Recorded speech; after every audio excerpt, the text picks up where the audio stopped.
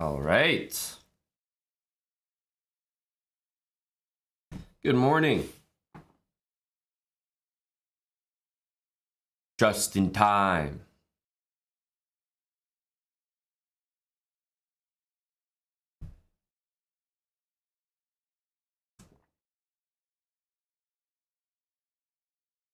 Just in time for the drop. This looks like a tough opponent for round one. I feel like sometimes we start with a CM or something like that.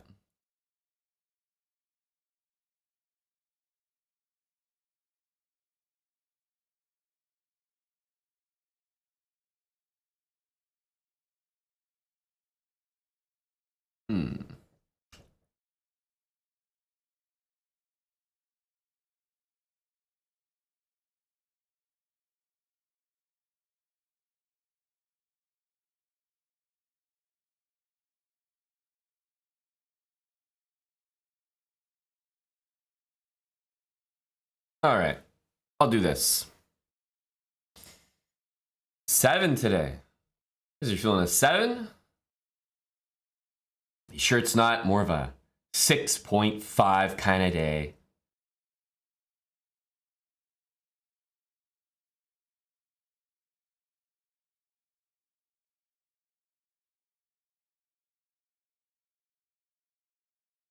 Bishop g5 is actually kind of a good move.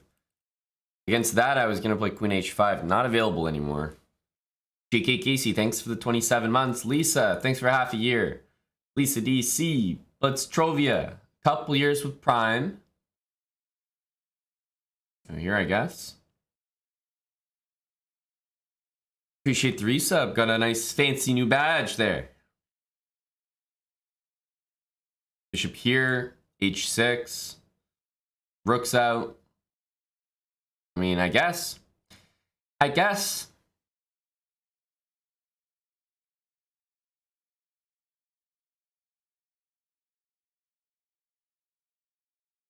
Thanks, Witty Alien, for the gifted sub to start off as well. And Dude950. Thanks for 33 months. Welcome back. 95 is about to hit us in the mouth.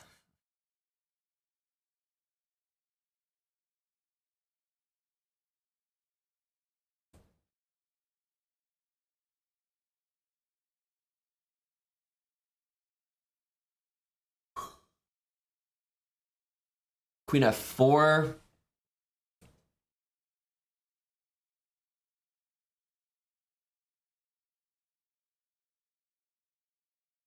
This move is coming next, right?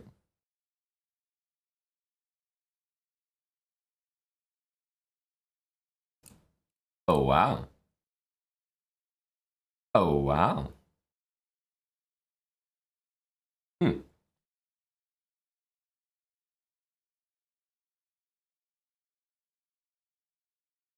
Okay. Definitely did not expect that. Here, I'll go queen a5.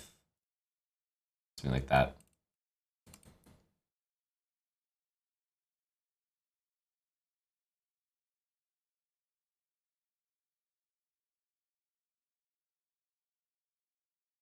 Rook e8, rook c8. These kind of moves.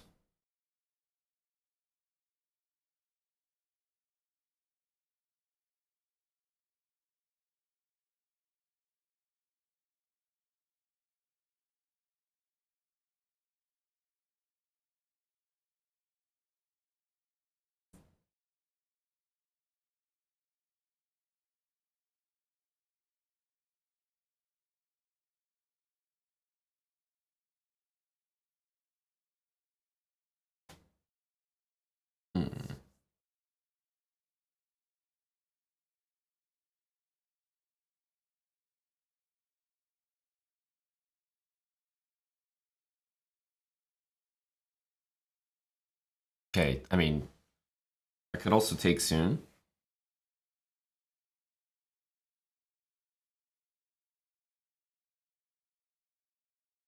Thanks to the 41 months, Molmshog.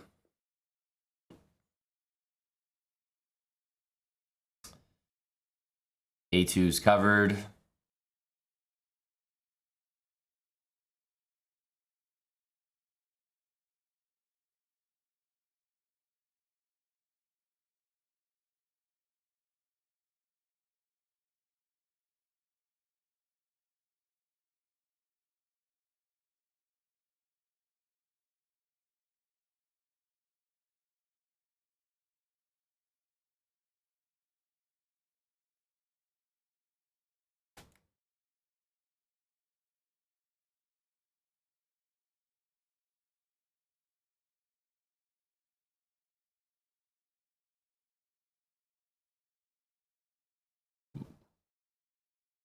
Ugh.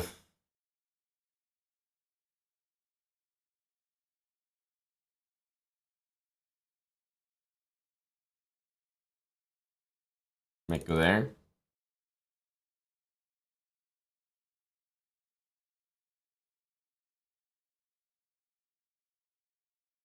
Luckily, I'm not getting mated in a lot of lines. Yeah, that's a move, all right.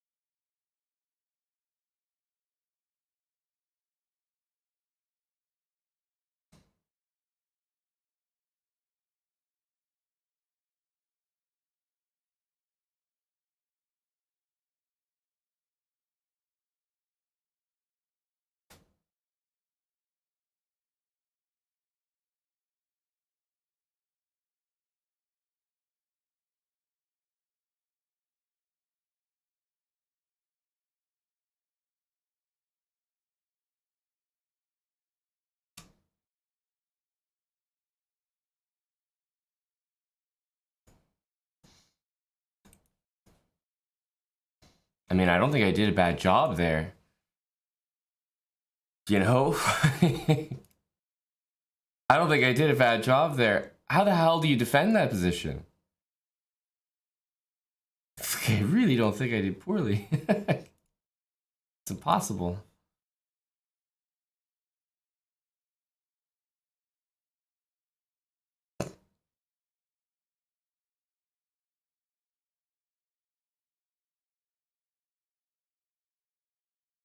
It's like impossible to defend.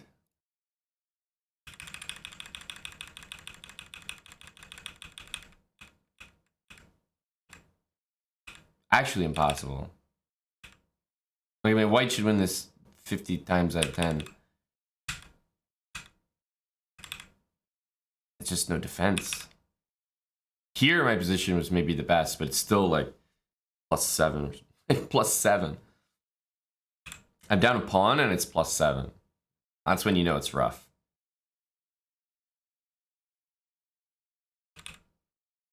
What can you do? What can you do?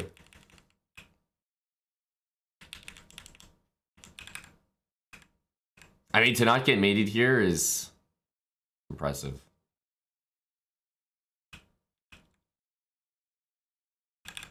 All right.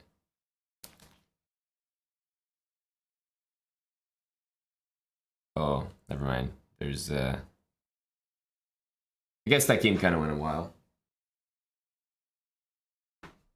Never mind. Don't have time. Don't have time.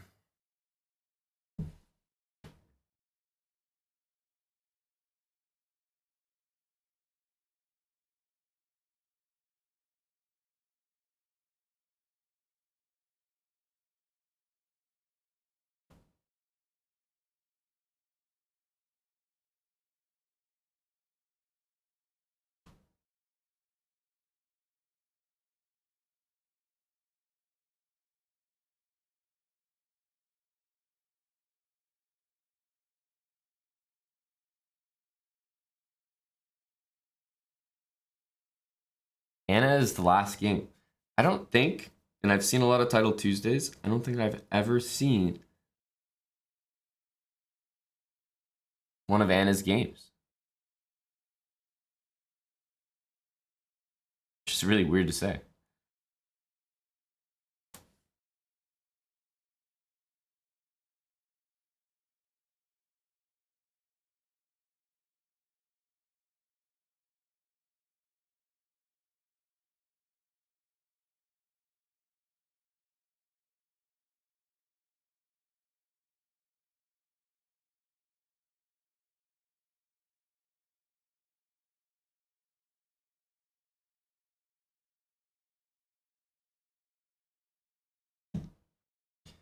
All right.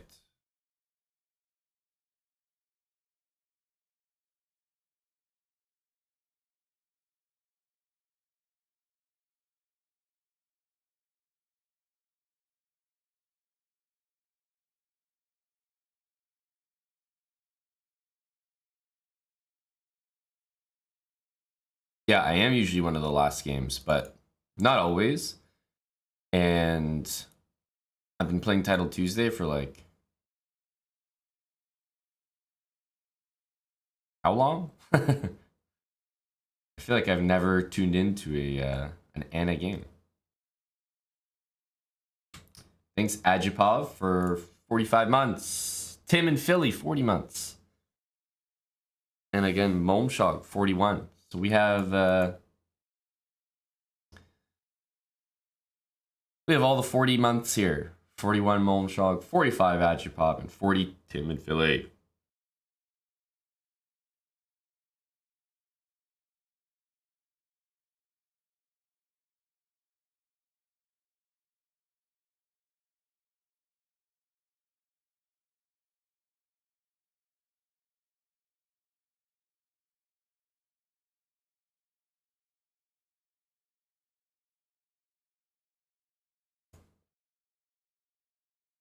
Maybe that.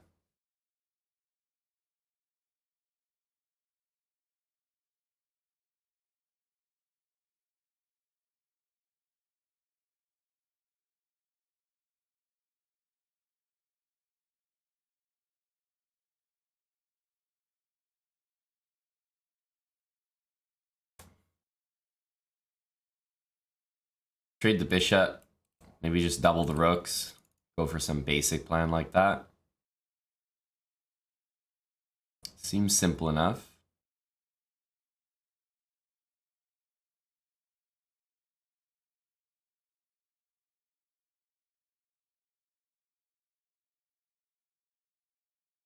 Rook c2, rook c1.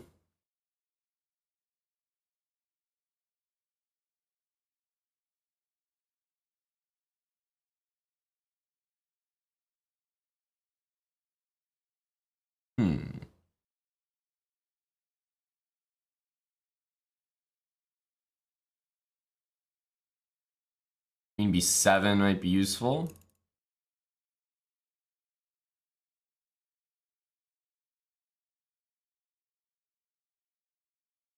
Looking at knight e2 here.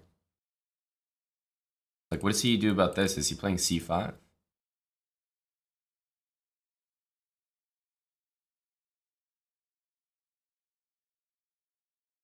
Takes obviously doesn't make a good impression. Knight g5, I can just take it. I mean, that's not mate. In the meantime, I have all sorts of stuff like that.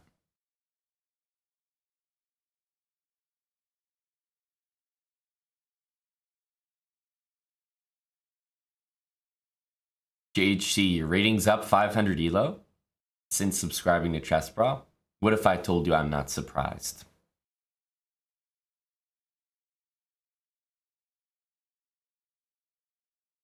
That's par for the course around here. Subscribing and getting banned.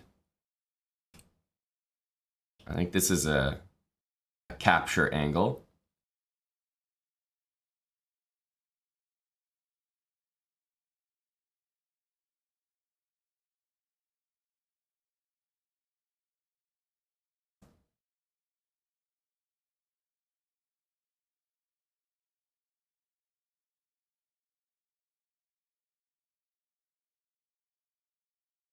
Got this covered for now.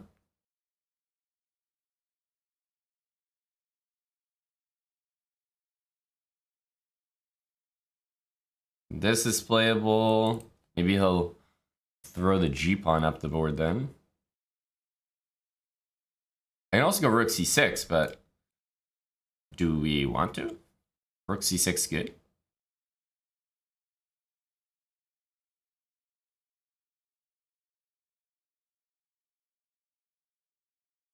I think if queen there, I can go queen a6 and rook c8. There's an idea. Oh.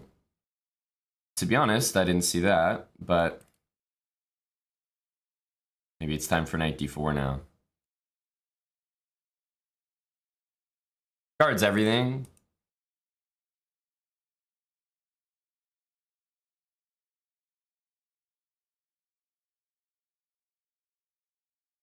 That's now a threat.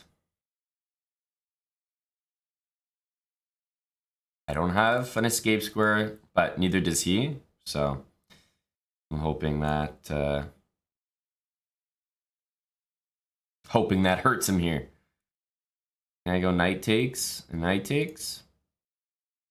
Is that smart?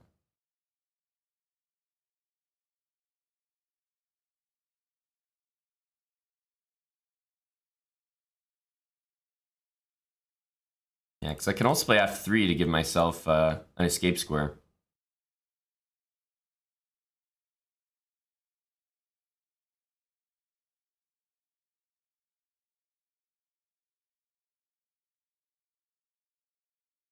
Knight takes a7. If he takes, I have this.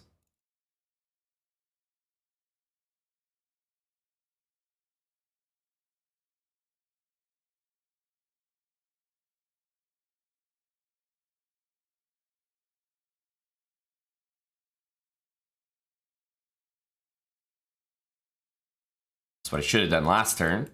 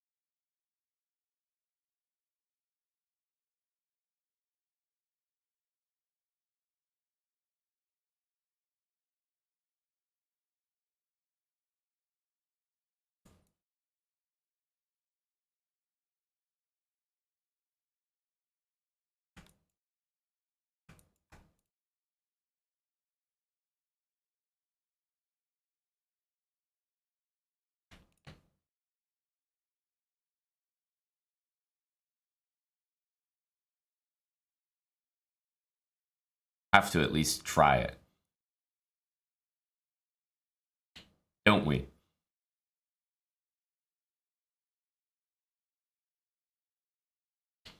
Don't we?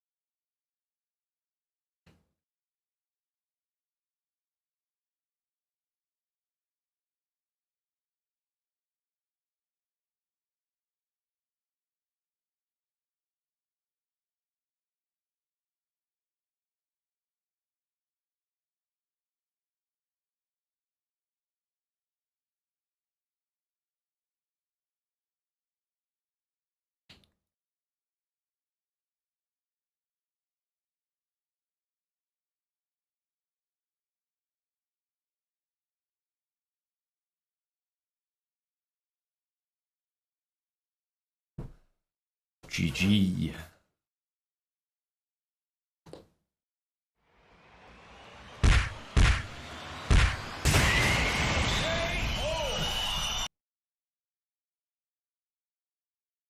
Go Dallas.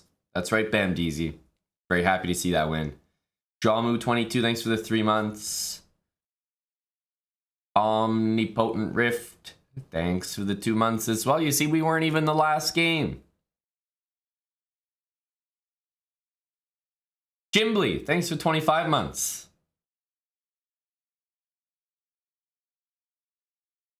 Physic, full year with us, and Guitar. Thank you for the gifted sub. All right, I think that's it for the round.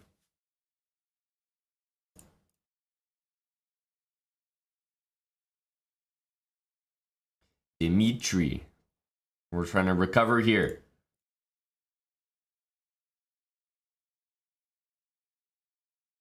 Thank you, Vlad. All right, we'll play C4.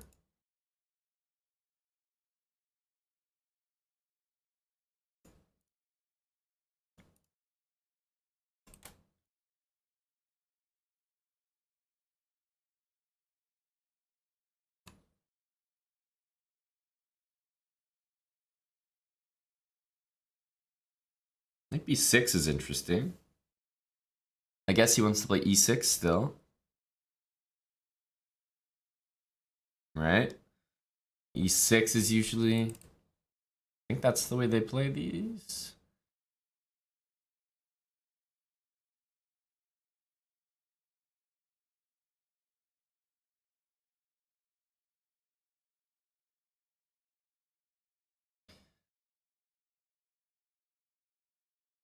I don't think he can play E6, so I might work around it.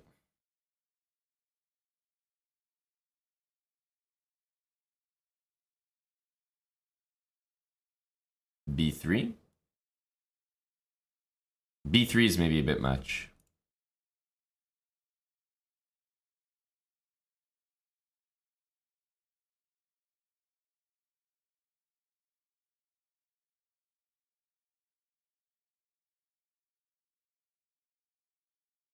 Yeah, I don't know. E6 is actually what I'm used to in this line to open up the queen, but that move kind of doesn't look like E6 is really playable after that, so.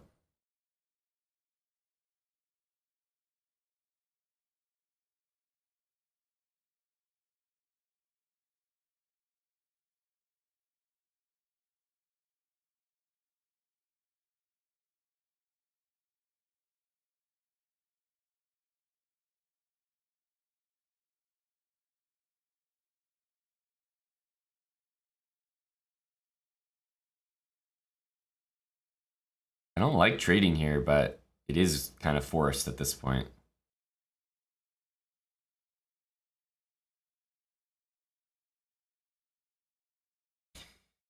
Trades are not ideal here.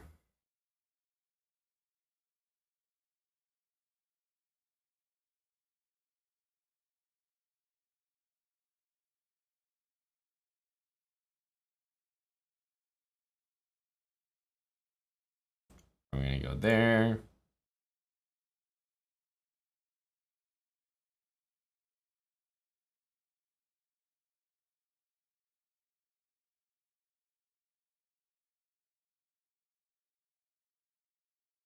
Yeah, we can go here, but he's definitely going to go there, and his very next move will be that, so we kind of need an answer. We need an answer quickly. So I will start with this, and on queen there, I think I'll go there. That's my quick reply.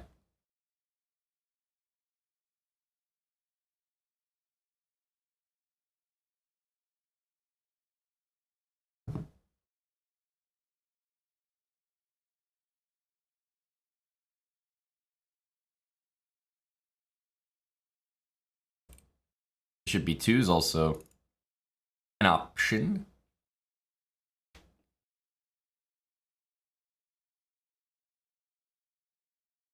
My issue with knight b5 instead of trading Venus was like, if black attacked my knight with pieces, how was I going to defend it? I can't put my pawn there to defend it because the knight was actually on that square. So that's the main reason I didn't like it. I didn't think I could keep the knight there. I think that's actually unfortunately, I think it's a good move.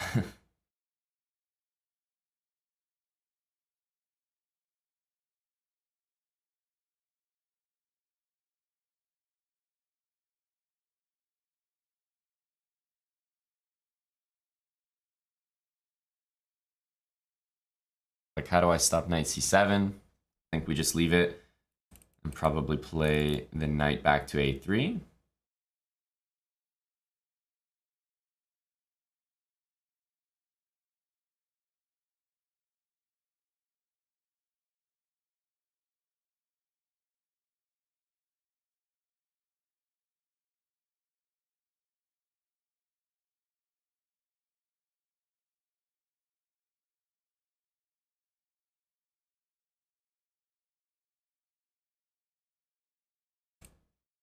Yeah, it took me a while to understand, but now I get it.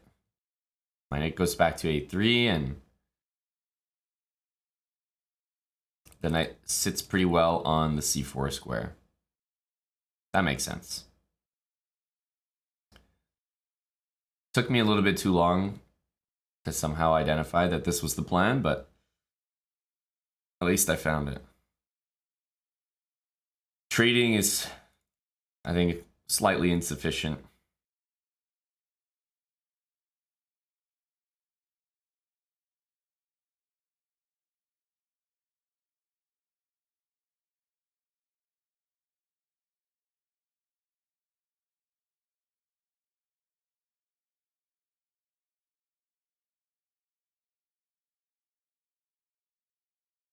If knight there, we'll go back, I think. Well, we can also go... No, sorry, we can't go there.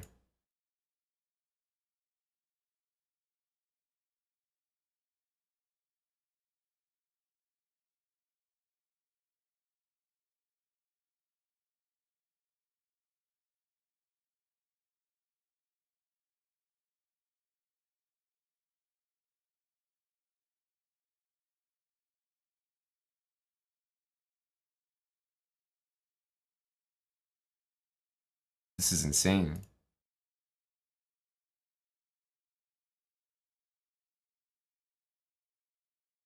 Really bothersome. I had that lined up and I couldn't do anything about it.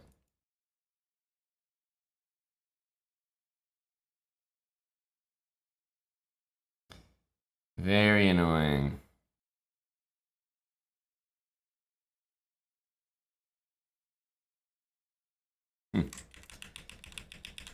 Something just felt off here. Playing queen there. Ah, knight d4. Yeah. See, it's like, that's just a little... a miss. I knew he shouldn't be able to play this, but I was sitting there like, knight takes d6, queen takes d6. But knight d4 is very strong. I'm winning the rook, or I'm getting knight c6 and he can resign. I knew it felt wrong to me. But by not playing it, then he gets to play this, and yeah, his position got a lot better.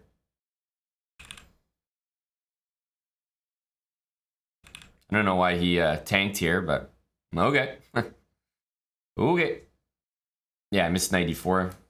Knight d4, rather. Very good move, very strong move. Oops. Tippin22, thanks for the 15 months with Prime. Corleone, thank you for 49 months. And Kinisodu, a year with us. Let's see if we can win our next game. This is obviously quite important.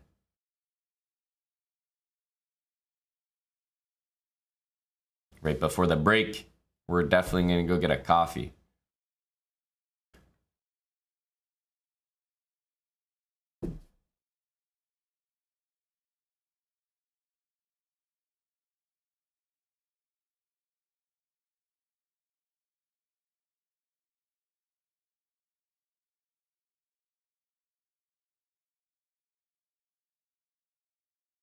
Oh, there's someone in the chess.com chat saying, any blondes here? Where are you at, blondes? Where are you, blondes? People are taking their chances anywhere these days. Chess.com chat energy.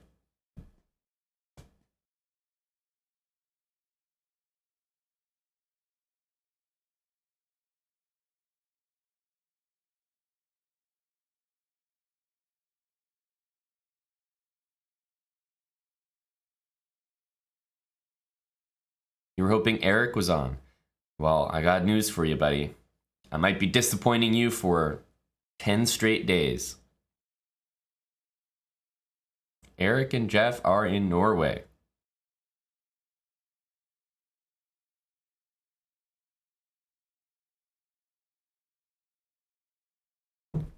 It's pretty funny to see like two very strong players play this out. Like what?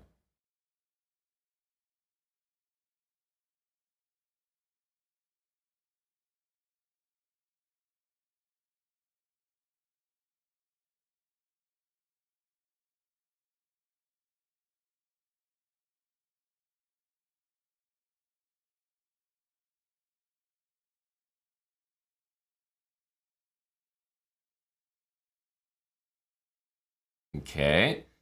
Interesting stuff. Interesting stuff.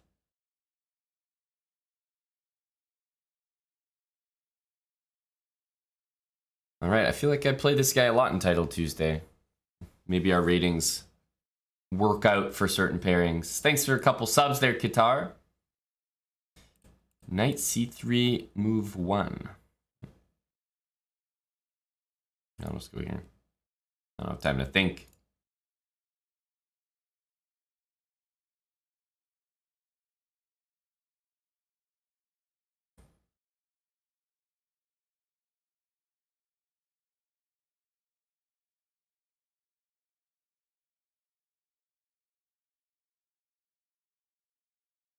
A3.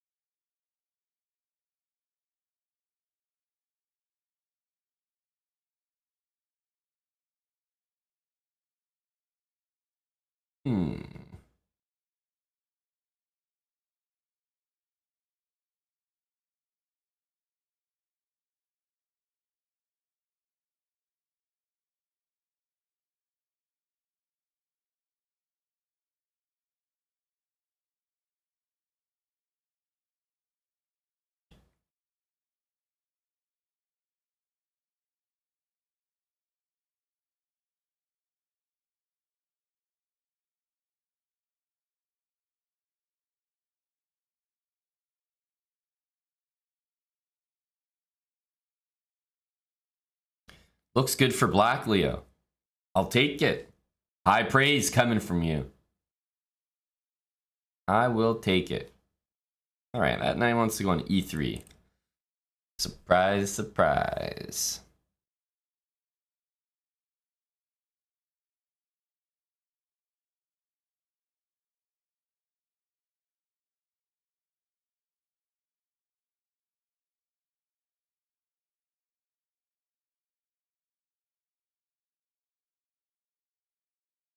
Okay.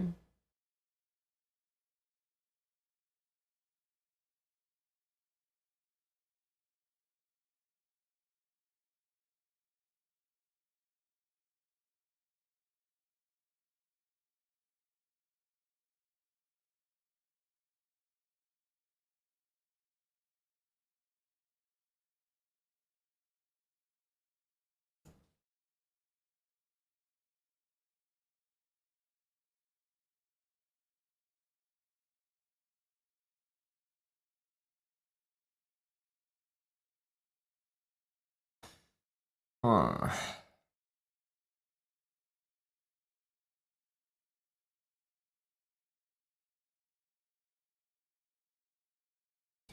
Knight here takes E takes. If E6 takes rook E1, knight D8.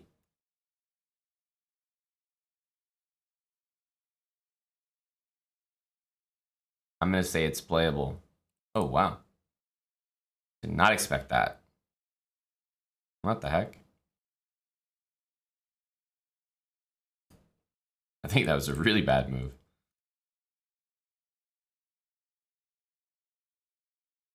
Okay.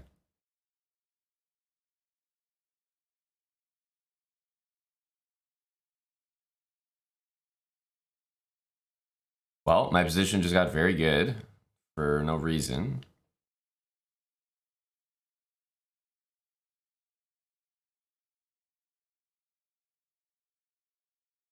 This bishop back here.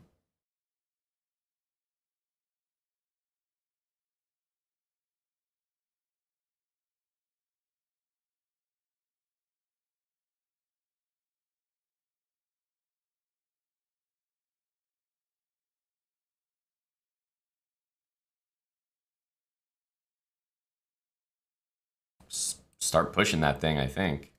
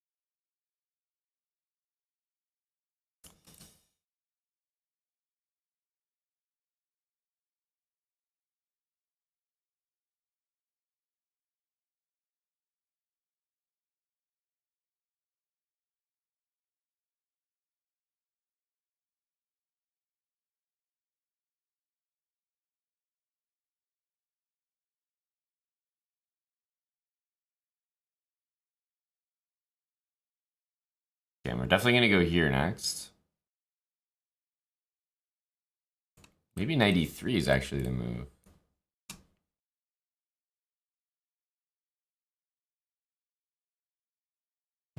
Pretty happy we found rook h1 there. We're gonna check and take. Just because rook g1 was actually insufficient. He just resigned. He understood hard work was done. The hard work was done. Respect resignation. From one good player to another.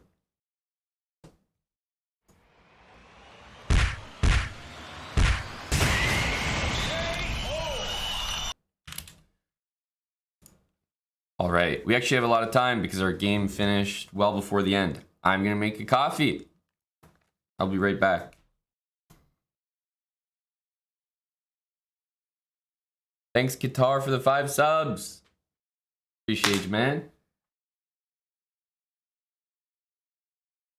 I'll be right back.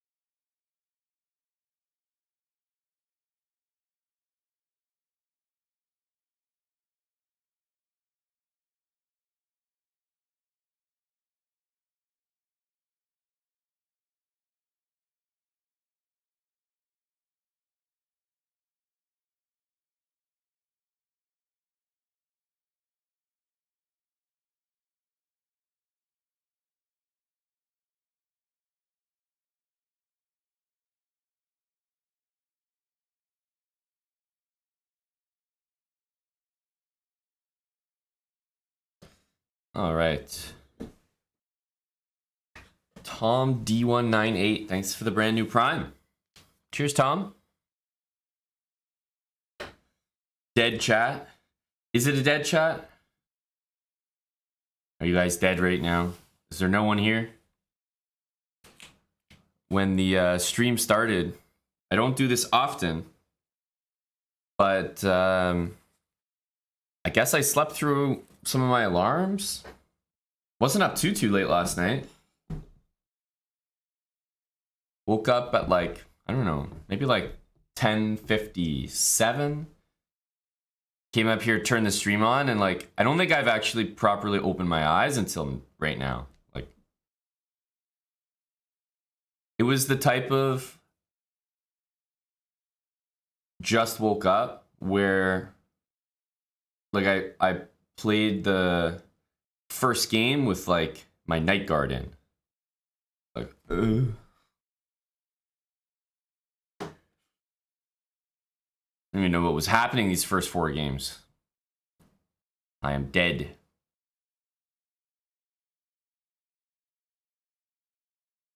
But we have coffee now. Thanks again for the subs there, Qatar. Let's get into round 5.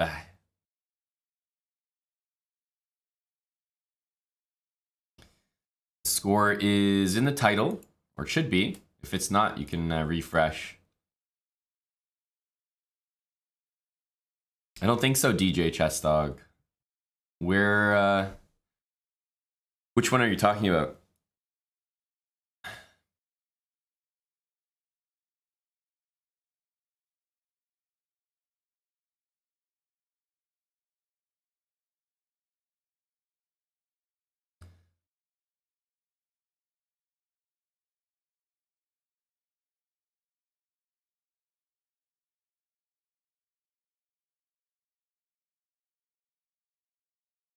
He's got to take.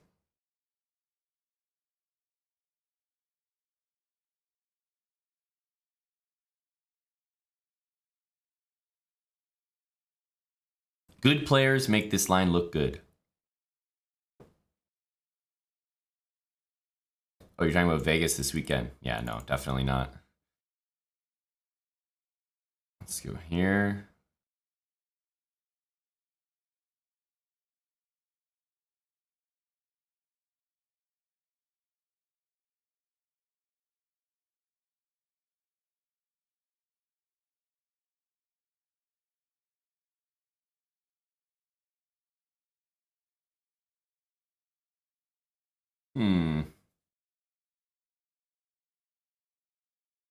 Like I said, good players make these lines look good, but somehow I never do. White has 2 bishops, but I always prefer and end up playing the black side of these positions.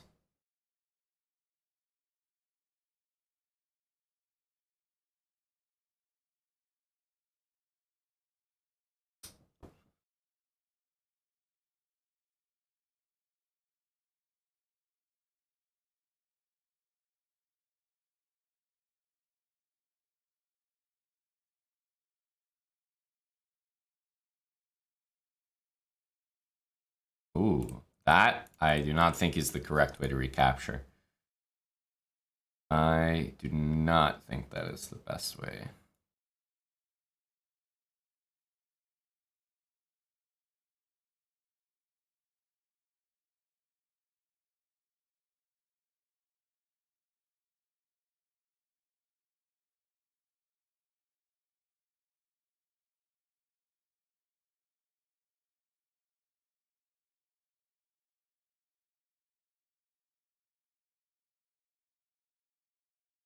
Not like it's a huge mistake, but definitely makes my life a little bit easier.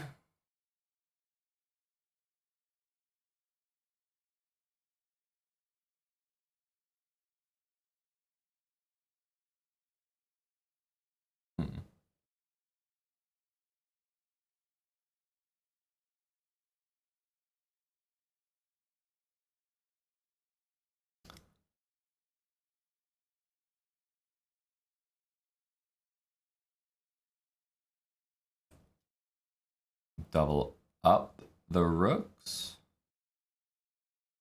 It's possible that when he takes, we take with the queen, with our rook behind, and then he can't continue to challenge.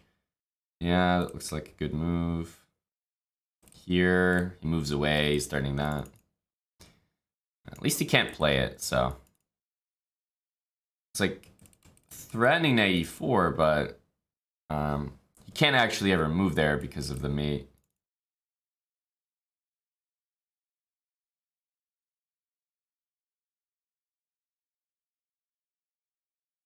So knight e5. Do we have any tricks here?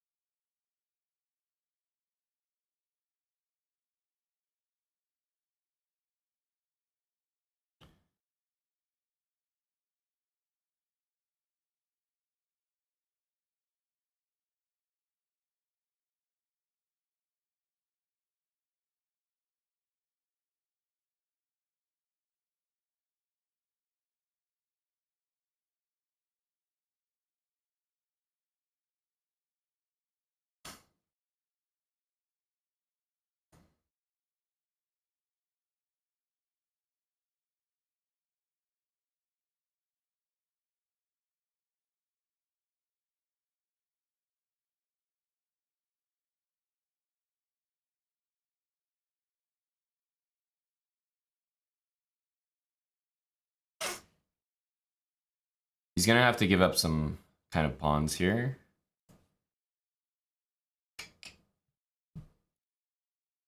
Doesn't have enough time to make that work. I'm gonna lose this game. Da, da, da, da.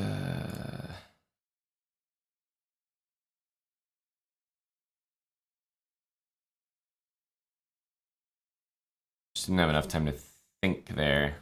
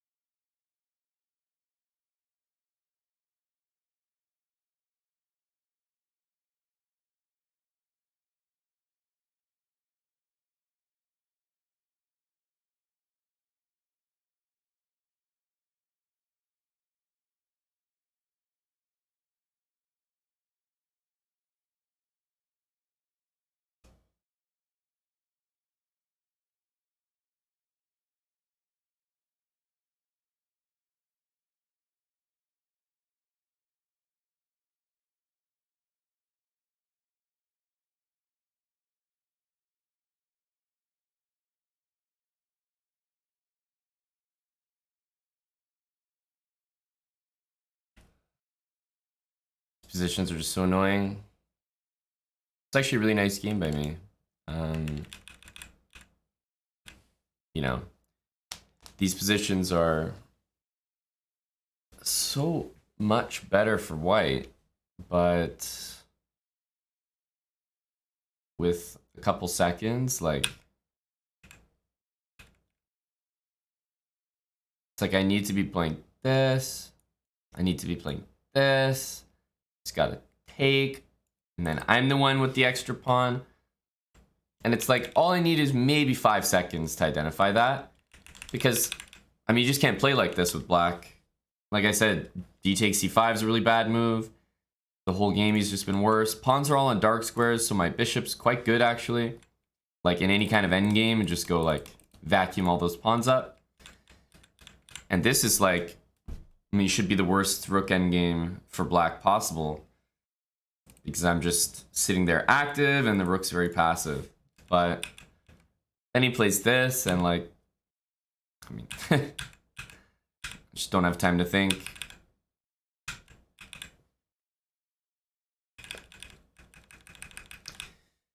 And then I can say at many points that this may have reached a position where it was winning, but didn't really know what was going on here.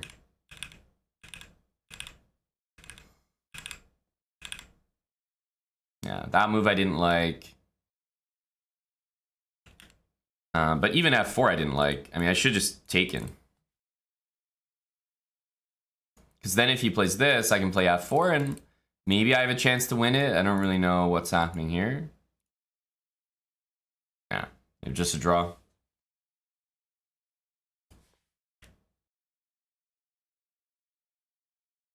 Weird stuff. Some weird stuff.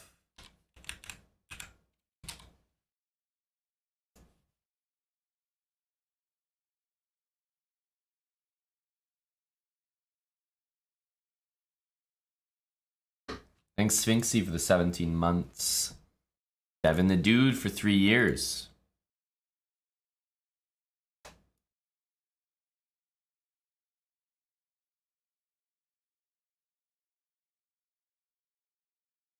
Ugh, this line. Oh my goodness. Not this line. This is just some like super sweaty variation. I mean, I don't know shit about e4, e5. But like, people play this line. I don't even think it yields an advantage.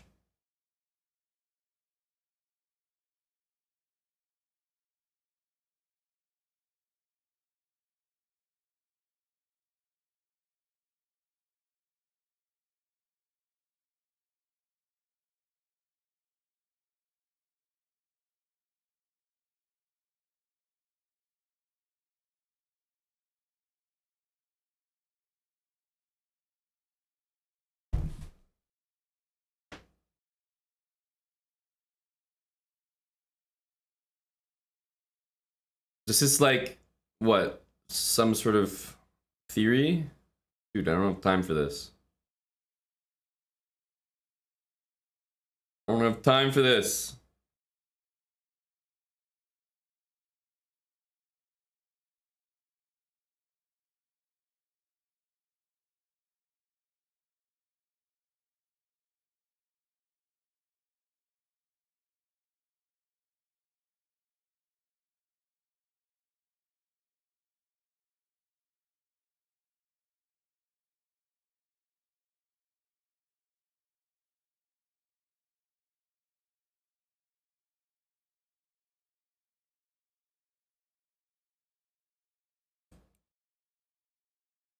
Yeah, this is a sweaty theory if I've ever seen it. This is why I don't play e5, man. Who the fuck wants to sit here and recite some lines? Oh, goodness.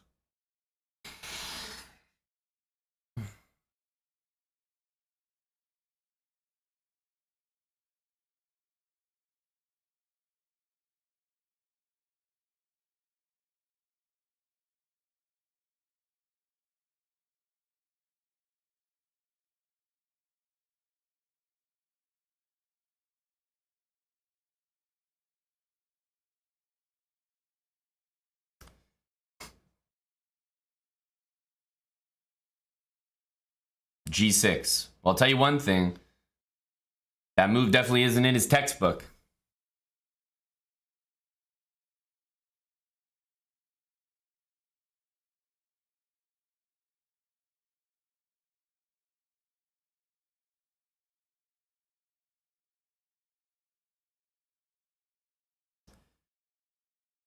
Oh no.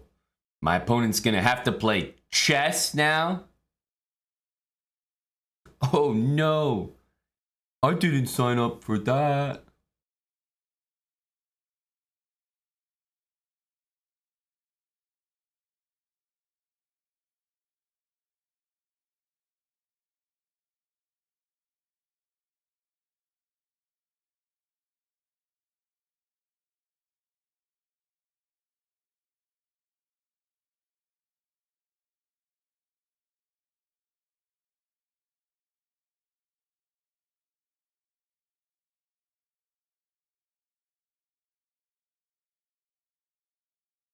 Ooh, I did not see that move. That's annoying, eh? Ah, not the end of the world, actually. Actually thought it would be a little more devastating than this.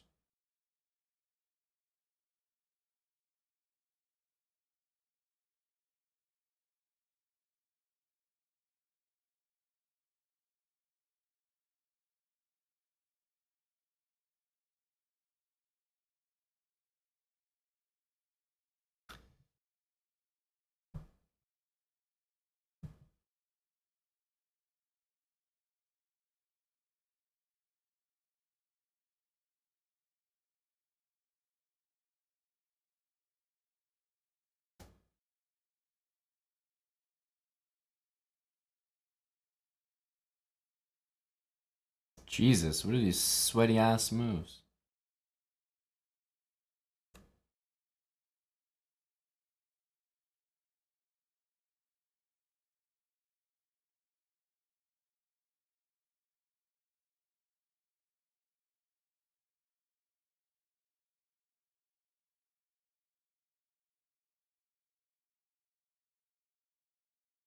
I think that he actually saw that he didn't need to win my queen, which is amazing. Because here, if I'm playing this chess game, why am I not playing here? Am I not winning the queen by force? What am I missing? Knight check. The king has to go here, here, here, or here. Every single move you play knight e4 check. Like basic tactic, right?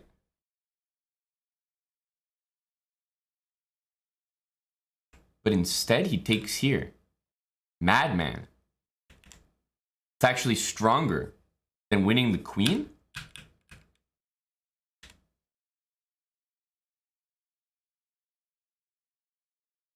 I mean, that's just insane. I don't know what type of like person you have to be not to win a queen in 2 moves.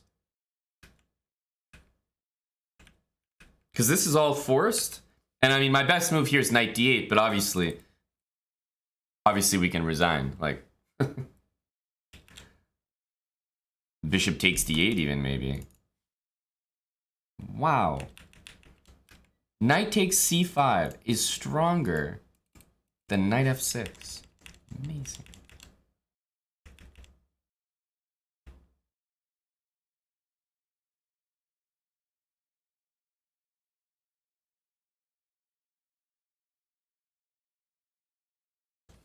I tell you what I didn't like. I'm pretty sure this is the move, but I was just looking at this and I was like, what the hell happens here? I guess you just long castle. I don't know. I was a little concerned about that. I guess it's nothing. Right. How many times? I mean, really think. How many times have you seen me play e4, e5? Not even 1 out of 100. This is why. I mean, this is just not fun. Who the fuck wants to sit here and watch some random FM recite like 30 moves of chessable theory? I'm just not enjoying myself.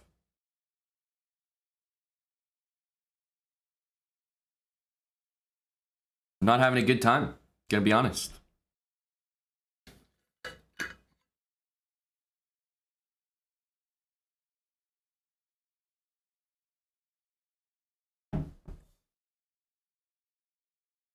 Like, I'm just not having a good time here.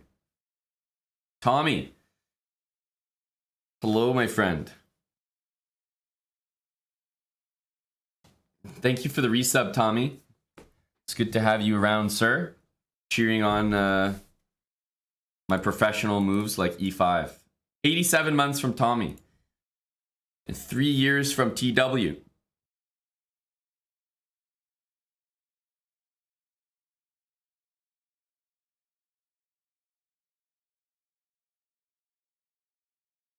I mean, this stuff is incredible. This stuff is incredible. Like, what just happened? I feel like I'm having an out-of-body experience. I wasn't even a part of that game, you know? He had like over 3 minutes. Every time this happens, it's another notch in the belt, another reminder, another tick in the box. Why we're not playing competitive chess. This is a Title Tuesday Blitz game. Can you imagine over the board? Someone is sitting there with 2 hours on his clock, pre-moving everything, and you're sitting there like just struggling, thinking for 2 hours, and people are whipping out theory. I mean, I don't know. It's just not fun. It's not a good time. I'm glad I'm not exposed to it anymore.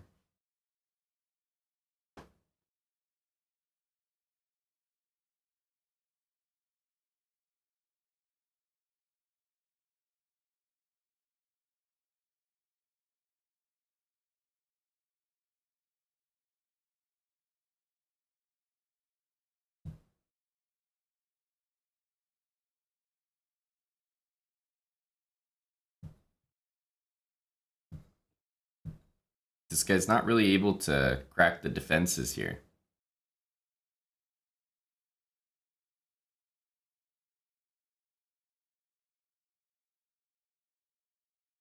Dang.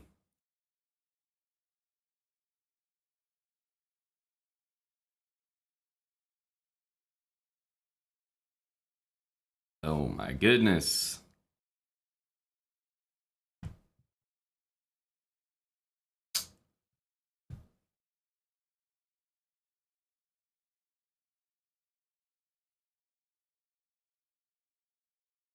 Like this is someone I've played in Title Tuesday before. These names seem familiar.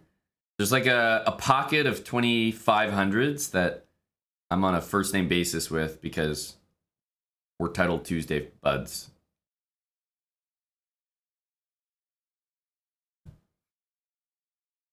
They're like, you know,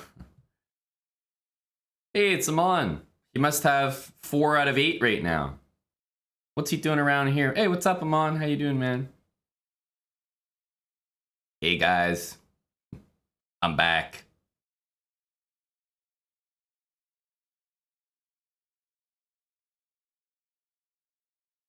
It's me. It's your boy. 4 out of 8 again. Coming at you hot.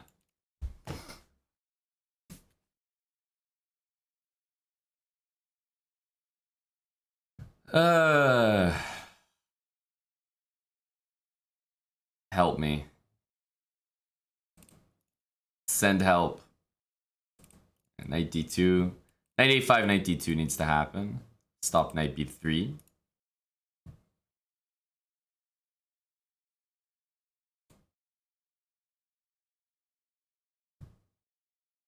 Rook e1 needs to occur.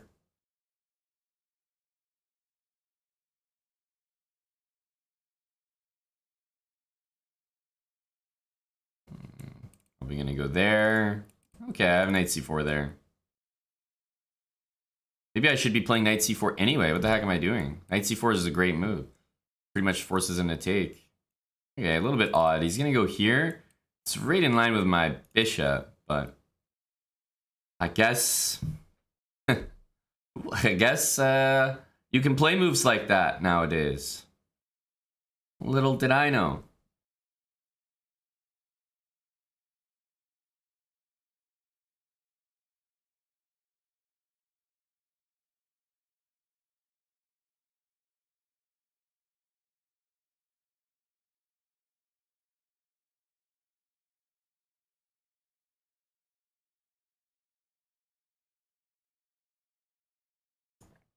Let's just get the rook out of the a5. I mean, I don't know why he's got double rooks on my pawn. This is like...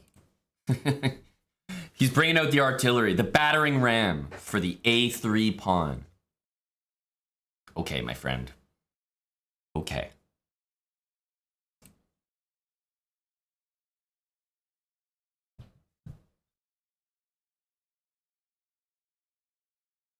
What if we push and play knight d5? Is that anything?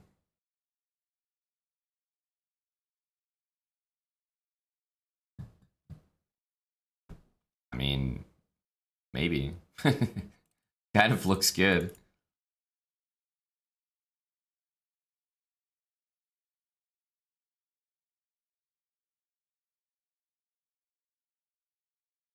Yeah, I don't really care about that, bud. So we got this. There's no, like, you know, rook move to kick it out later, so it looks pretty nice. This rook's gonna move, but I kind of like taking this one more because then d6 falls directly after. So that's my plan. If he goes there, I'll just go king g2. Question is, what do we want to take it with? I think we can take it with the rook.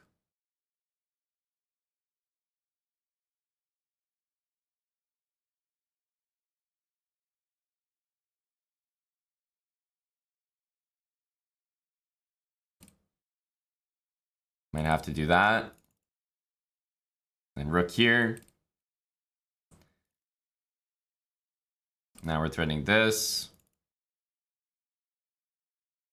We always have king g2 there. Oh, definitely didn't see that. Maybe bishop here. Yeah. Professional move. Knight c6 I take. Bishop b5. What a professional. Wow, he calculated that from 10 moves out. How is he so good? Okay, I'm still in trouble.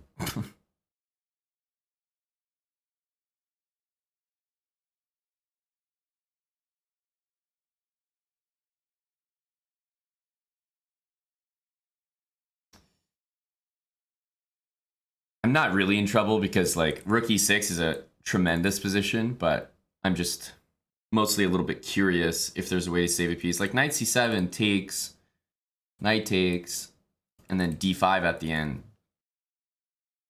But I think at this point, it's like, I'd rather play this position.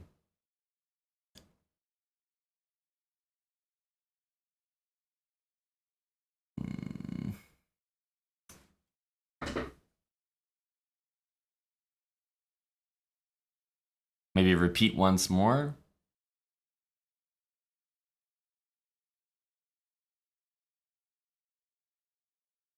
And then go knight d2. I think he has to repeat. I can't see him giving me that pawn.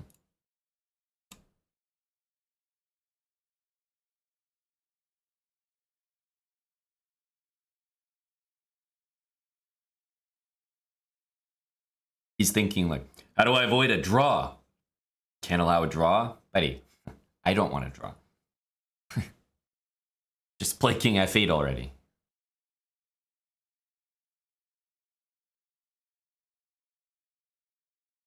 Look at this guy.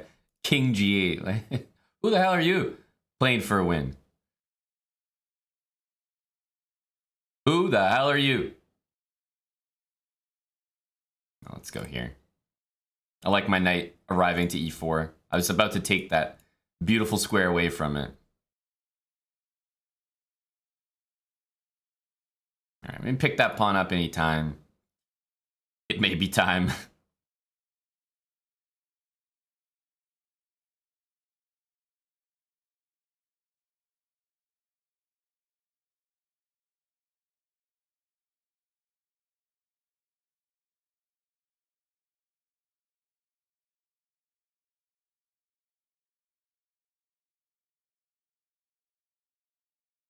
Put it out of harm's way. Man, this guy's addicted to, like, he's pseudo hanging his rook.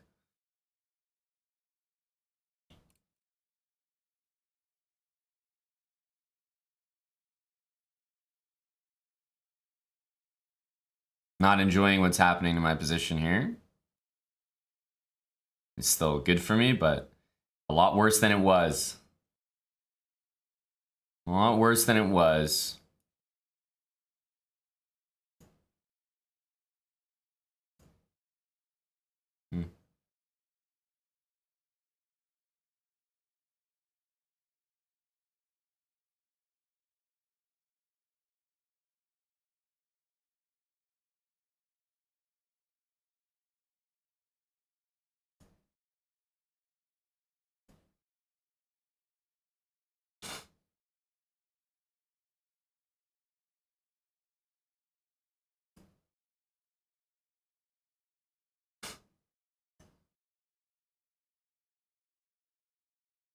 I think that position was always significantly better for white.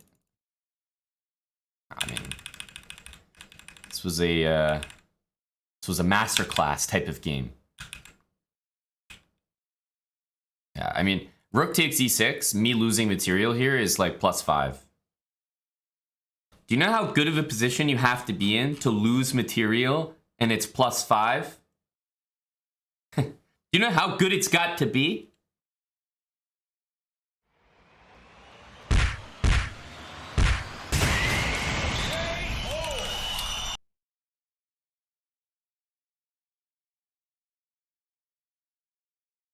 All right, an important next game. It's right before the break. I always lose these. Monkey Elf, 28 months with Prime. Guitar, thanks for the gifted sub as well. Been a while since a win, eh, Guitar? Hardly remember what those feel like.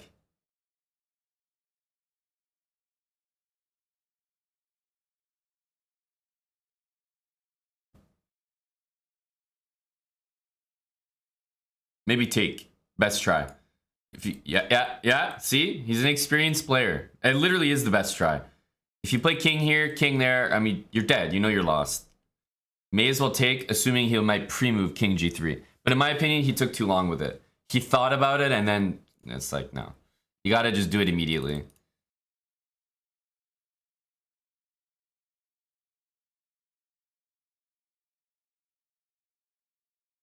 I was asleep the last time I won. Holy smokes, that's true. It could have been a dream. Maybe I didn't win at all.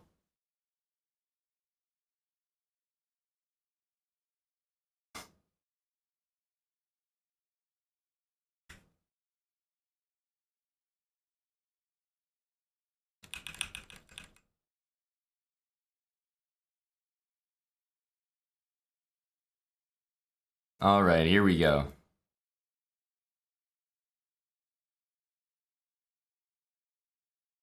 Chess with German.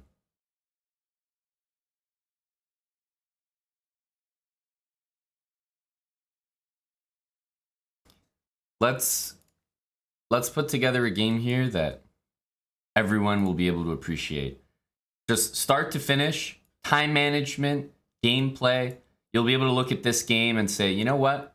That was a well-played game. That was well executed. Wow, that guy's good.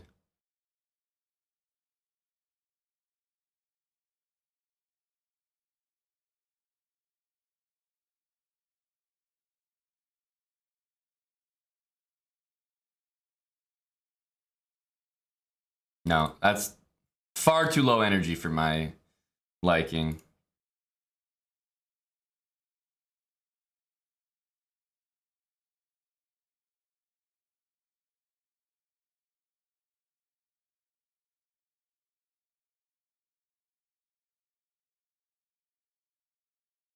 I mean, what is this fucking useless guy doing? Just shuffling pieces. Because I'm, what that? You're so bad. What are you doing?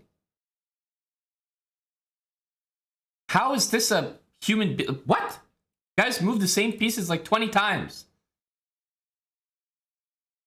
What's going on here? I'm actually perplexed.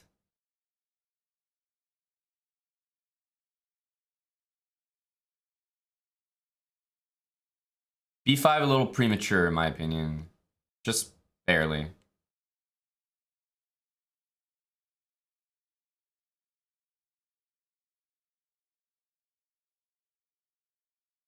Okay, now it's not premature. Now it's Queen D3.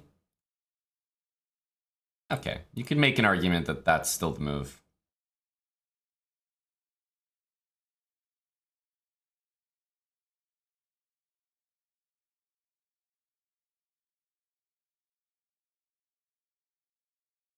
I mean, this guy is something else. He really is.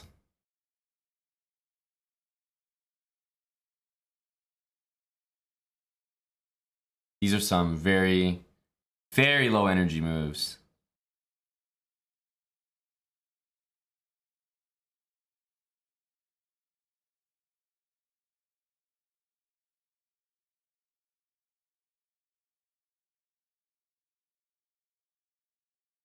Well,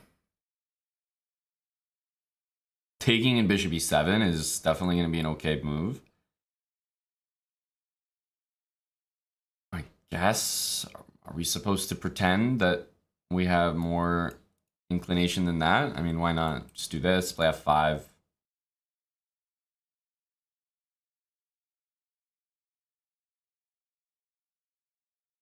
And a4, rook c6. Yeah. Now, knight c3, rook c8, a4, d5. Okay, we have b5 here.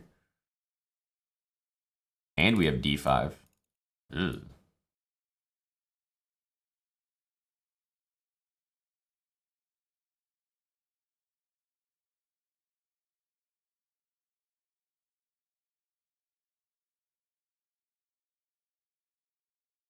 By the way, d5, he has knight there. Okay, bishop. Yeah, okay. Okay. It's possible to go wrong here. Bishop here, rook there. Takes. It's like, where is my goddamn advantage? It's nowhere. So close, but so far.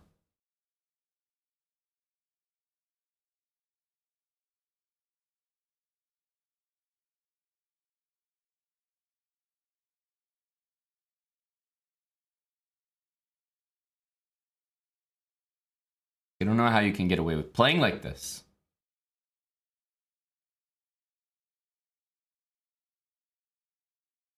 Truly.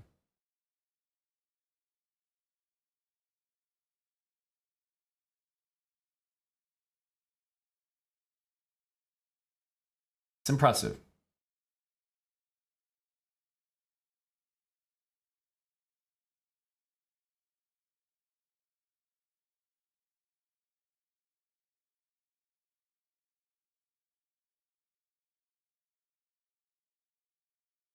Huh? What the?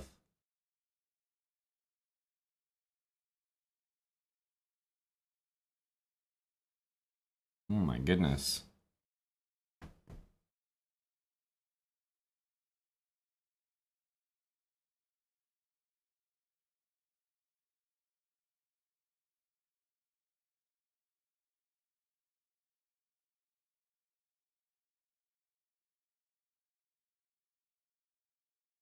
Gonna lose? What's going on here? What's going on? I haven't been impressed with anything. And yet here we stand. About to lose this game. For what reason, I'm not sure.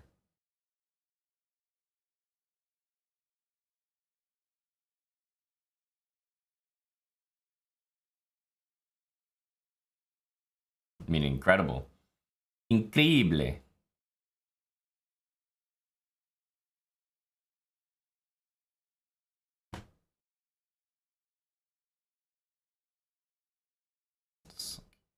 So barely.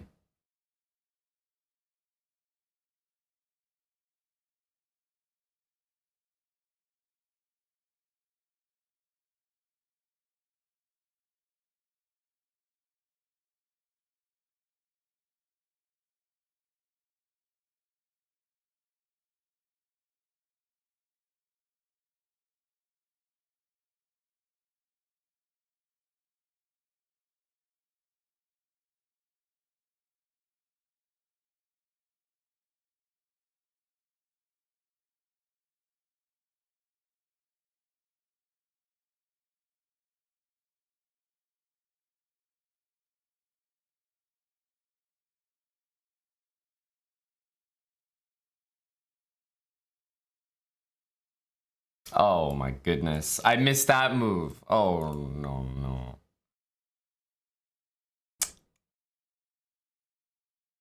Oh my goodness. King gets to F2.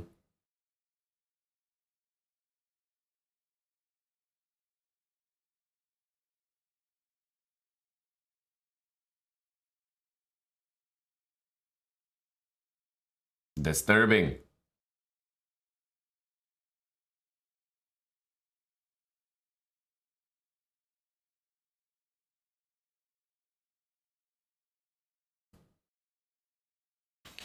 Disturbing.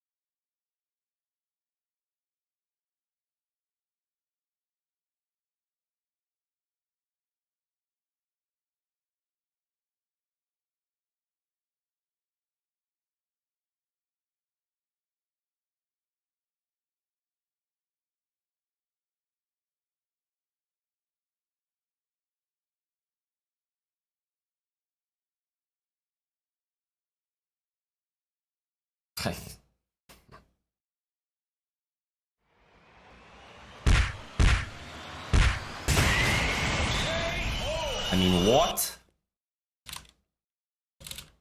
I mean, what the hell was that? Jesus. Jesus. This guy played so low T. I mean, what do you do with people like this? Play B5, you feel good about yourself. And then you go here and you're like, your advantage is becoming non-existent.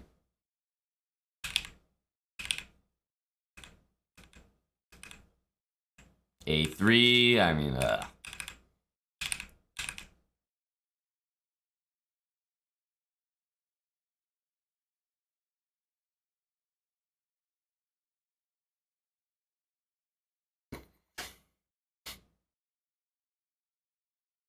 what?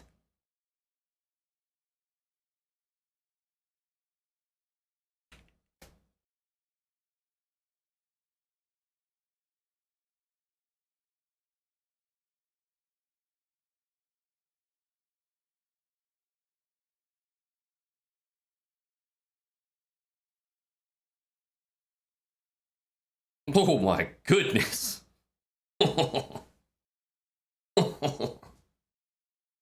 Oh my god. Oh my god. That would have been disgusting.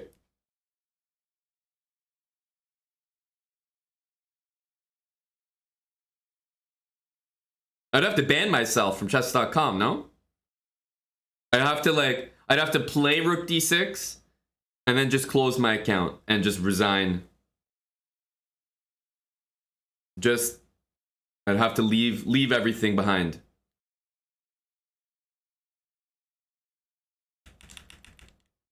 Oof.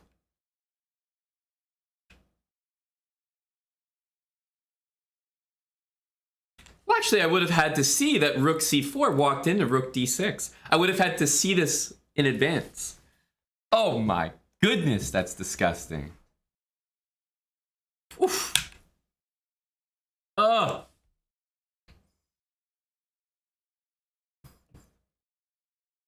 No. That's a little much. 95.7.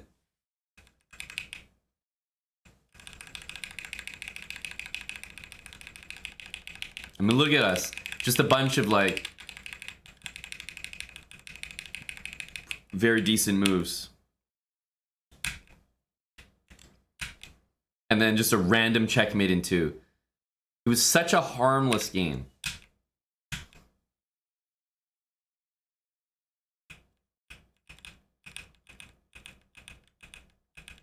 I have some semblance of an advantage here, but allowing his king to get to e2, I just didn't understand properly. Like, I thought king e2, I go rook here, he has to go back to defend the pawn with the rook. Like, king f2 was not occurring.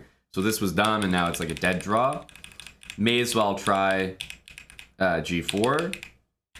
g3 is a very, very good move because it liquidates, but like, can you guys defend this? Who would feel confident defending this?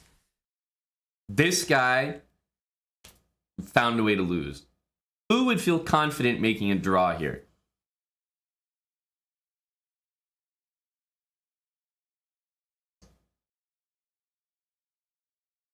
Honestly.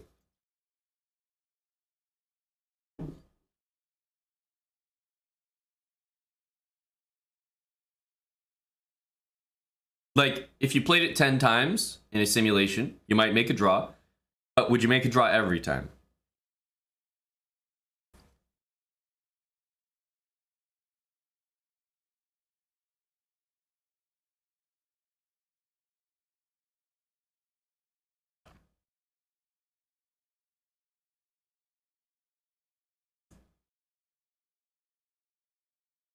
Because you know what's crazy to me is,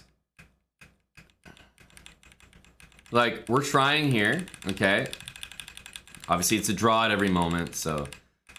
Like, even, quite literally, even here, I'm still not impressing anyone. And you could argue that I made progress here. But here, the draw has to be the most achievable, like, the most obvious. How is there not a check occurring? I'm mind blown.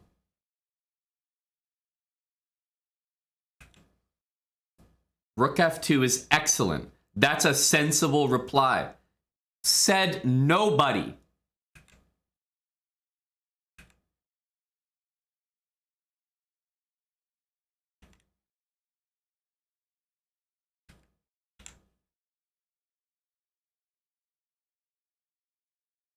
I mean, but these moves don't make any sense. Why would you go around the back? Why? You got space here. By the way, if you played this, it would have been so much a draw that I wouldn't even, like, I'd practically agree on the spot.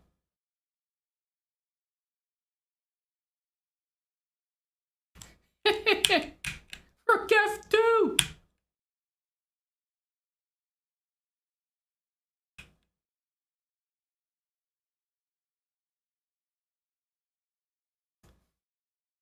So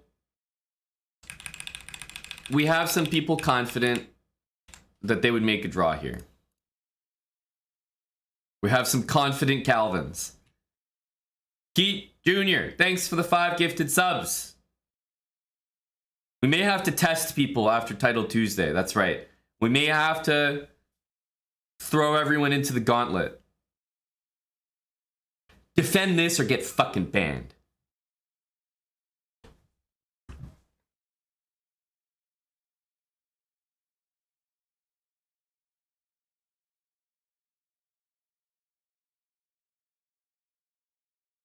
Thanks for 2 years, no Ashish.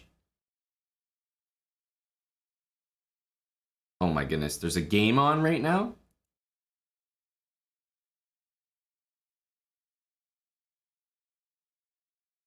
What type of website has me analyzing in their website and doesn't think maybe we should let this fucking guy know he's got a game?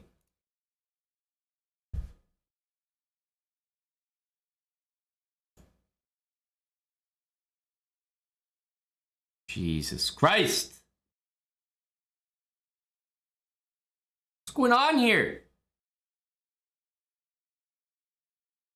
Who is this? Enamel?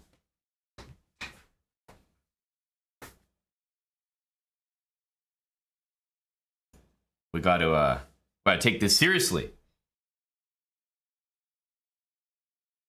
Enamel, bro. Okay, okay.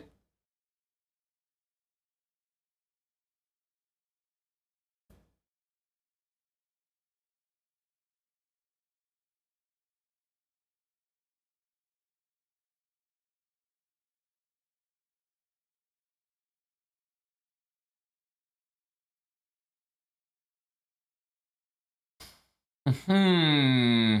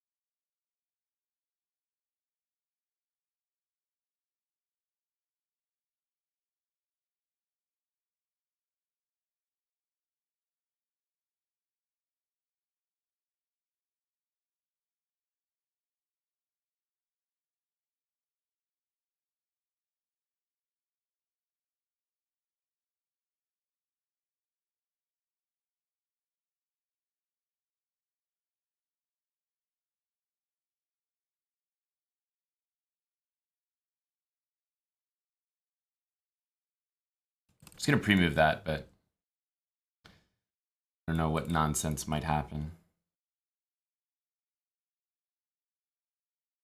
You can pre-move that.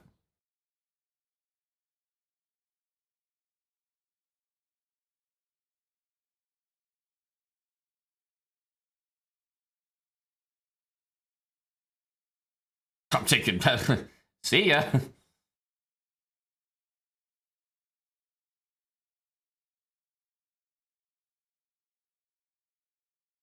My goodness.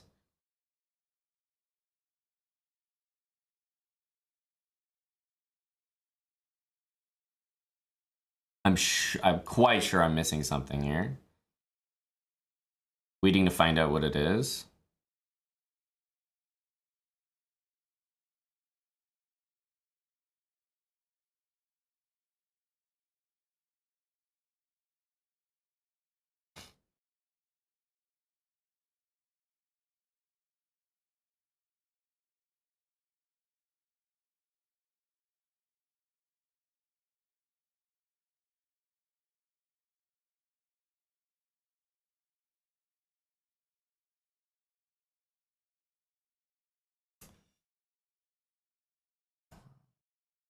Oh my goodness, you're joking me. I can't even take this. I get mated.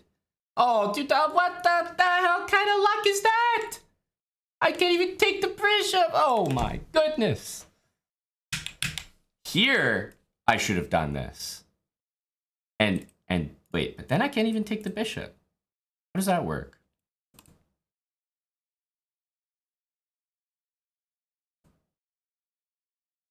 It doesn't work. Queen e8.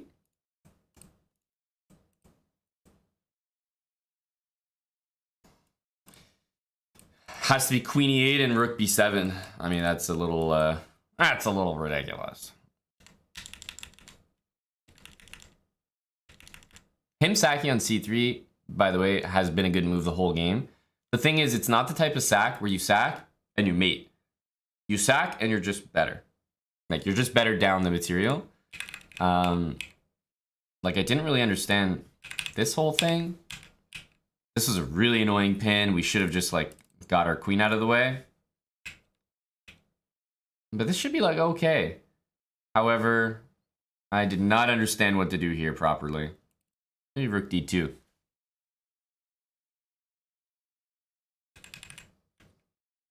Nah. I thought this was a thing. This is so not a thing. Only because of one move, but still. Queen d4.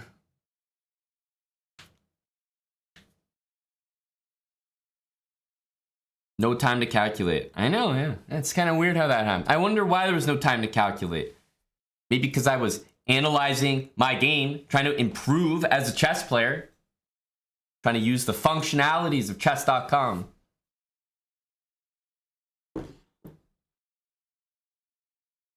Imagine being punished for analyzing your games.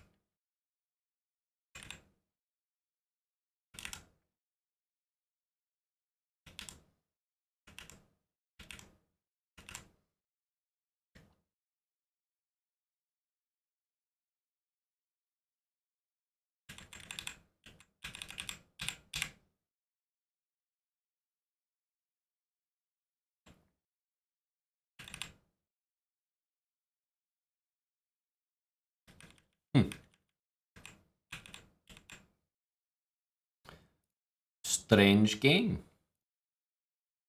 All right, next game.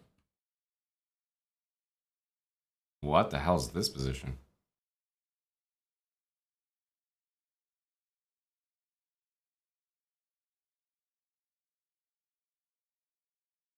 Wow. What a blunder, rook g2. Crazy.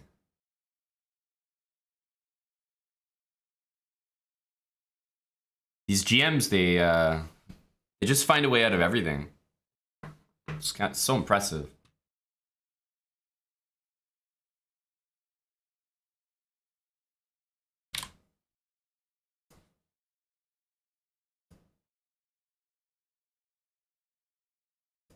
That last game is like just starting the game with like a minute and a half for no reason. What?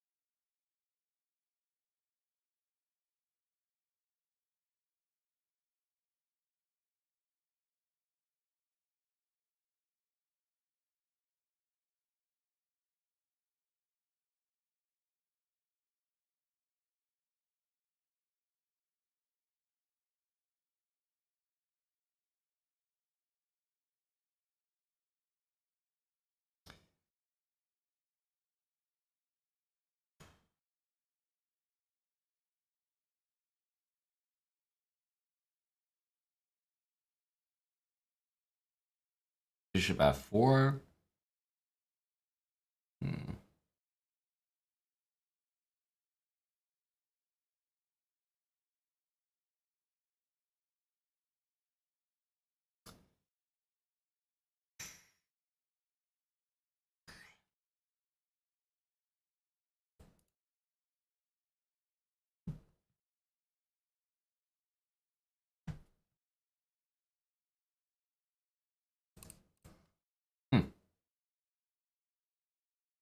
A4, eh?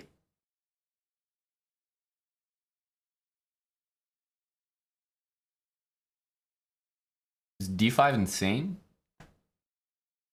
Or is d5 very intelligent?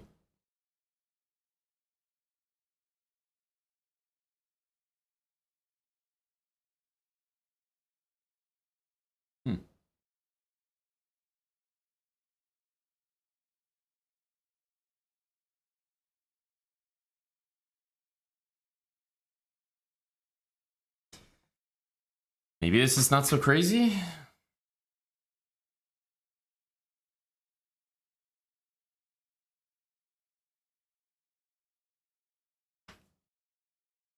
Come on, Ralph, I was asking you, bud. I need some answers. Can't expect me to do this all on my own.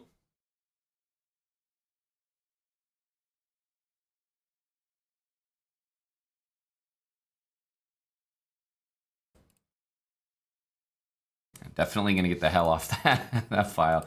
Rook d6, rook d8. Seems like the plan.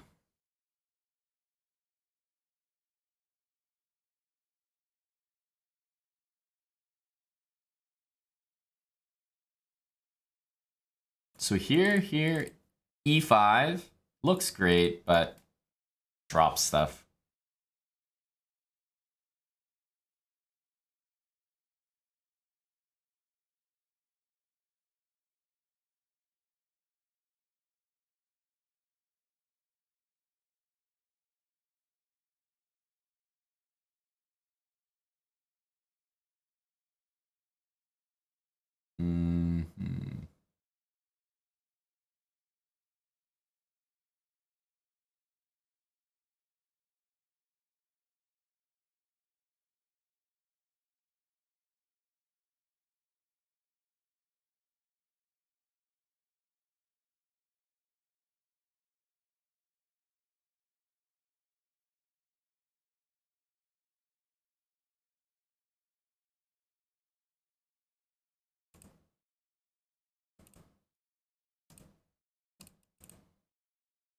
Rook c4 appears to be an interesting move next.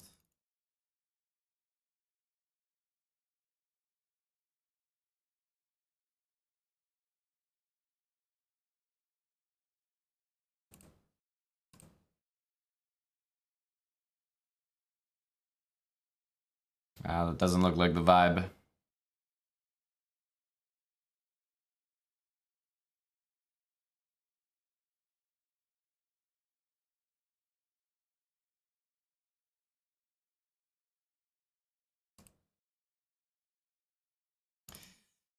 Ugh, I guess we're gonna play here. I have to be so careful not to allow that.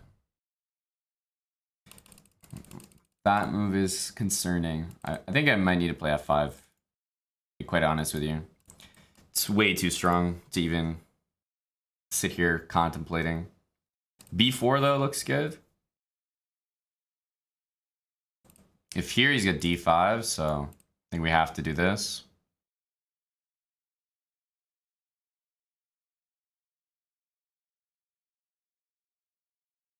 It's gonna be hard to keep this knight in check. Not enjoying the prospect. Okay, that's, I mean, his knight doesn't get to use that square now.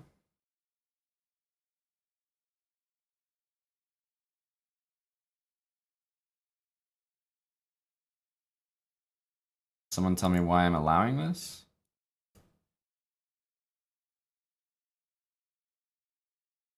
Could have just played bishop d5 and kept the rook locked in there.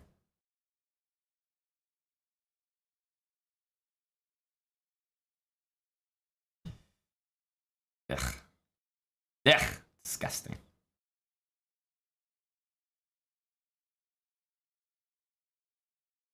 Knight a2.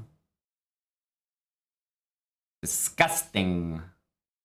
The knight's getting where it wants to go.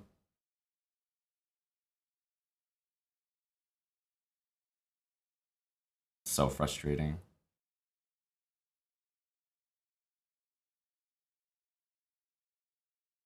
So frustrating.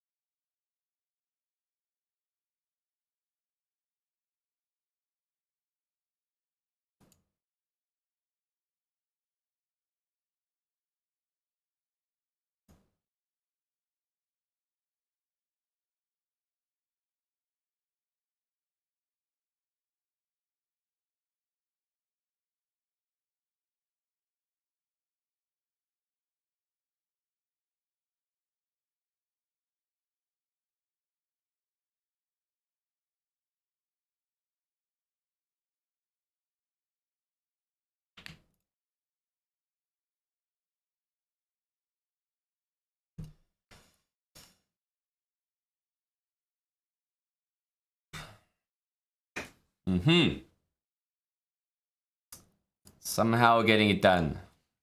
I really emphasize the word somehow. We played pretty well that game, I'm not gonna lie, but bishop d5 is an automatic, a basic move. So, like,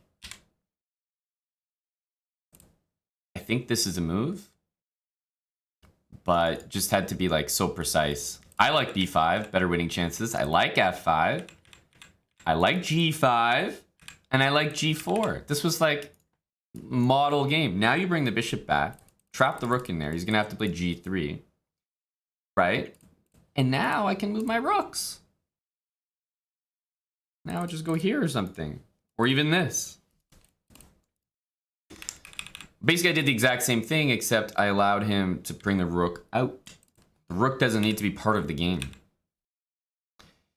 Now this is just annoying. Yeah, now I'm like very easily worse.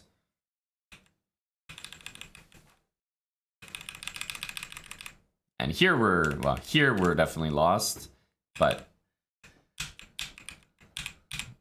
he just started he started losing control of the position a bit.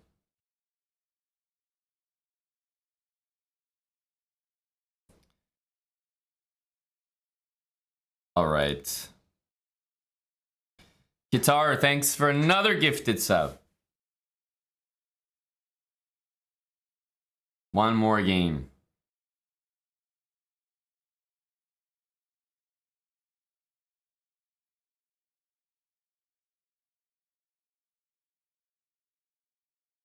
I mean, he's trying quite literally everything.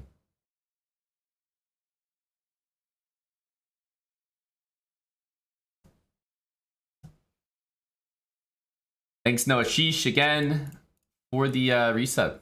To have you here for a couple years. All right. Last game.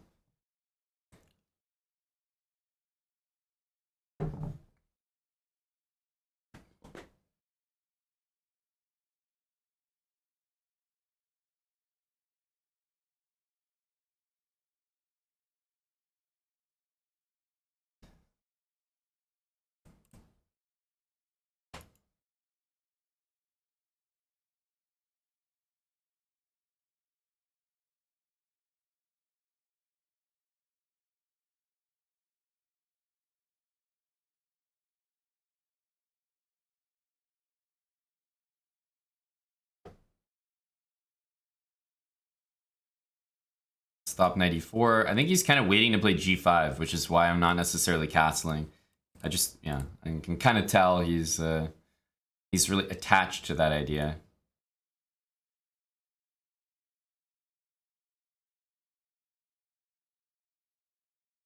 Usually the plan is Rook G8 93 with a threat on this bishop. From what I've seen, at least. So knight d2, bishop f3, because of that, makes a lot of sense.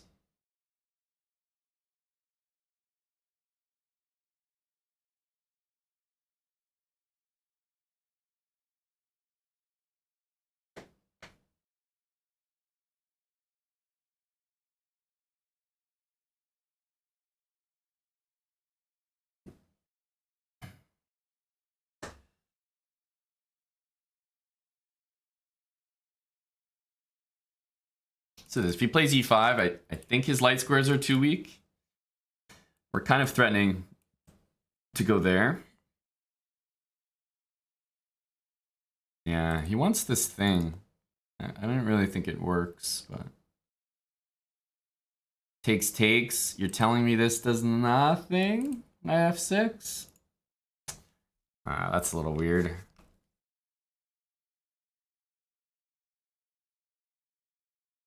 I feel like there should be tactics here. For me, not for him. Knight e3, this little move I mentioned earlier, is always around, so it's needs a bit of attention.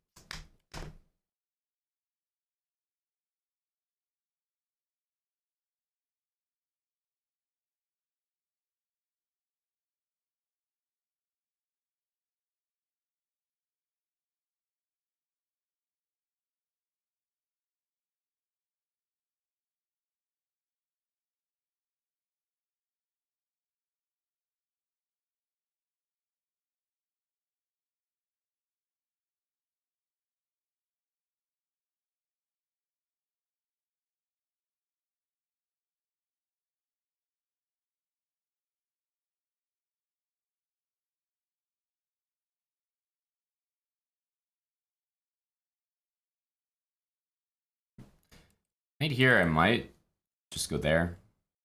Or maybe queen d3, one of those two moves.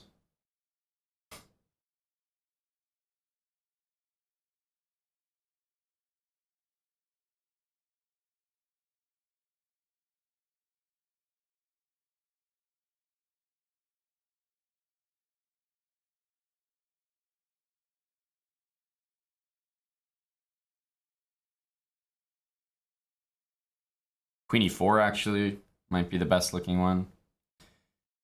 Seemingly winning the knight outright. I don't think it actually does, but it looks like it traps the knight.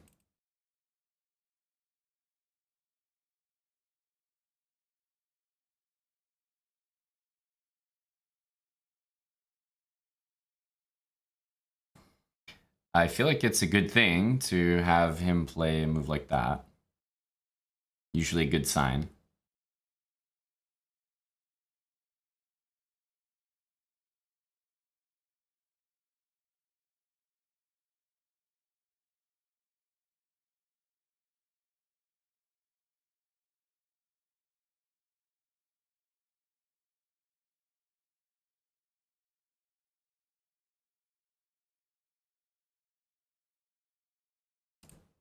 It's obviously a big time move.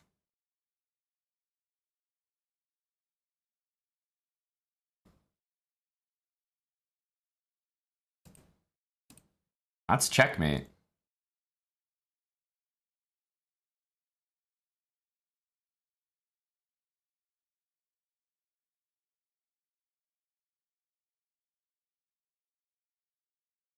Yeah, that's...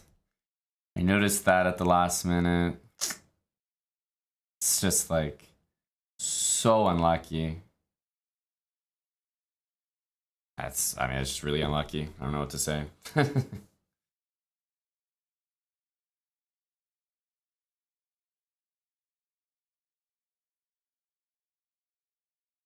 Don't know why he blundered a piece there, but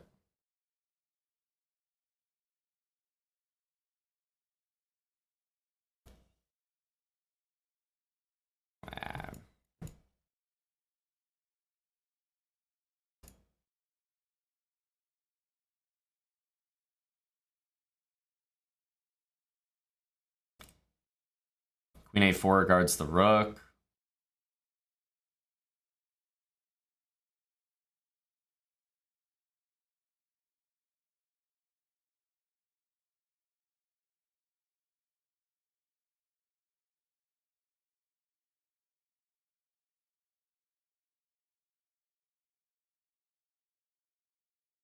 All right. I guess.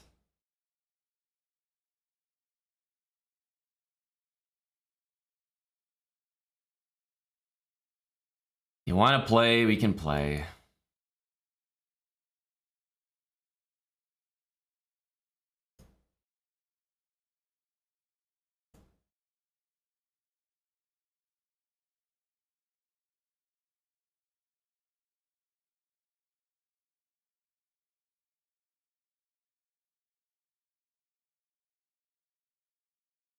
Didn't know what to move.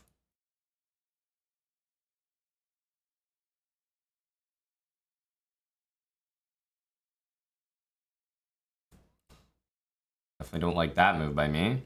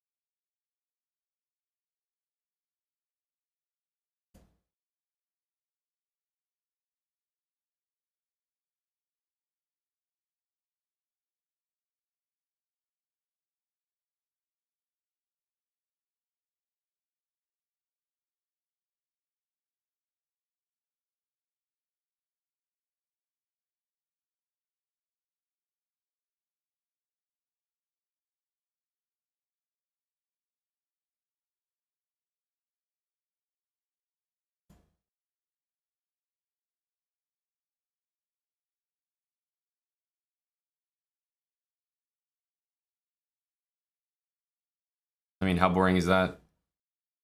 I don't think there's a way to escape, honestly. I have to leave my queen there, that's the problem.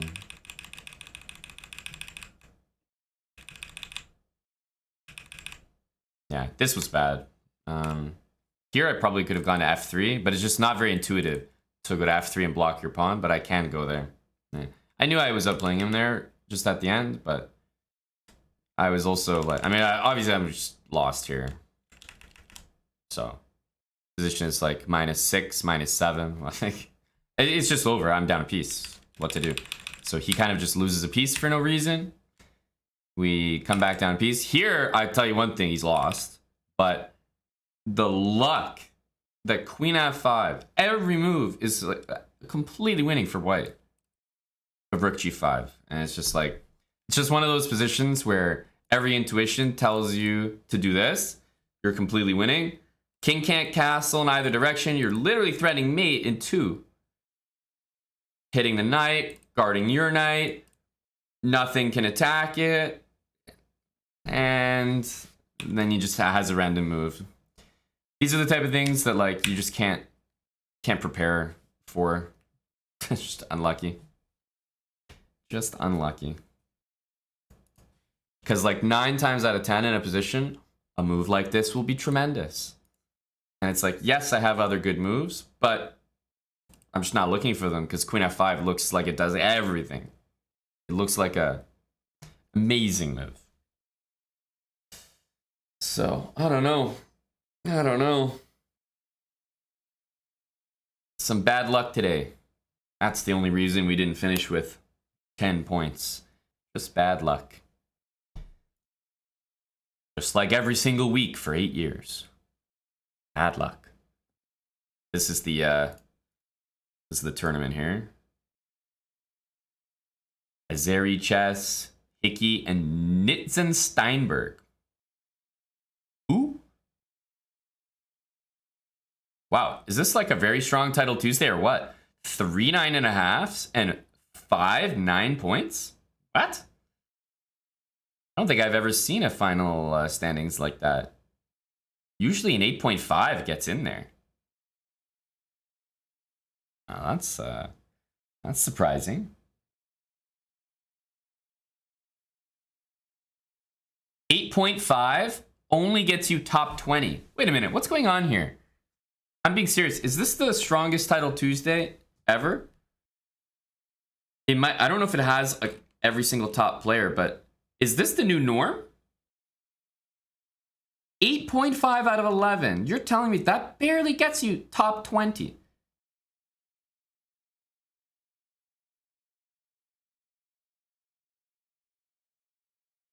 I'm not used to that. Is there inflation? Is everyone scoring higher now? Is that why I'm getting 7? I don't know. This is very new to me. 8.5, by the way, sometimes wins the tournament. Not in a very strong event, but sometimes. It'll at least get you top 10. But this time, it's like 8.5. 17th? The lowest 8.5 score? I don't know.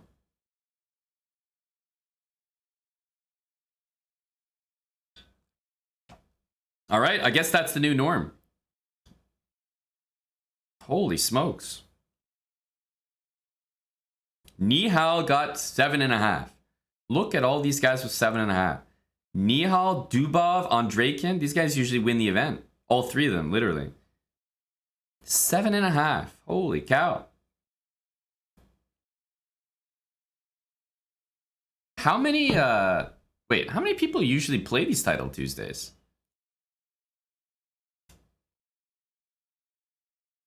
Events? No, where's like tournaments? Can you see like past Title Tuesdays or something? Oh, here we go. Yeah, look at this.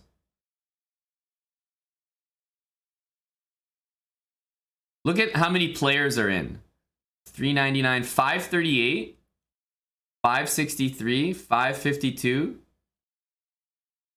526, 515, 538, 576, 538, 537. I'm just picking the highest numbers. 582, 582. So one of them, I think, had higher. Because I'm looking at this event we just played. There's 580 players. I'm just thinking, like, that's a lot of people. That's a lot of people. Like, this is almost the most players that we've seen in 2023. Anyway, I was just taken aback that 8.5 points could put you at 17th. That's surprising. Indeed, Spenny. Indeed. Better odds, but, you know, we also have to look at the concentration. Maybe in the late Title Tuesday, it's only strong players. And in the early Title Tuesday, it's the same strong players plus 300 CMs. So then you could say your chances are much better in the early Title Tuesday. So we need to run the stats. We need to see the demographic there. Bucko Bonsai, thank you for the $50. $50 from Bucko. Buck, I choked it out. I could have at least got a win in last round to get 7.5. But let's be clear. I got 5 points the last time I played Title Tuesday. 5. So we're already seriously exceeding expectations. But thank you for the 50. Decent purple ribbon. A better one than usual, Bucko. I'll take it. Mookie Mage, thanks for 92-month resub. What is it? 96? Yeah, that's the next one. That's the next big one. 96 months for Mookie Mage. And that will be 8 years.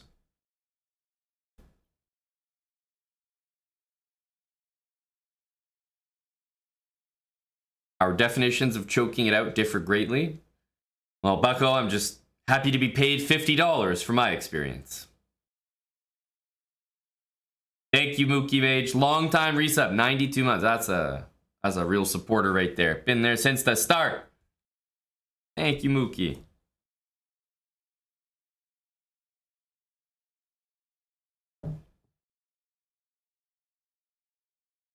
All right, that was early Title Tuesday. Yeah, not bad, eh, Bucko?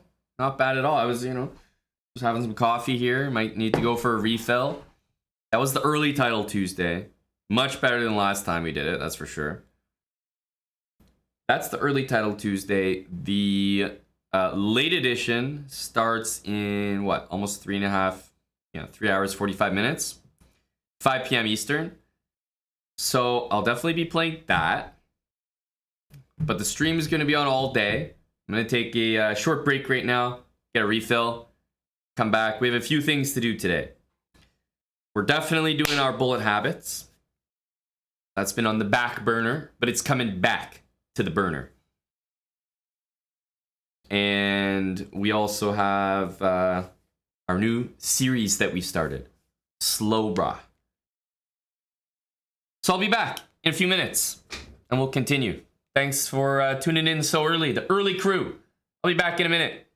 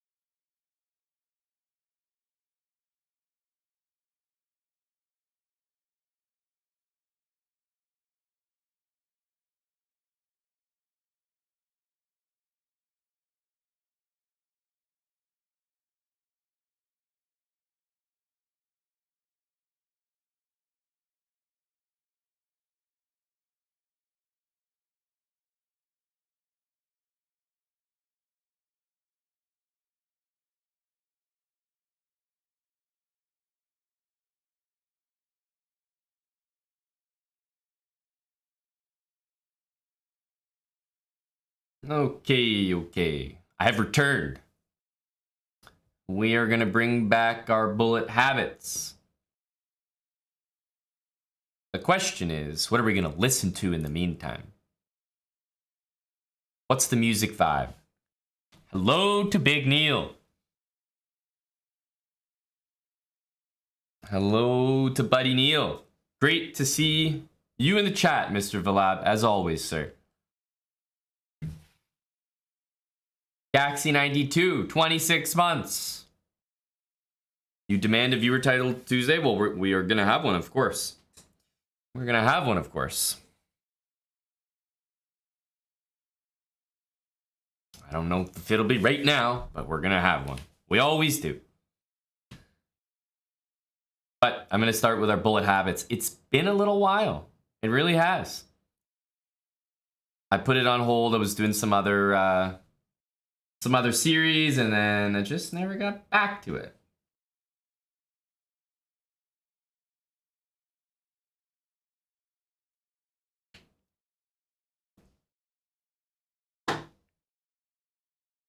Is that Ludwig merch? It is. It is. It's a really comfy sweater, I'm not going to lie. I wear it quite often. They gave it to me at the chess boxing. I think there's a couple hoodies. Like there's one that says like on the back it says like chess club or something. Mogul chess club. It's a pretty cool hoodie. It used to have these it used to have two chains. It used to have two chains on it. And at the end of them were these little pawns. But like when you walk around, they just kind of like flap all over the place, and they're actually kind of heavy. So I didn't really like them, honestly, so I just took it out.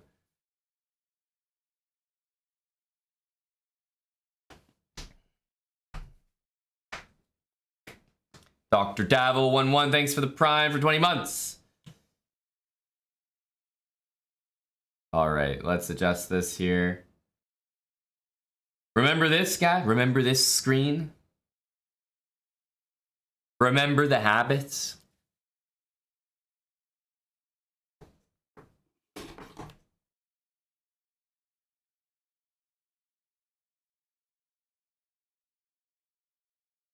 Hey, Bob K. I passed the 1300s. It's 100% true.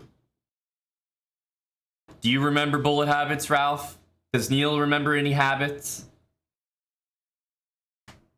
Who remembers the habits? We're 1400 here. 1404.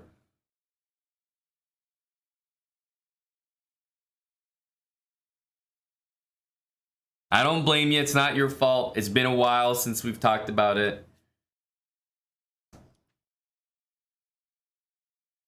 But the new habits are on the screen there.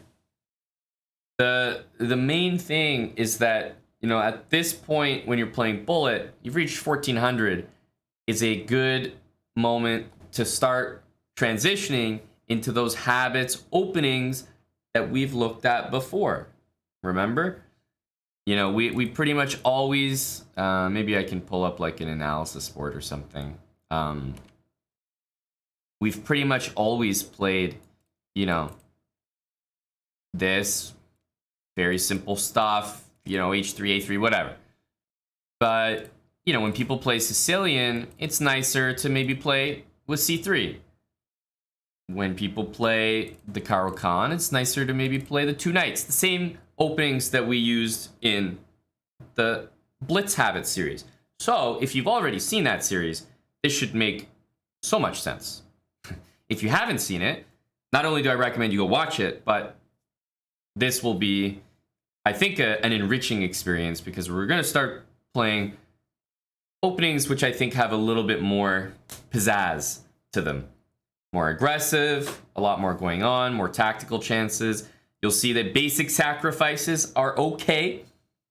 We're going to look to hover pieces a lot, which means grab them, hover them over the square you might want to drop them on, most likely on the next move. And if they do what you expect, then you drop it. And if not, then you can cancel the move. I've also gone over something which is very obvious in essence, but Maybe you guys do this already without thinking, but this is like, if you're not doing this, then you're crazy. So you pick up a piece like this, you hover it over a square. Now, what are you doing with your mouse? You're holding the left click button. If I let go of the left click button, the knight's gonna drop. If I don't want to play knight f6, not only can I just throw the knight somewhere random, right? Just anywhere random, just to cancel it. But the problem with that is that sometimes you may actually like drop it on a square that it could move to by accident, like that, for example. So what I like to do is just right click. As soon as you right click, the piece just jumps back to its original square. You don't have to like, the worst is if you try to move your piece back manually to the square you were just on. First of all, you might forget the square it started on. So you move your piece, you're hovering it, and just right click and it always jumps back to the square it started on. So I can move any pawn, and as soon as I right click, it just jumps back. Very simple. I've mentioned this one before, but it's been a while since we've done the habits. This is like a very important one in Bullet, because pretty often in Bullet, I might be like this. And then when I'm expecting this move, I'm going to be hovering knight c3. Now, I'm probably going to play knight c3 anyway here, but let's say my opponent did knight f6 and I was waiting for d5. I might go back and think, oh, okay, maybe I'll go knight c3 anyway. But the point is, like, I'm ready to cancel this move if necessary. Just with one click. Nice and easy. Nice and easy. And if, for example, you're a guy that clicks the piece and then clicks the square, then I recommend going into the settings and changing that right now.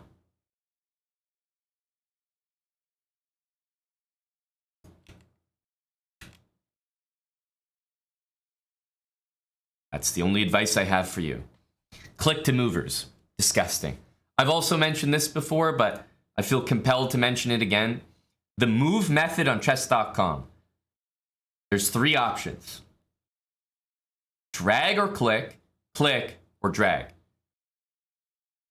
There's definitely no way that you should have both. If you have both, you're definitely going to be mouse slipping or something. We all move the pieces one way or the other. Having both enabled is like,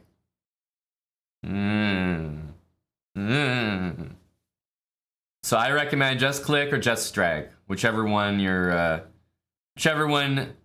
applies to you. I also recommend having a smaller board, right? You see how I don't have this, I have the board smaller. So that's key. It's gonna help us out. Smaller board, less distance for the mouse to travel.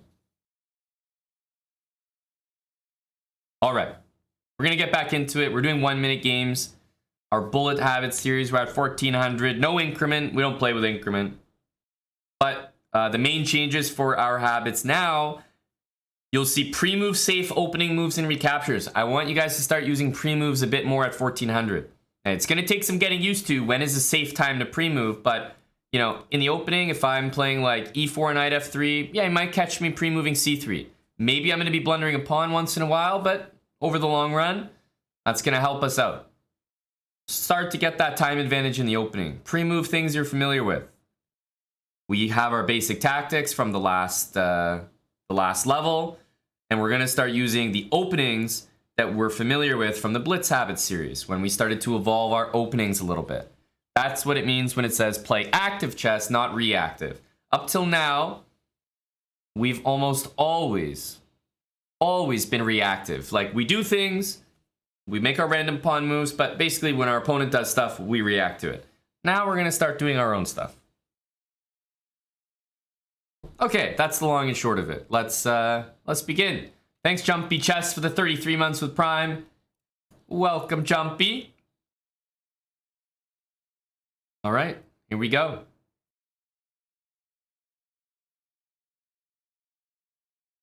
All right. Well, for example, I might pre-move that, you know? Get a little pre-move in. I'll take. We'll go in the center. I'm going to take with the knight. Let's keep the habits going. There we go. A pre-move. That's a safe one. You know, always check the king is always a safe pre-move. Okay, winning a bishop is always a safe bishop to win. Ah, we have a... yeah, well, I'll play my habits. We have a fancy guy here. What's going on? Uh-huh. Maybe let's go here. Always repeat, right? Always repeat. At least once. Just once. Just want to see what's up. I'm not going to repeat again, I promise you. Okay. Save our bishop. Thank you very much. We're going to rescue our bishop. Bishop f5. Holy smoke. This looks like a bait. I'll fall for it. Oh no. Okay. Well, a free piece, so just take it. We're gonna develop the rest of our... Oh. Okay. So this is a case where you can definitely get some pre-moves in if you want. Let's check. Let's trade the queens. That's always very good to do.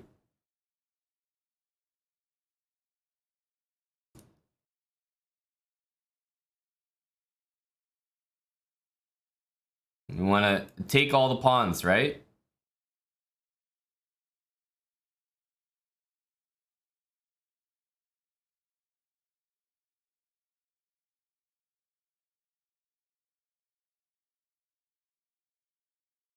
Hey, let's get that bishop out of the way. I've talked about this before.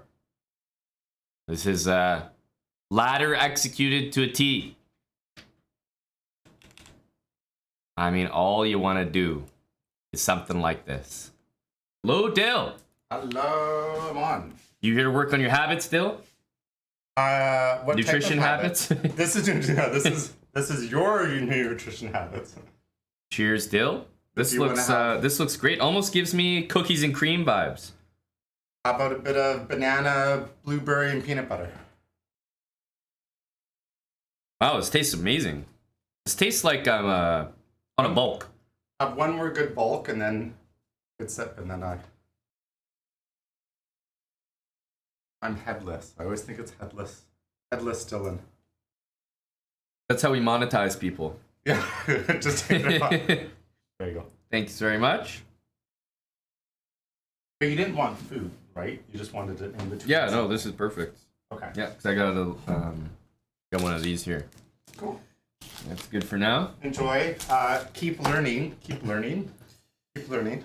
You were talking to yourself there, Dill? You're gonna be I'll be watching downstairs. Yep. Yeah, I'll be chiming in all the time. Blonde Maestro, gonna be building the ladder habits. Yeah.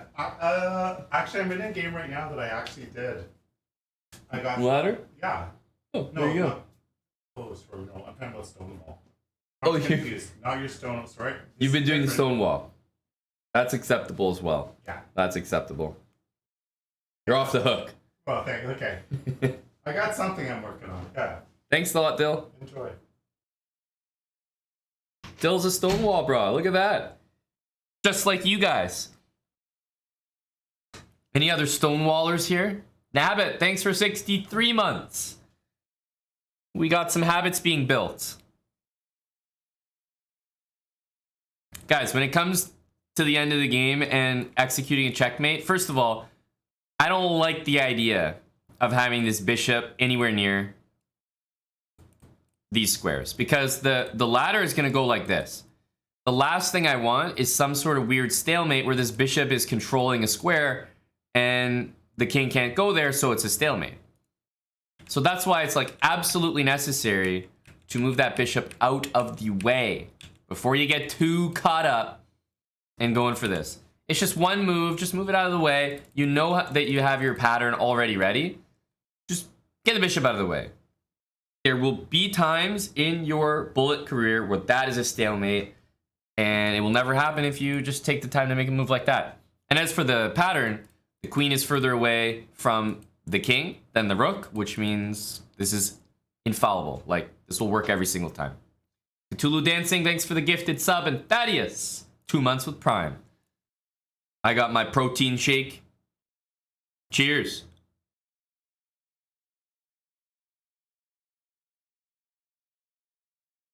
In this case, MN2197, that's 100% correct. There's zero chance of a stalemate. Zero.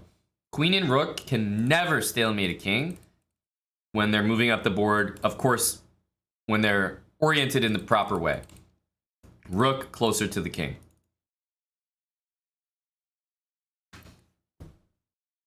Where's the stutter step when you have 2 queens? It's whenever the 2 queens are on these rows or ranks or files. So if your 2 queens are going this way, it'll be whenever they're like that. Or like that. Or like that. Whatever. If your 2 queens are going this way, it'll be whenever they're here. And if they're going this way, it'll be whenever they're there. It's always the third rank, third file, whatever. 2 moves before the checkmate. Hello, Lolly. All right, let's continue. Got to keep the pace up. We just had a little protein shake intermission, and I want to make sure everyone understood this this pattern.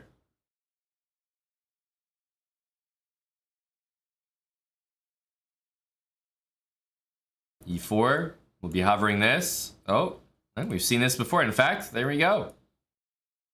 We've seen this a few times now. Hover, hover. Oh, let's take, we can pre-move castling. When you take something and your opponent is taking it back and they're not doing it immediately, that's your cue, right? Get a pre-move in. You know they're going to take back. So what are you waiting for? What are you waiting for? Oh, okay. We'll have to move our queen here. Let's get some more trades in. It's all about the trades, baby.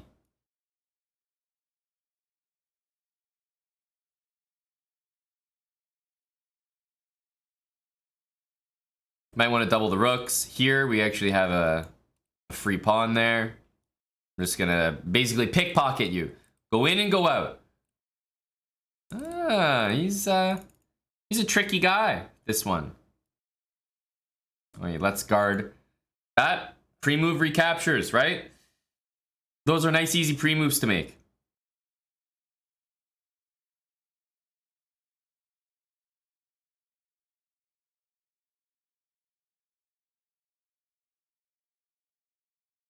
All right, we'll push pawns here. We'll take pawns. We'll take pieces. We want to trade everything. I think we know that by now. Trade, trade, trade. Oh. We're getting to the end game here.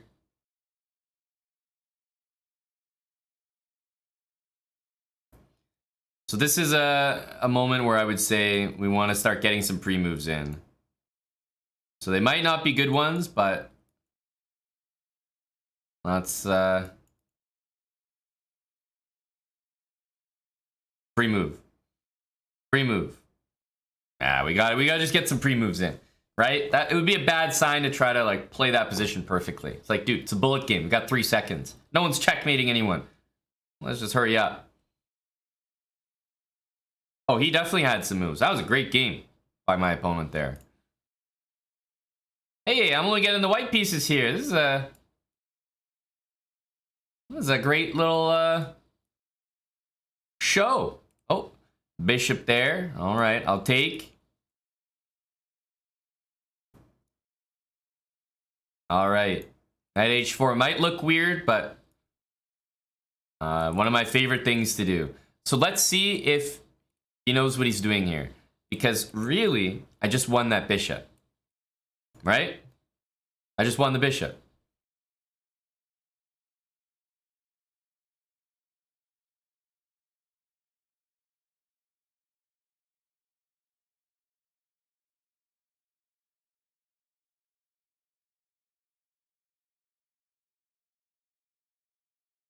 This guy resigned in a better position.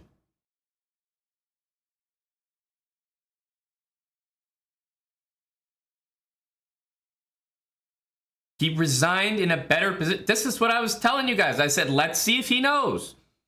Apparently, I just won his bishop. Well, apparently, he believed me. That's about as far as that goes. The guy just resigned. He said, you know what? I don't even want to play this position. I don't even want to play it. Not worth my time.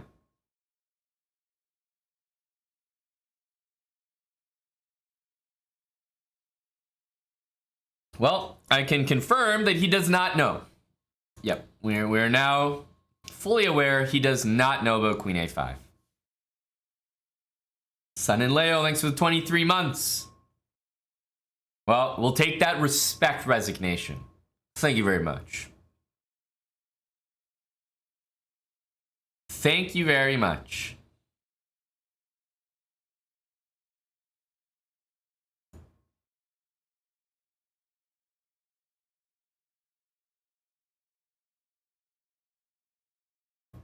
So I never pre-move in a position like this because he can always take and hit your queen. You know what I mean? You never want to pre-move those cases. Let's take. There, that's a fairly decent pre-move. Let's apply some pressure. Trades. Let's get pieces out. Go, go, go. Look, I got rooks here. I got H6 coming in hot. All right. We've got our position, our starting position. Maybe double or double here, I don't know. One of the two. 6. Okay. Let's go here. Everybody takes. Knight into the middle. Sure.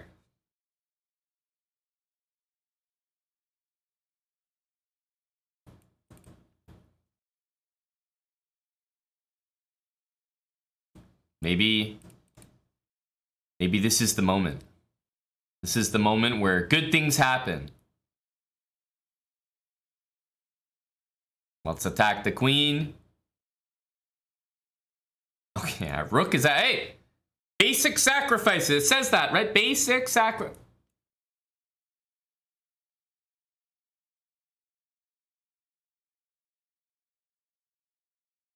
Oh, boy, that feels good. The shackles are off.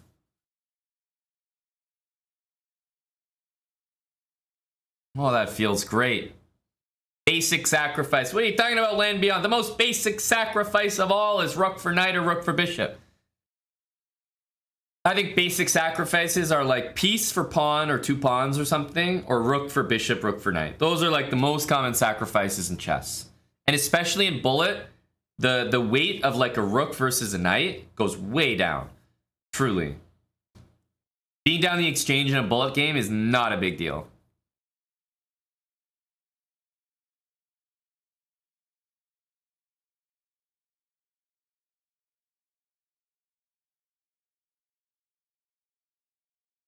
Indeed, Ralph.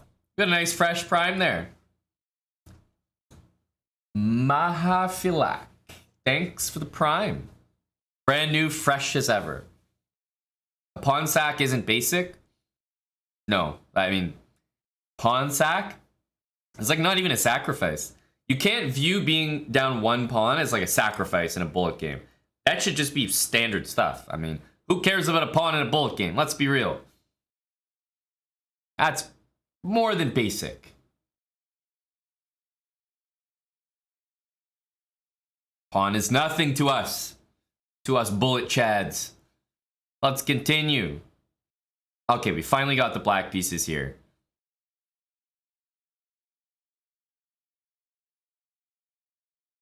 We're hovering. Hovering.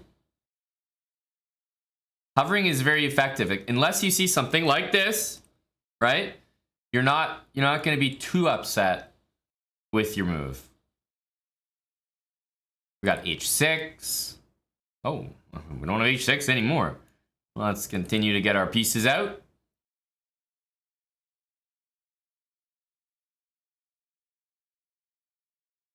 Bring our rook over. Oh, that's a trade for me. Rook over.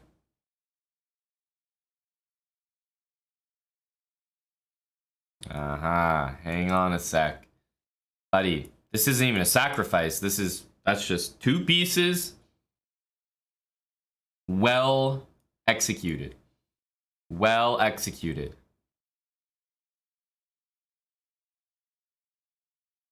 Two pieces for the queen. Are you kidding me? That's got to be second nature. But if you can ever get 2 rooks for the queen, do it. I mean, that's always going to be the case. A little pin. A little pin.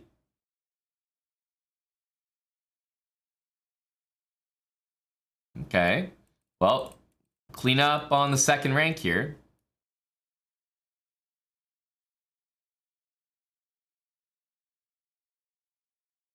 Go me. This knight is annoying as hell.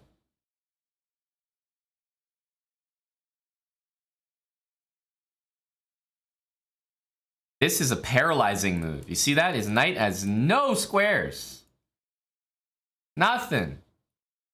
Now, let's take all his pawns.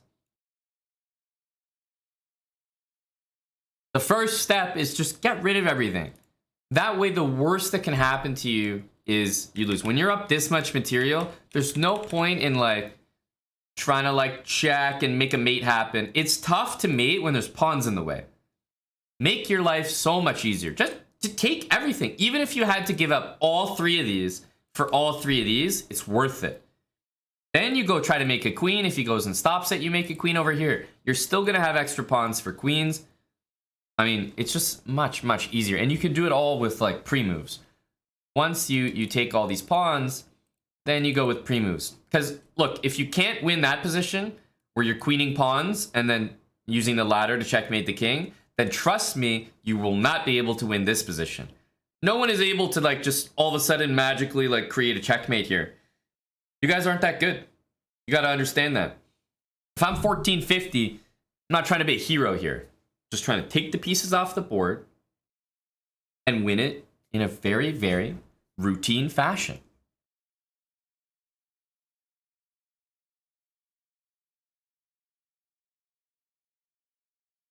Keep it simple.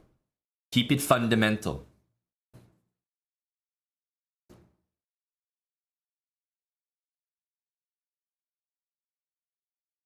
Let's continue.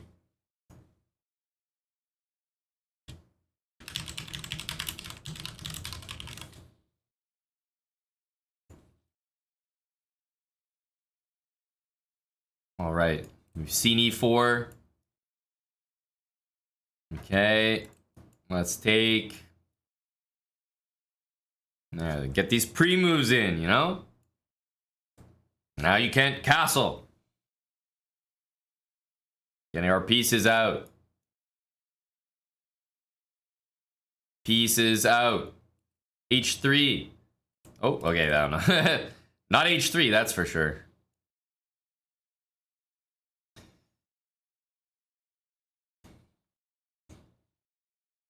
That's a free pawn and a center pawn.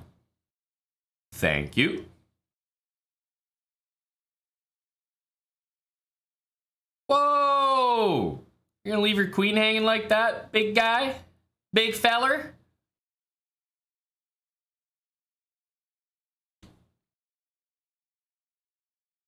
Wow, 3-month resub with Prime from Ficky. Oh, it's good to have Ficky back. Do I see a salty clown? Surely Salty's somewhere in the woodwork here. Hello, Badkins. If there's one thing I've learned from this community, it's that people in this chat, including me, are not that good. You know, I can truly say that one of the biggest mistakes, this is not for Bullet, but one of the biggest mistakes that lower rated players make is that they think their opponents are good players. First of all, remember the most important rule in chess. If you're not above 1500, you suck.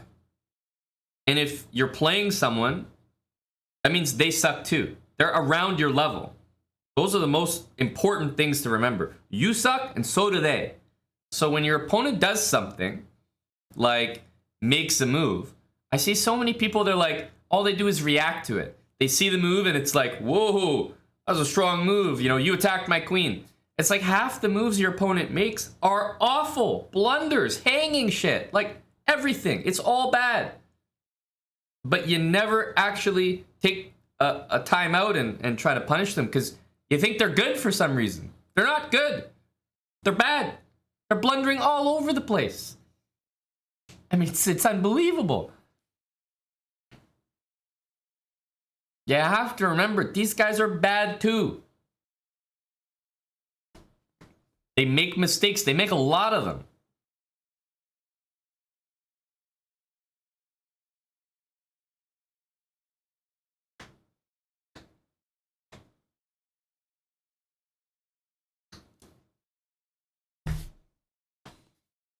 You forget you have the damn prime?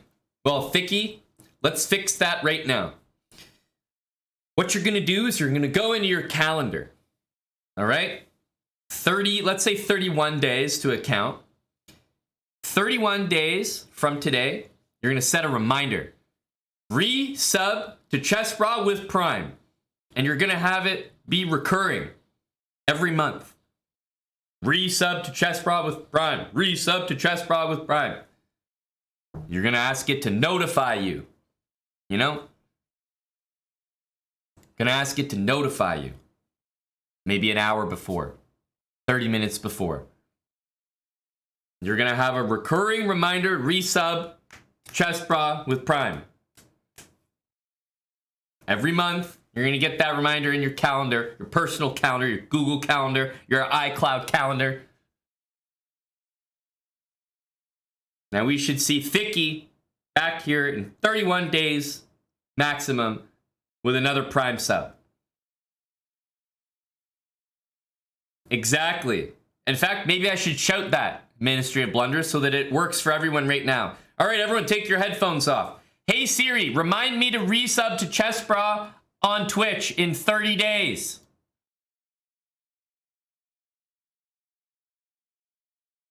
Hopefully that worked.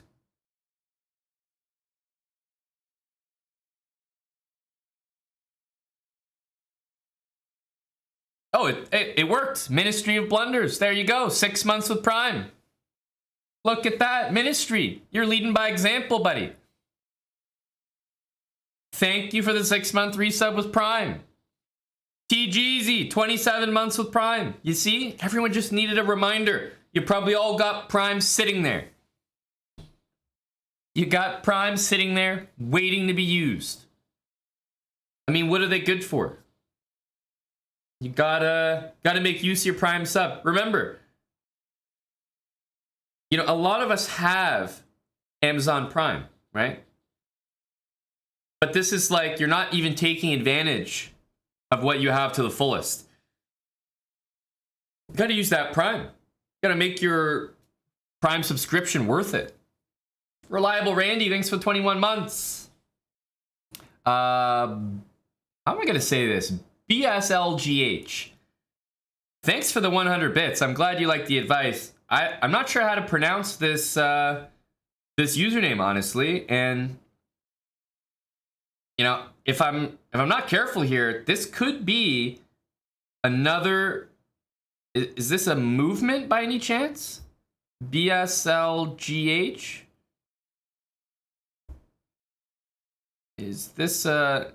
Do you have a flag or anything, or do you march? No? Okay, got it. Thanks for the 100 bits, BSL.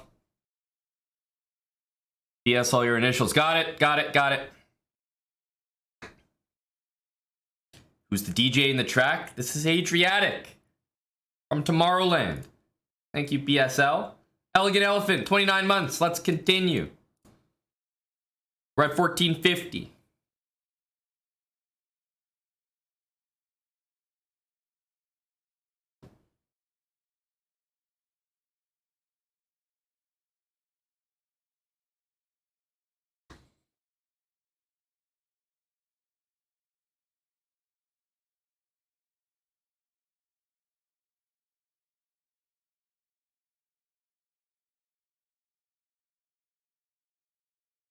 Oh, take.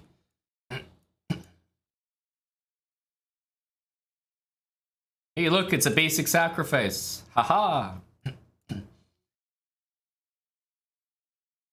Let's get sacrificing, boy.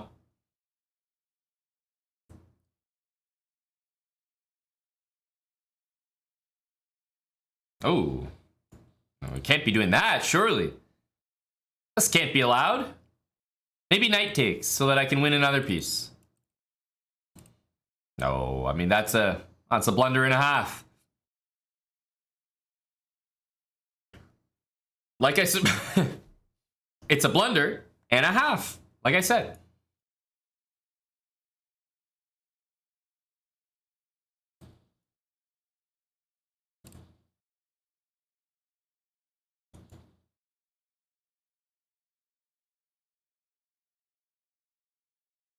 My goodness. I mean, this is, buddy, you're down a little bit of material here. You're down a little bit of material there. JC Digital Girl, thanks for the 5 gifted subs. Appreciate you, JC. Thunder Mullet, 42 months with Prime, and Jeremazing, 3 months with Prime. Look at that, people are busting out the Primes. JC Digital Girl, busting out the quick Cinco. Thank you kindly, let's continue. Can't lose your momentum, can't lose your streak when you're playing Bullet. All right.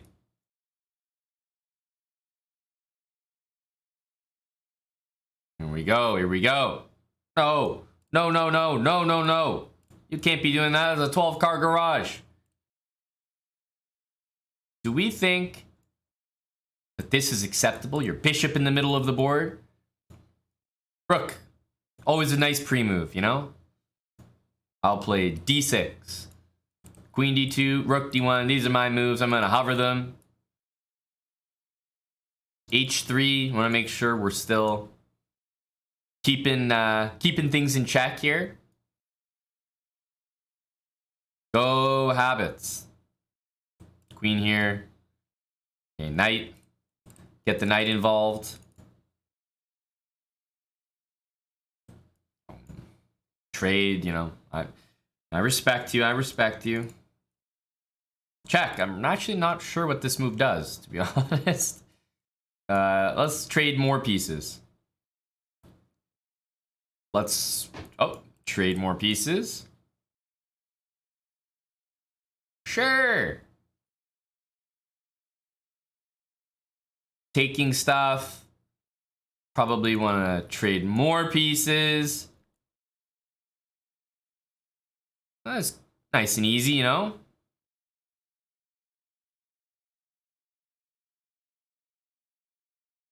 Here we go.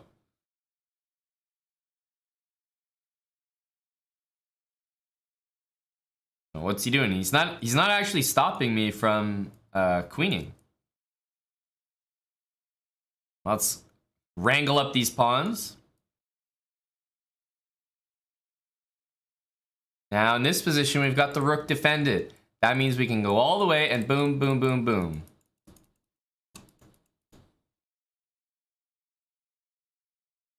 Once your rook's defended, then you can push the pawn. It's very important to defend the rook though, right?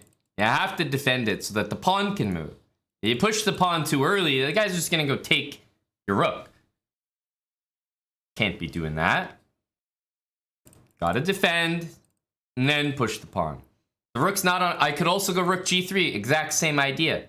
Queen, queen h4, rook g5, queen h6. And the nice thing about queening a pawn here is that it's already going to be on the outside of the rook. So they're already ready to be laddered.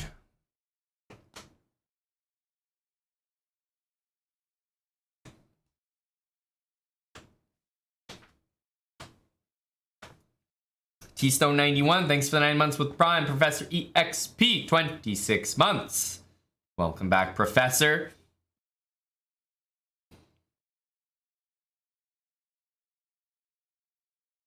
Next. All right.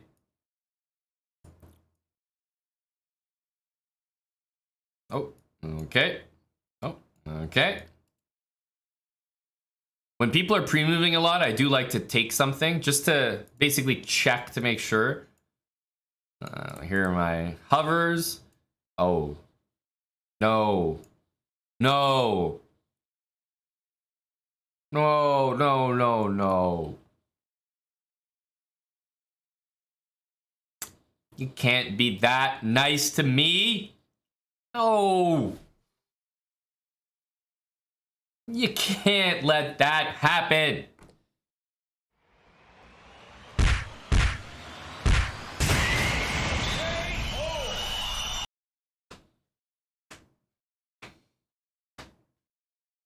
Adam Hart Lover, this is not a sacrifice. This is a tactic. This is a basic tactic. Discovered attack, baby. Discovered attack.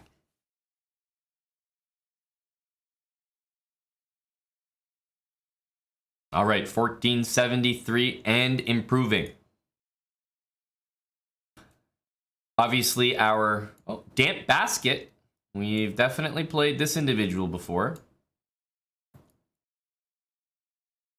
I don't like to pre-move too much in these cases. You go back and it's like, oh, D5, we get hit with an absolute howitzer. I don't like to pre-move in those cases because people can always like attack your bishop. It's a really bad time to be pre-moving. Good play so far from my opponent. Now that would be a nice little tricky. I have a feeling that this move is probably going to win the queen, right? Like this is a tactic he can fall for. God damn it. All right.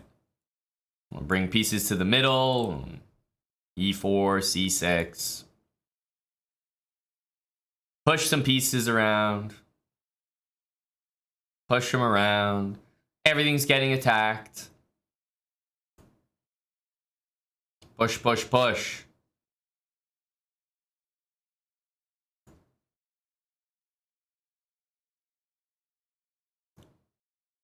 It's double.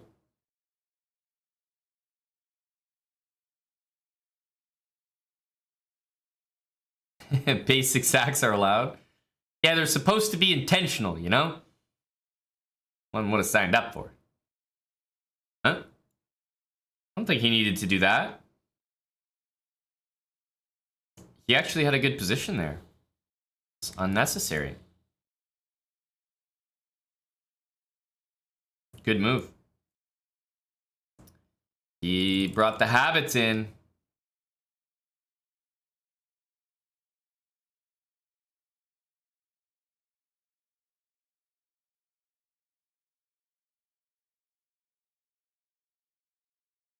What I was going to say is that in our series, I think just like, I don't know if you guys noticed this in the Blitz Habit series as well, but the biggest improvement, I think, comes from when you get to change your openings. From just like the basic routine habit stuff to applying habits to other openings. I think that's the biggest improvement stage. So obviously, because we're changing it right at 1400, technically the easiest points that we're going to gain are going to be 1400 to 1500. Past that, 15, 16, 17, of course, we're still going to be doing well because it's an important change to make, but it's not going to be as easy. Like right now, we have the most improvement and it's our first day doing it. So I think we're going to be doing pretty well 1400 to 1500. These poor guys didn't realize we just leveled up. So we have the most improvement to put on the table here.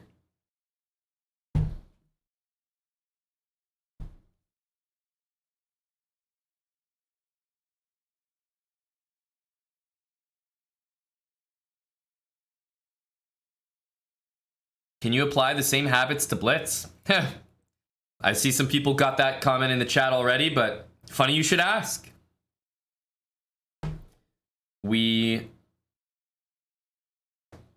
definitely can apply them to Blitz. So much so that it's already been done. Lucas.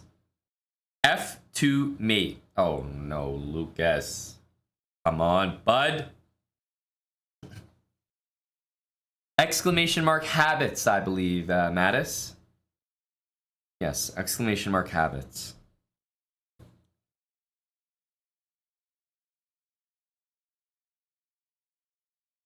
All right, let's continue.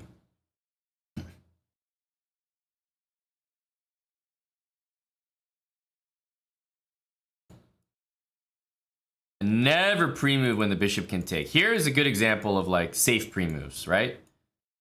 These moves, even h4 here. Now I would never pre-move because this can happen.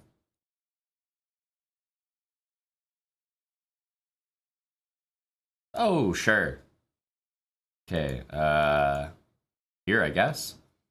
Oh, this is a nasty move. We didn't see that. I was just developing. 95. Okay, I'm gonna have to take. I mean, I got a hanging bishop. And I got a hanging bishop. What am I gonna do about that? Let's prolong it. You might take the wrong thing here, you know? Damn it. All right, we're not gonna cry about it. We're gonna keep moving. Keep the feet moving. Keep the feet moving. Get an open file. Try to get that counterplay in there.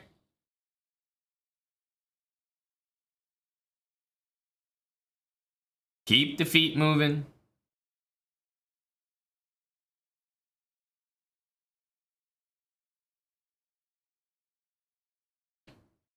All right, time to push every pawn over here. Oh, okay, let's push. Oh, we're in trouble now. We're in trouble now.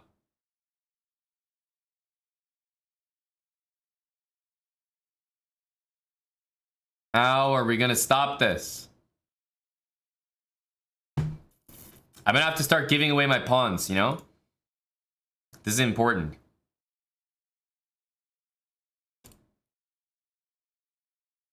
Because we're gonna have to go for a stalemate here.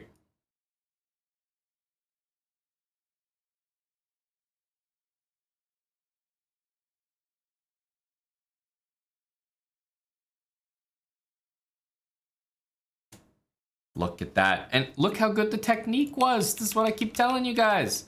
He wasn't too sure about it, then got it perfectly. Look at that. That's exactly what you need to do. Queen, rook. Guess which piece is closer to the king? It's the rook.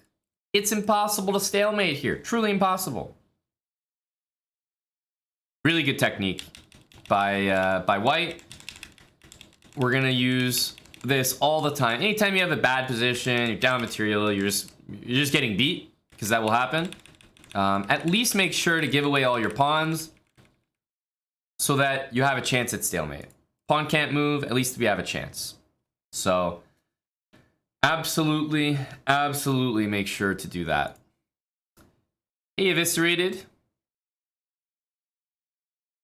No auto queen, always auto queen.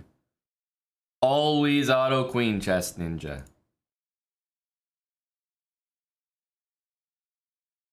Nordexa, thanks for the 11 months with Prime. CW, thanks for the quick Cinco, 5 gifted subs. Well, that's very kind of you. Thanks a lot, CW. Let's continue. That was a big win by my opponent. That was a really nice game. I didn't see that 95 move he did. Hit us like a truck. All right. Oh, okay. Let's defend. Let's castle.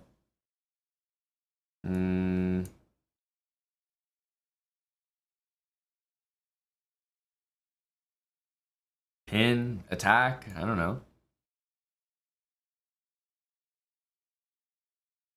Did you say basic sacrifice? Why, yes, you did. A piece for 2 pawns? One of the most basic all-time sacrifices in chess.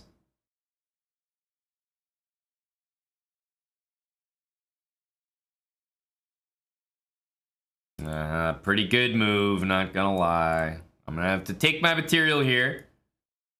Let's pile on the pressure. Rooks to the middle.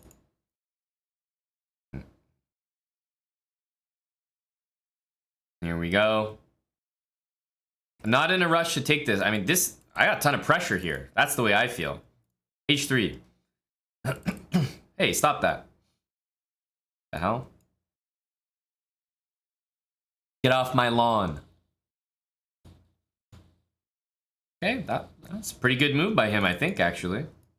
Let's go here. Hang on a sec. This is a good game by my opponent. Let's double the rooks.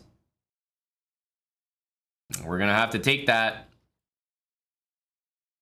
Ooh, this is what I mean. The knight is so much better than my rook here, in my opinion. All right, guys. It's time for some pre-moves, you know? Do we know what we're doing here? Not really.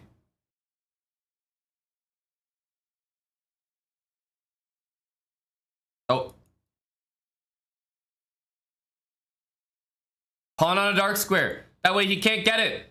His bishop can't take it. Woohoo! There we go. Kept the pawn. I stand by what I said. When the time got low, you just need to start pre-moving. Don't bother thinking about what the hell you're doing. Just do it. Get the moves out there. The quality doesn't matter anymore. Got to keep reminding you, you're 1400 here. If you think for 3 seconds and find a quality move, and you only have, let's say, 5 seconds, 6 seconds left, you use 50% of your time to play, let's say, the best move in the position. I'd rather use 0.1 seconds and play the categoric worst move in the position. Your time is more valuable than the position. At the start of a bullet game, you have a minute. So if you pre-move something and it's the worst move in the position, that's a lot of time. You can't do that, right? At that point, the position is more valuable than the clock. But there's a moment in a bullet game, there's a very specific moment when the clock becomes immensely more valuable than the position. And it's usually around 5 seconds.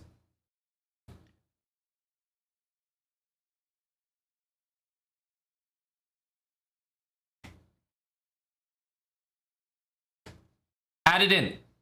Saw that big 10 bomb. Thanks for the 10 gifted, added in. Are you a Bullet Habits student? I've seen you around for a few of our shows and series. Added in. Thanks for the support. You've been here for some habits. I don't know if you've been here for the Stone Wall. And I'm actually not sure if you've seen our new series, our slower games that we've started as well. Sometimes you move randomly fast and you get checkmated. That's absolutely correct. It really is. Sometimes that's the case. But if you take 10 games as a sample and you start pre-moving at 5 seconds versus when you actually try to think and find the best move, you'll lose maybe 9 of them if you think and try to find the best move. And yeah, you might get mated in one of them by pre-moving, but you're going to win all the rest. Bullet's not your thing. What is your thing, added in? Because we have a slow chess series that we just started, which I will be continuing today. So maybe that's more your speed. We're at 1480. Let's keep working here. Let's keep working. Oh. Pre-move. Wait, what? Queen here. This just caught me off guard. Look at these pre-moves.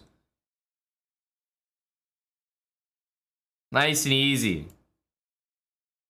All right, I'll take.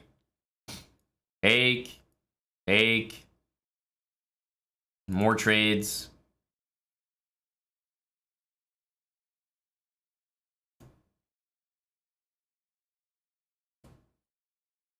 More trades. Look, I'm an easy guy, you know? No big deal. What are we gonna do now? Here, he takes there. All right, we're gonna check him.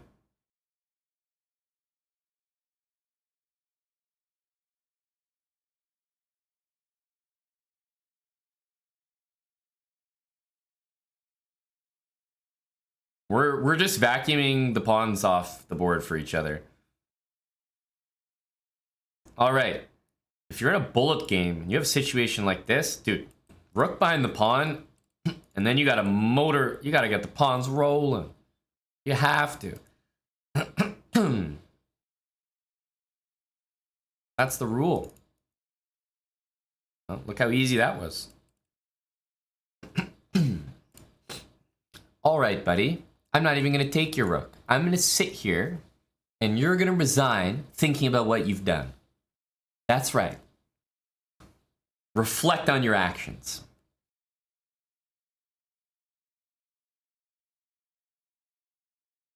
I'm going to let him resign his own game. God, he must be embarrassed.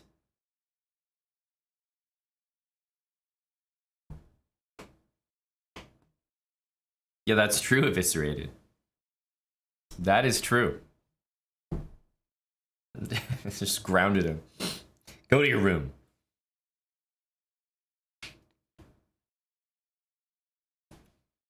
You're confused. How am I getting played evenly at this level? How am I getting played evenly? You mean like, why are the games equal at this level?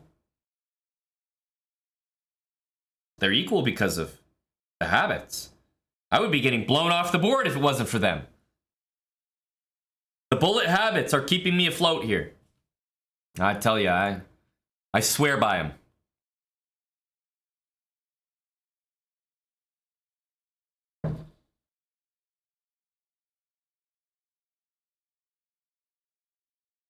Okay, e4.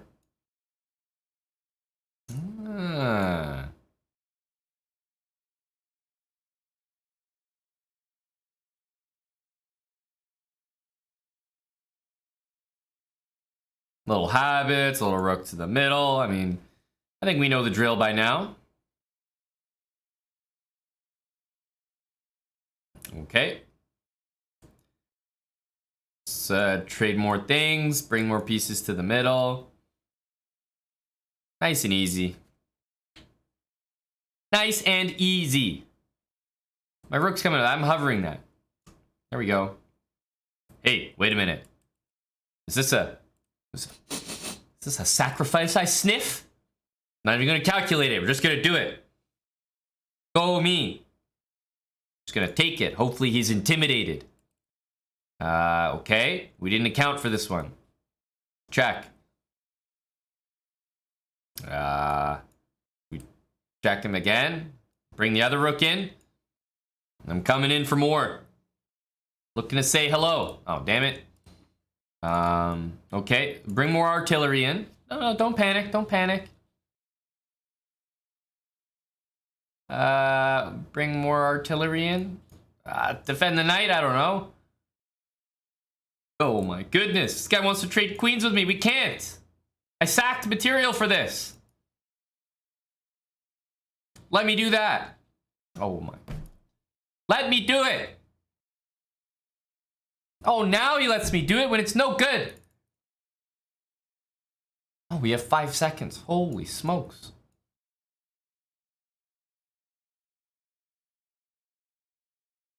Ah! Help!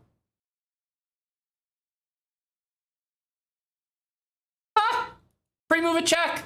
Ah! Ah! Pre-move checks. Ah! We won! Just gotta keep your stick on the ice. Don't give up. Jeez, that was tough. That was tough. We didn't give up. You know what the time was? And I tell you, when you're pre-moving in bullet, check the guy. Just check him. You'd be surprised. Look at this. 0.6 seconds to 7.7.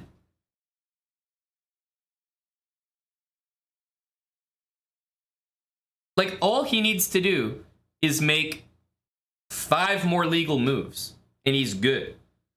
Right? Like, He's good. It's crazy.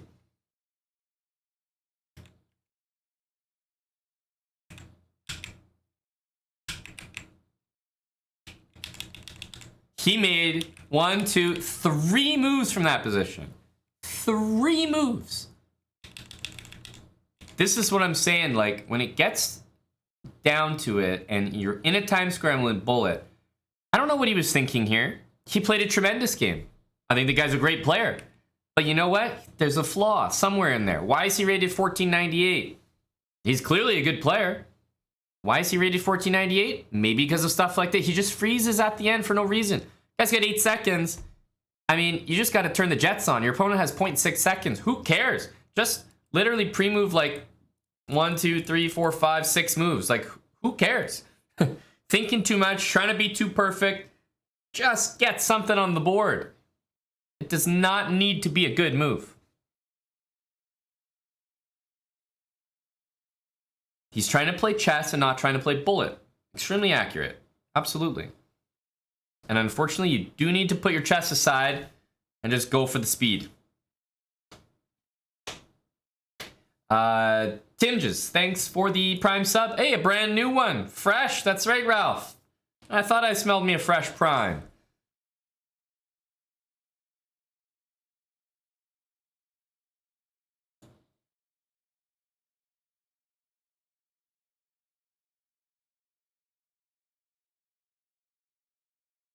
Pre-move, pre-move, pre-move, pre-move. All right, I'm done. Those are what I call safe pre-moves. There's nothing really that he could do to me there. I'm always thinking with the knight here, just isolated pawn feels like a good thing to play against. Damn, now you got me. Oof, really forced me to win there. Forced me to win a piece and then a rook. Ah, rough. Sucks for me. And that's how we hit 1500.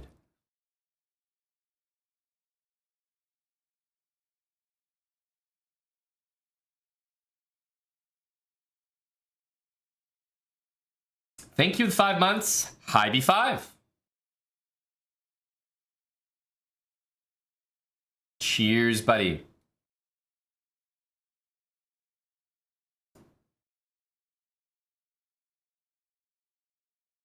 What's the point of bullet? It ain't chess. Well, that seems a little unfair. Let me ask you this, you know? What's the point of microwave pizza? What's the point of microwaving anything? Just cook it. Just put it in the oven. What's the point of microwaving it?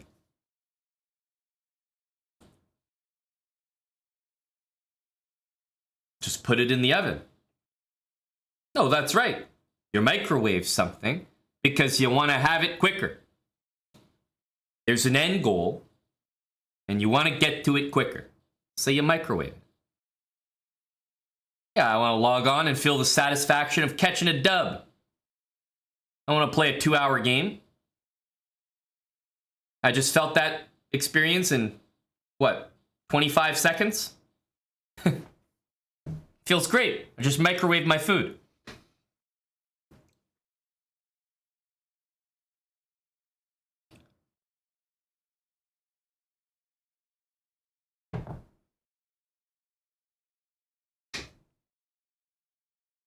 Microwave dubs. Hello to Chess Ninja and Mr. Tim Cannon. Glad we had this chat, yes. I'm glad you guys see it now. You see the light. Full clarity on why we play bullet chess.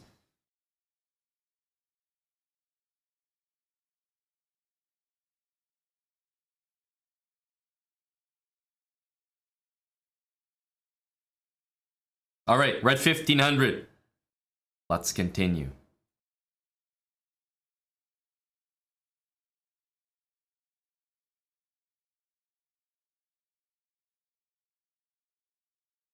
Oh, he stuck one by me. So this is what I mean. That was a pre-move. But is e5 the end of the world? Not really, right? Like, it's not GG after e5. He snuck a move by us, but who the heck cares, right? Who the heck cares? In 10 games, maybe one guy will play e4, e5. One guy. That's a great move. Wow. What a little prankster. Oh, he wants me to fall for this. I'll take this way. What a guy. Now, the thing is, I'm now going to take it because it's a check. I'm probably going to take this. I want to keep trading everything. You know how it is. Oh, wait a minute. We can't do that one. Oh!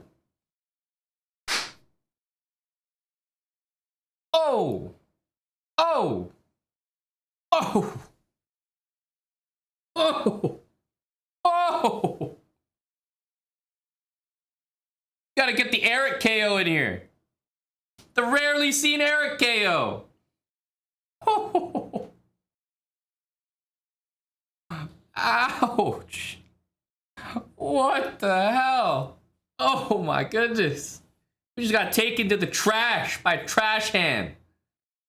This guy had his username pre-made. He pre-moved the disrespectful username. It's like a Hamilton guy. Guy's so fucking bad at chess. Trash ass fucking Hamilton. Trash Ham. Trash Ham. Trash Ham. Let's makes the username. Queues up and absolutely wrecks me. Oh my god. That was disgusting. That was disgusting. I mean, it still stings. If I'm being honest with you, it still stings. Because it all happened in stride as well. We were just getting developed. Just a habits player.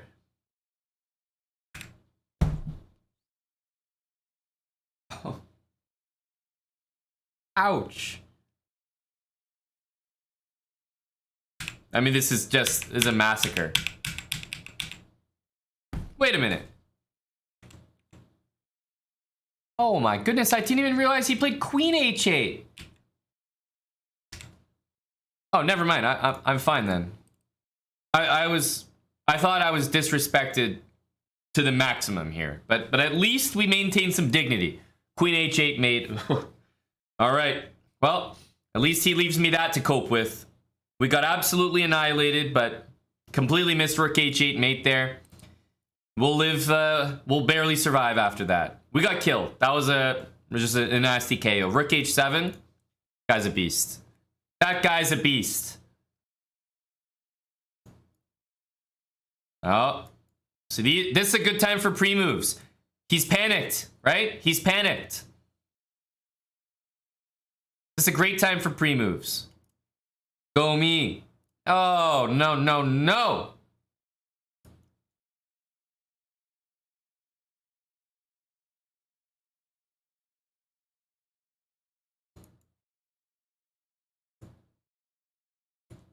All right, we got everybody here.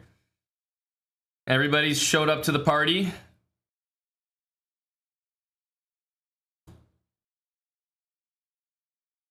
Guess I can't take that. Stay in the center. Trade everything. Trade everything. Trade, trade, trade. Let's bring our king to the middle. We're in an endgame, remember? King to the middle. Now, when your opponent has double pawns, I mean, definitely one of the things that I try to do is not take. Because, I mean, he just takes back, and then it's like 3-on-1. Now, you see how we got these pawns corralled, covered? That's a good feeling.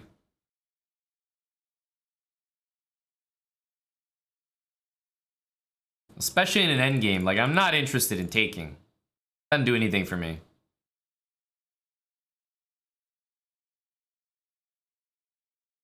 Let's put our pawns on light squares. He has a dark squared bishop.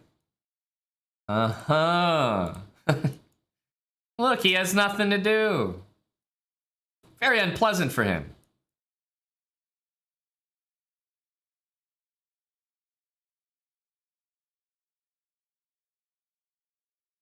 This is where you should be getting pre-moves in, like, just galore. Nothing matters. Look, the guy can take my bishop. That doesn't matter. Your pre-moves are going to gain you so much time on the clock, and everything's on light squares, so you know there's actually zero chance that, like, pawns queen out of nowhere. It's just impossible. It can't happen. Pawns can't just randomly queen. Bishops can't take any of your pawns. Like, you're totally safe. So when you're dealing with a bishop, and you just put everything on the opposite color, and then start pre-moving like a madman, it's always going to work in the endgame. Bishops are so bad in bullet. So bad.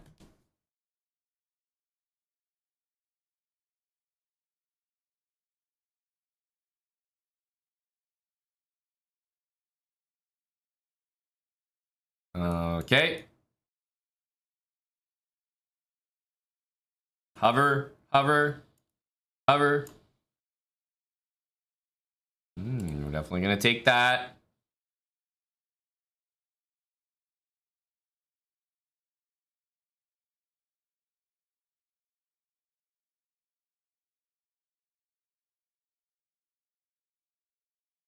All right. Everything's in the middle. H6, good next move. Whoa. The heck was that? Queen A7. This guy's greedy as hell. Wait a minute. This is no longer, like, this should be on everyone's mind. This is such a common move. All right.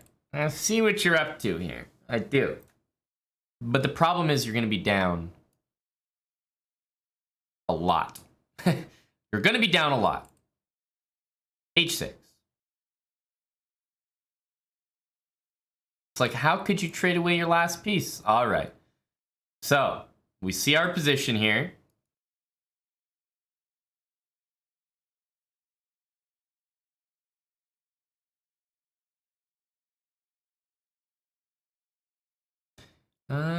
Maybe H5. Yes, yes. Maybe F5. Yes.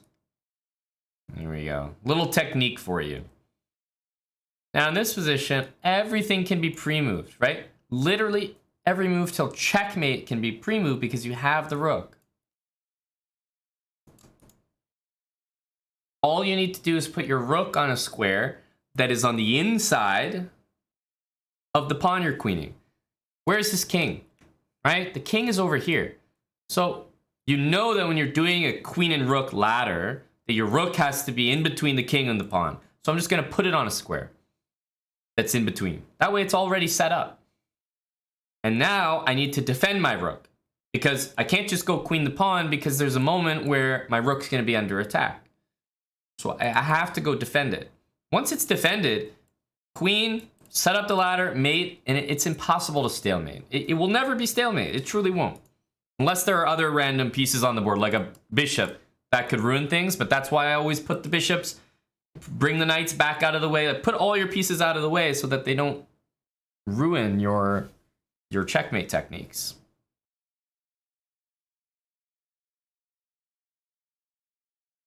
When do you start pre-moving if there's a 1 second increment?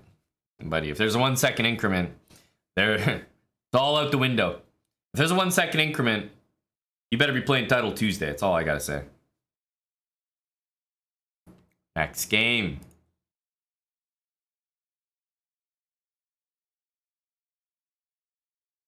All right. Oh. Bring the pieces in. Hey. Hey. Knock it off.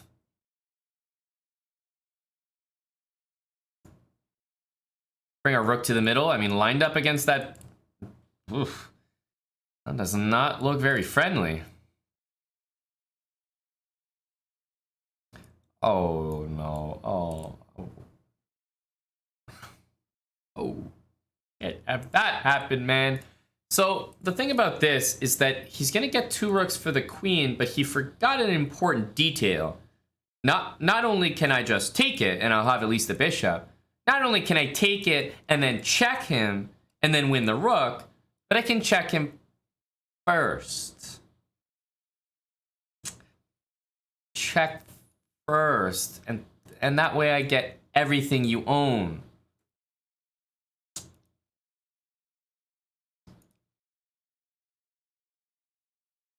I'm taking all these pawns. All right, we have to make sure to get rid of the final pawns on the board. That's all. So okay, and then just get rid of it. Get rid of it. And now you go make a queen. So this is what I'm saying. When you have tons of extra pawns, tons of extra pieces, make sure you just get rid of what they have. That way you're not going to lose. It's impossible to lose. Worst that can happen is a draw. Make a queen. Go make another queen and then set up your ladder. Just get all those pawns, pesky pawns off the board.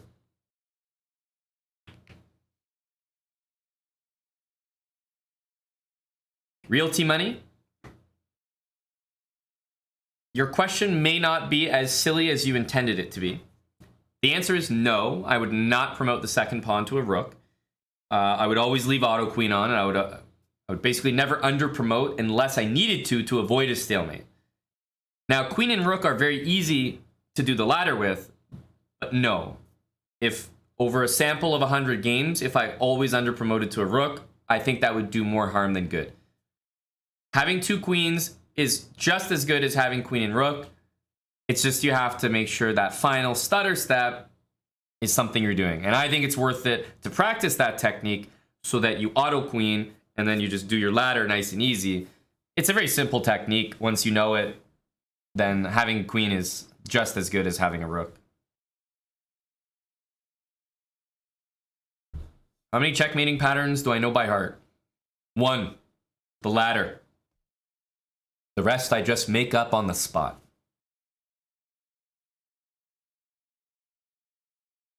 So you actually can't chess ninja, which I find very annoying. I find very annoying. So here's the thing. When you're pre-moving, so let's say in this position, I pre-move this, and this. Let's just say I pre-move it, right? I'm gonna end up with 2 queens there because they're auto-queening. Now, if I pre-move, all pre-moves, and then here, let's say that I wanted to pre-move promote to a rook, right? If I want to pre-move promote to a rook, you're saying, oh, that might be useful. Then you get the queen and the rook, and there's no weird thing about under promoting.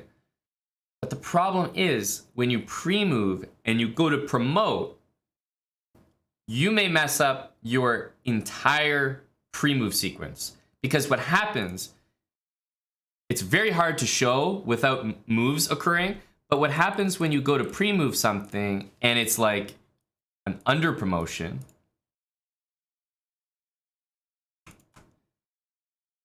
basically you have to promote and click rook. And you have to do that before your opponent moves their next move. So yes, it's possible to do that, but if your opponent is pre-moving like you are, there's not enough time for you to promote and click rook before their next move already happens. And it's extremely difficult to pre-move an under promotion. It's basically you can't do it if your opponent is pre-moving. If they're not, of course you can, but I don't really like situations where it sometimes works and it sometimes doesn't. I like things where it works every single time, like promoting to a queen. No, but Chess Ninja, this is the thing. Even if your pre-moves are way ahead of their pre-moves, right? Even if you're like 10 moves deep, pre-moves, and they're on their first pre-move, as long as they are pre-moving, what I'm saying is you still need to promote and click rook before their next pre-move occurs, whichever one it is. That's what I'm saying. So it doesn't matter how ahead you are, their moves are still going to deliver pre-move one at a time on the board. And it's just hard to sneak your pre-move to a rook promotion in there if they're pre-moving 0.1 seconds every move. If they don't pre-move and they take 2 seconds on a move, of course you're right, you can sneak in that pre-move to a rook, or pre-move promotion to a rook. But if they don't, it's very hard to do. And you know what might happen, and this is why I don't like this, Chess Ninja, is if you try to pre-move promote to a rook, and let's say you go like this, and you're trying to click rook, and then after you click rook, or sorry, before you click rook, because you're trying to do it quickly, let's say they pre-move, right? Whatever. They do something. And now as you're trying to click rook, they've already made a move.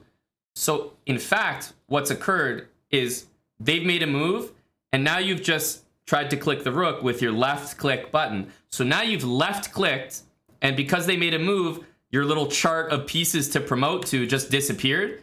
So what are you doing? Now you're clicking on this blank space right here where there used to be a rook. You left click on it, and what happens is that left click cancels all the stuff that you've just done, all your pre-moves. So I don't like under promoting, because you end up you click a square and it kills all your pre-moves. It's just very unreliable. So I don't have a good experience under promoting. You'll notice when I like to mess around with people and like checkmate them with like bishops and knights and all this random nonsense, you'll notice when I pre-move promote, it's only works when they're not actually pre-moving themselves. If they're pre-moving, I have a hard time promoting to a rook by pre-move. It's actually not easy to do. So I don't like pre-moving and under promotion. I'm not a fan of it. It's unreliable. It's not smooth.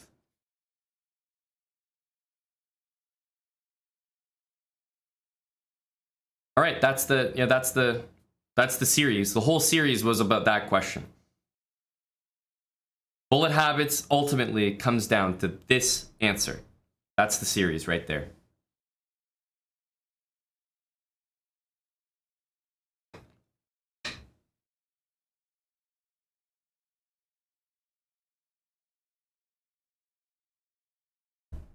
Don't under promote unless you know you're avoiding a checkmate. Sorry, a stalemate. Like if you know that promoting is gonna be a stalemate, okay, you can under promote, but that's so rare that it's almost worth just like promoting every single time to a queen and see what happens. In bullet, it's like there might be a few rare stalemates, but seriously not very common.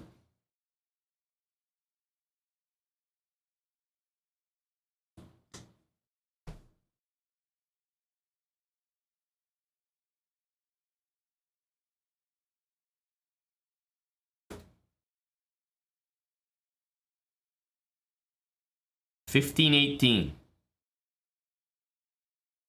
We're gonna continue. Pink Floyd, thanks for the 100 bits. The best move is booking my trip to Vegas to celebrate the cup win. Pink Floyd, it's not happening. Dallas is beating Vegas. I'm telling you, bud.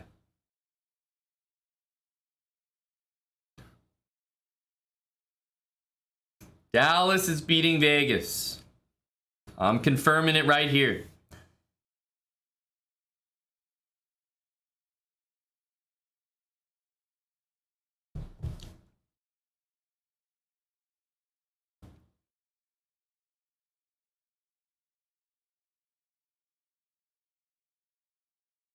Dallas is what? I guess there's two teams. Yeah, Dallas and Carolina, right? Who won cups before. I said the Oilers were going to win. Well, the thing is, Pink Floyd, I might have said the Oilers were going to beat Vegas, but the only thing I've been truly consistent on is that Dallas is going to beat everyone. I bet on Dallas to win the Stanley Cup preseason. You know why I did that? Because I watched the goddamn Dallas Stars against Eric's Calgary Flames, and I watched this guy I've never heard of in my life called Jake Ottinger, and I watched him be the best goalie in the NHL. I watched him be the best goalie in the NHL. He beat the Flames single-handedly. And as soon as I saw that, I bet on the Dallas Stars to win the Stanley Cup. Like, period. So, we stand to make good money beating your Golden Knights there, Pink Floyd.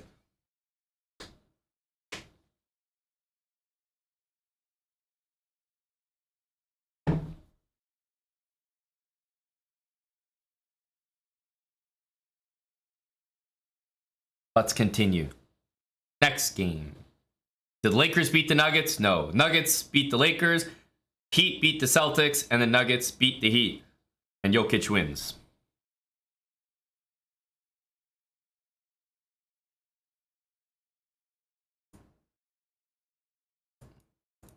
Pre-move. Pre-move. Maybe. Eh? Eh? And he's not falling for it. Gosh darn it. All right, let's continue. There we go. Here we go. Hover. Hover. Push.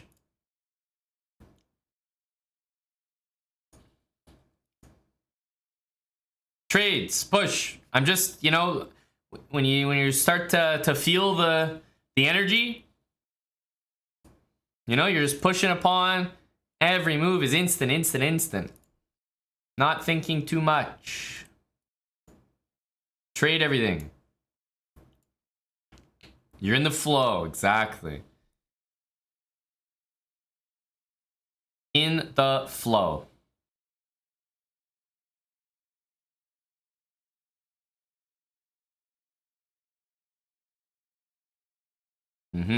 Maybe double the rooks on the E file or the D file looks like a good next step.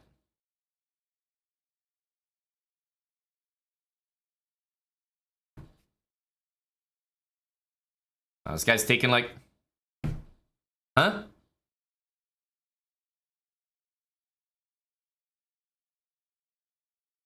I mean, I know it might just seem like whatever, he blundered a bishop, but what I don't understand is this.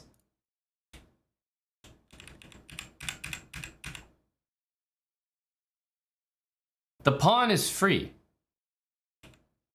The pawn is free. The pawn is not free.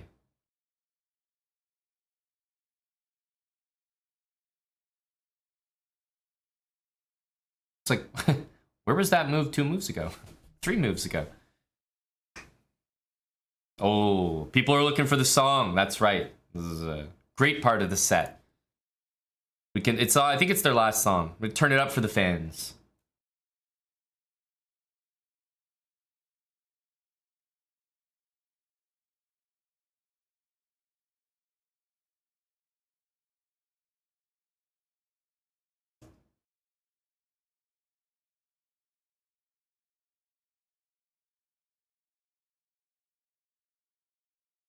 Gotta play a bullet game with just with the music.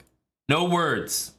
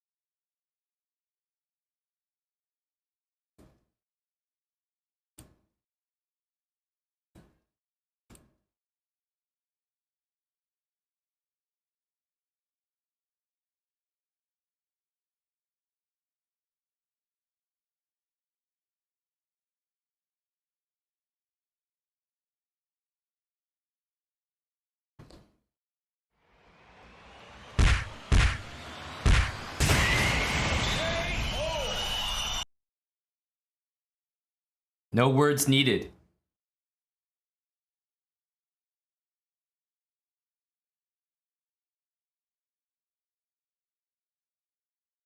Hey now.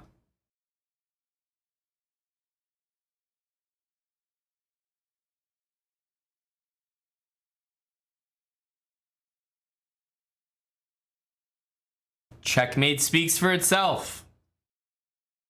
We're just gonna let the beauty of the chessboard do the talking.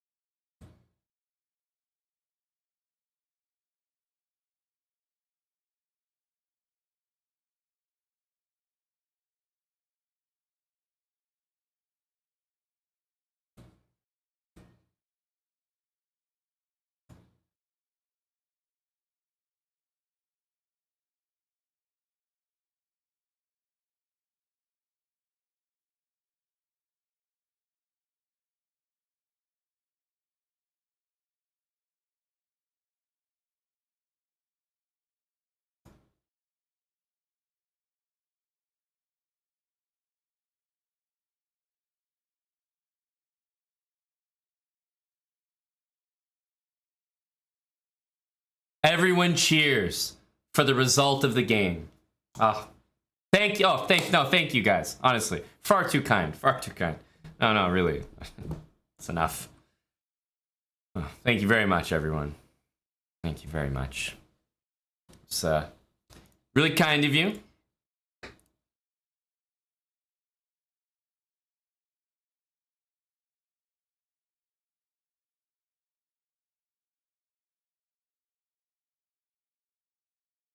Let's continue. Now, the last couple games were truly things of beauty, out of an art gallery. Let's go for 1550. E5. Knight c6, bishop c5. Oh my. I mean, ridiculous, man. Ridiculous.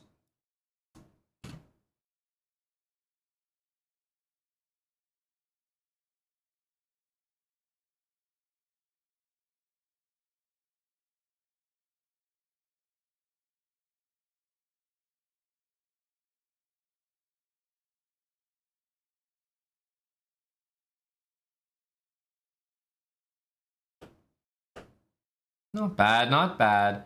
A tough move. I think I'm gonna go back. There's maybe an idea to take, but let's keep it simple.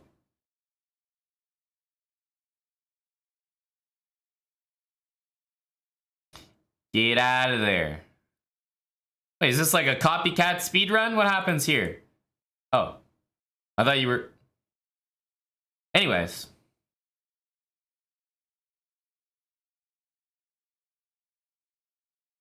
Castle. Okay. Guys, we're gonna need to get some pre-moves in. Safe ones. This. This. This. This. It's just, he's not making any threats. It's really, like, there's nothing that can happen here. Yeah, we got some threats here. Ah! Soon as we realize he's a dirty guy like that, no. And then we stop our pre-moves. We're gonna have to dispatch you handily. No. Soon as we see stuff like that, no. Not queen takes d4. Filthy behavior. Filthy behavior. We can't have that. Exactly, we need the VAR.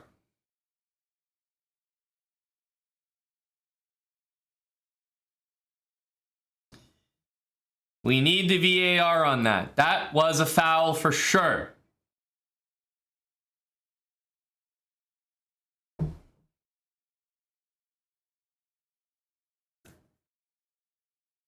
We want to keep our game clean. There's kids watching. But my point stands that, you know, in a situation like this, the guy has only pawns, rooks and queen. It's like, put your bishop on a square like d4, right? And what can he do? The only move he can do is something like that, but that's not that scary, right? As soon as it checks, then if I'm pre-moving this, it's not gonna like let me play rook c7. It's gonna cancel everything, and then it'll be my turn here. I just take it back. So you just want to try to create a position where the only like possible moves they could do are pretty nasty type of moves. Like he would have to go here, here, and here, or here and here, as he did. Not many people play like that. And then you get a lot of pre-moves in for free.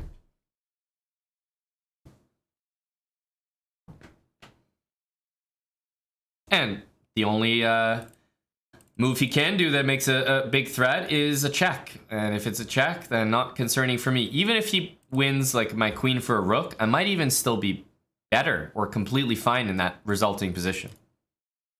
Right? It's a bullet game. You don't have to be too specific.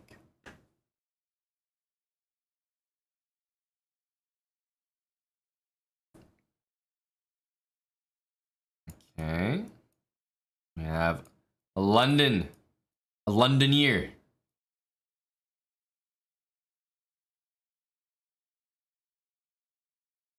Let's get, oh, hang on, we have a Stonewaller.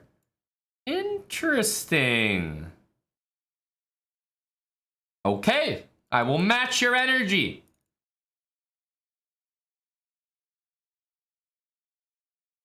I will match your energy.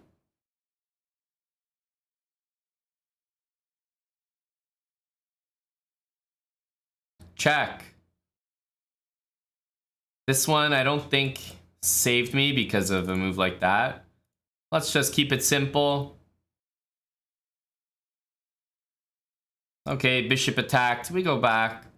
Open file. Let's get a little habits in there. You know, I'm not trying to do anything crazy here. Just a nice, easy game. Take. Trade. You know, I'm easy. Not looking to work too hard here.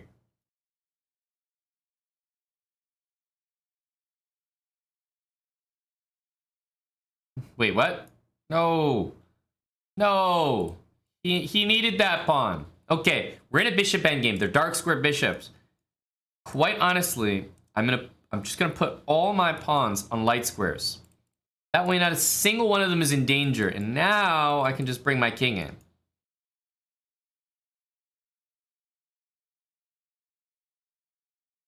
That's all we need to do.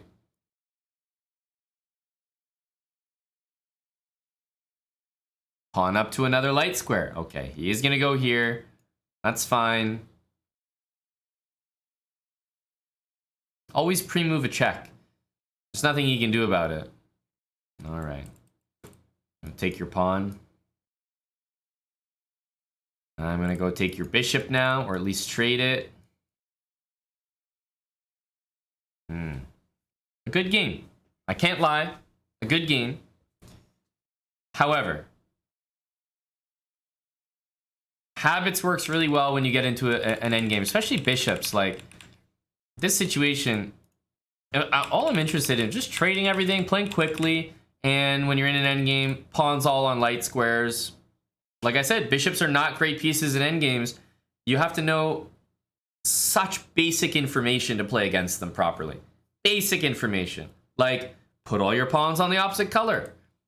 Very basic information.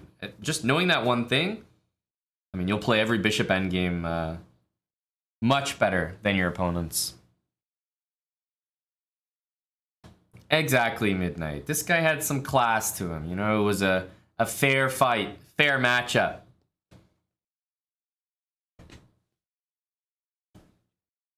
Hello, Tommy. How are you, sir? Hello, fellow bullet players. Tommy, are you you an enthusiast yourself? Divide Peaks 21 months with Twitch Prime. Thank you, Divide Peaks. Mr. Mojo resub for 28 months. Pink Floyd 100 bits. Pizza Frita, thanks for the 7-month resub. Thanks, pizza. Who doesn't love pizza? Come on now.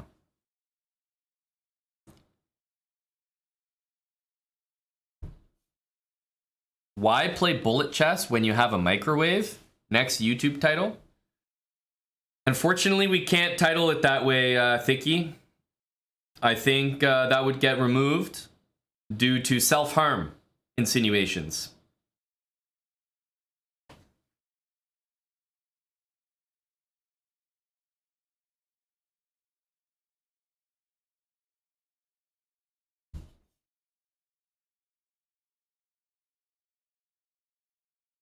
You're a pleb and you're allowed to sit in class. What's happening? Super F21. I don't think that's the case. Now, you may be in class, but trust me, you don't have a seat. That's for VIPs like Tommy and Tim Cannon. Of course, you're welcome in class, but we don't provide seats for plebs.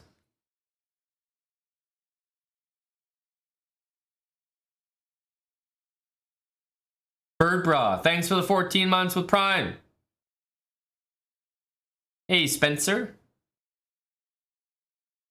Dying Wish, thank you for the 9 months as well. Another Prime resub.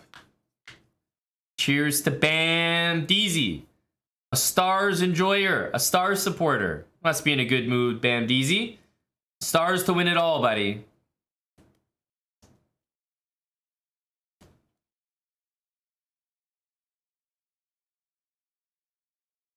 Thank you very, very much. Not after this week, you won't. Pink Floyd, get off it. The Knights are going down to the Stars.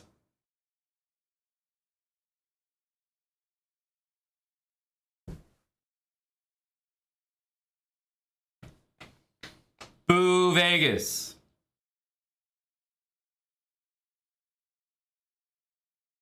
I haven't even seen. What are the lines there, Badkins? I haven't even seen. Let me check. Stars and Knights. Must be around even. I mean, it's the conference finals. It's hard to have something too skewed. Oh my god. The Stars are dogs? Oh my goodness. Pay me. Pay me my money. Oh my lord.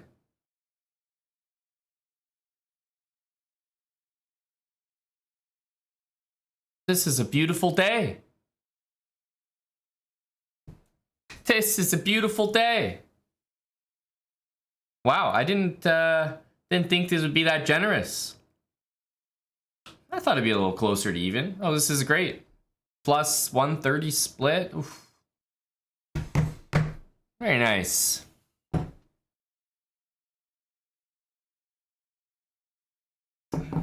Very nice. I've been reinvigorated. I'm happy. I mean, we all know what's going to happen anyway. The greatest team in the NHL, the Dallas Stars.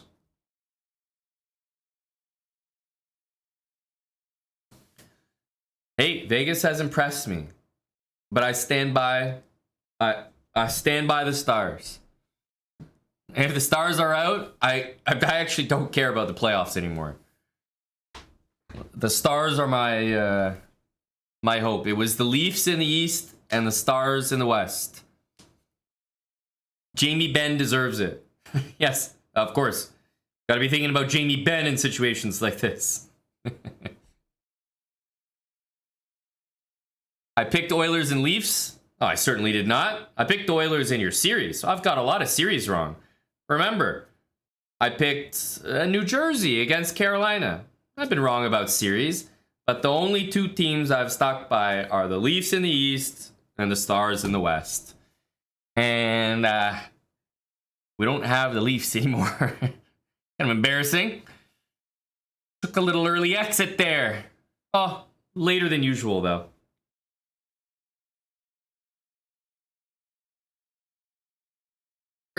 Earlier exit than I would have liked.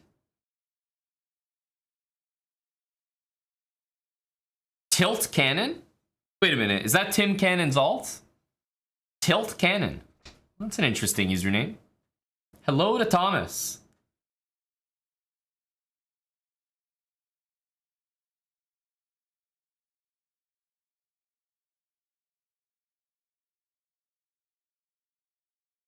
Do I watch World Cup hockey? No, but I noticed that Team Canada is basically the Calgary Flames. I was watching like a Team Canada highlight, and it was like Uyghur from the point, Lucic in front of the net, over to Toffoli, goal! I was like, what the fuck?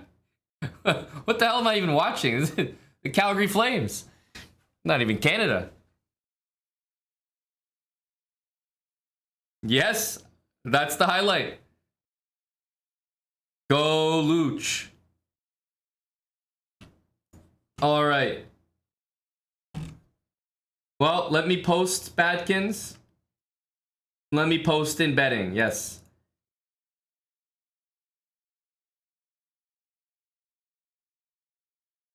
Go Badkins.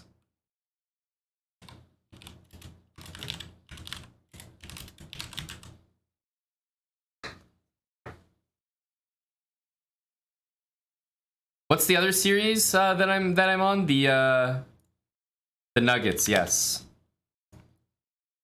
In NBA. That's the one I'm sending.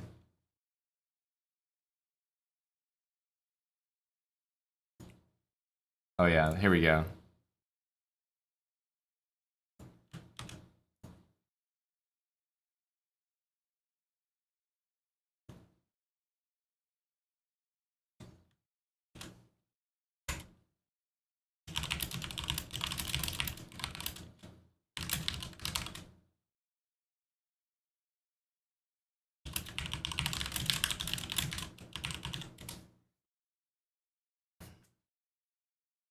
There we go.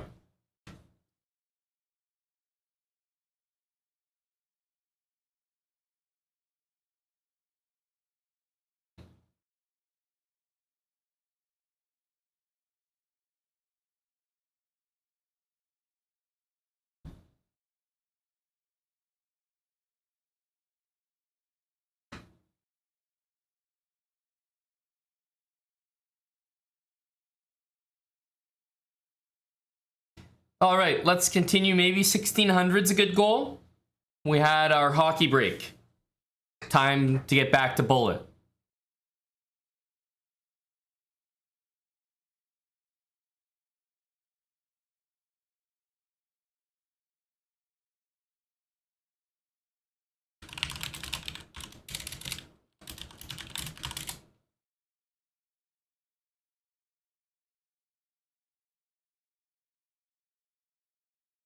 So 1550, going for 1600. Let's continue. 1 minute. No increment, of course. All right.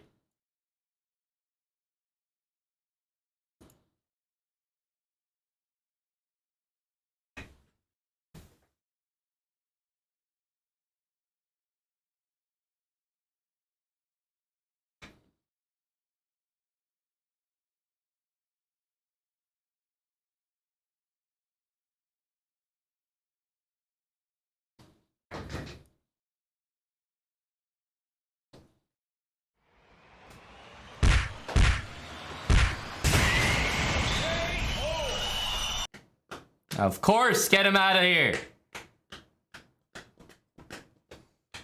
You know, I was actually gonna wait all the way until like 1 second. And then, you know what I realized? That if I don't make a move in like 10 seconds, the game will automatically resign due to abandonment. No, not abort, Chess Ninja. A loss by abandonment. We couldn't have that. It'd be highly embarrassing. We gotta take our KOs. Mate on the board. Get him out of here.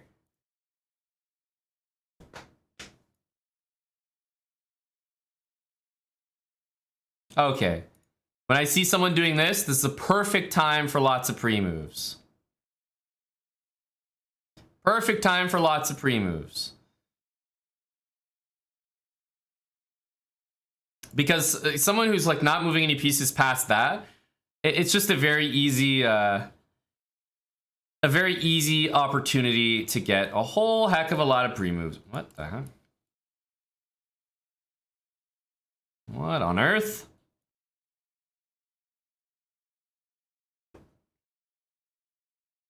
Okay.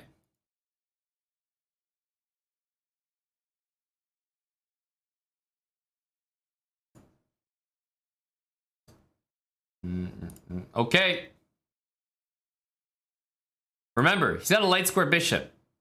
I'm interested in pawns on the opposite color. No, you're kidding me. I mean, he's too kind. Surely he's far too kind. What?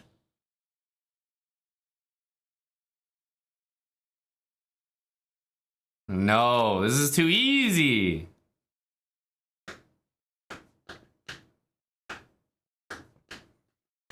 That was really strange. He took with the rook on f3. I couldn't understand that. All right. All right.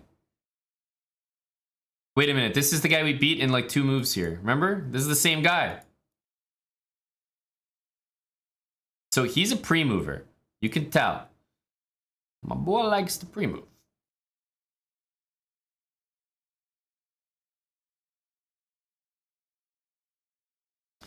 He is a pre-mover. Let's move this knight out of the way.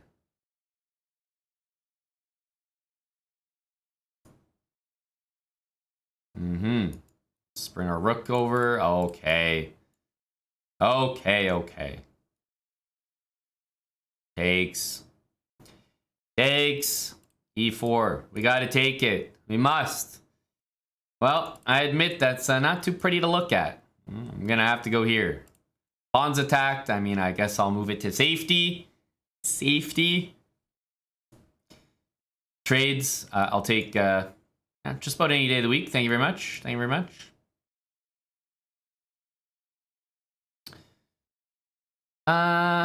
I'd like to deliver a checkmate, but I think I better defend my pawn. I was really tempted to do something like that, but ultimately we'll play a good bit of defense here, you know, as we should.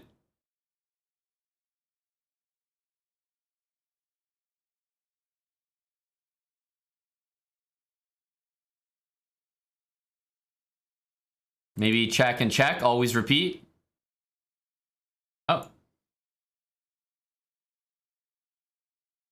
Oh.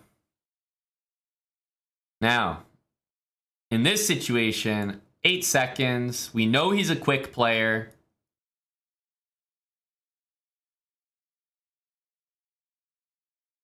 So what I'm going to try to do is I'm going to try to catch that, put my king here, and now I know that nothing can go wrong.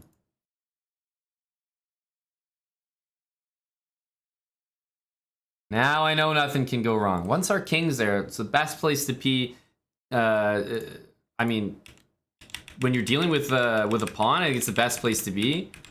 I'm pretty sure in this situation that he actually knew about that. I mean, I was like actually blown away. Did you see this? This was like really good by him. I was kind of impressed. If he let me get here, then I would have pre-moved everything. Now this would have been nice, but we took the long way, and He actually stopped me from getting to G8. I mean, I was impressed. This is like a pretty good understanding. He also didn't want to play this. And then he was also so quick. So, I mean, guy played super, super well. You see the difference when you don't checkmate this guy in 4 moves. You end up playing 40 moves instead. Chess Tim, 91-month resub. Thank you very much, Chess Tim. Chess Timph. Appreciate the 91. Yeah, he did a lot better than last time, that's for sure. All right, E4, we're gonna hover that. Oh, he does go there. I've been going C3 at D4. I think it's a good way to play.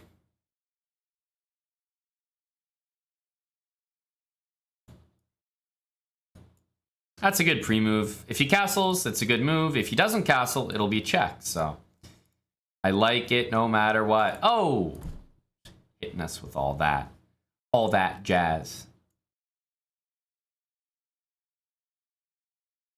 Don't panic. You got moves. There you go.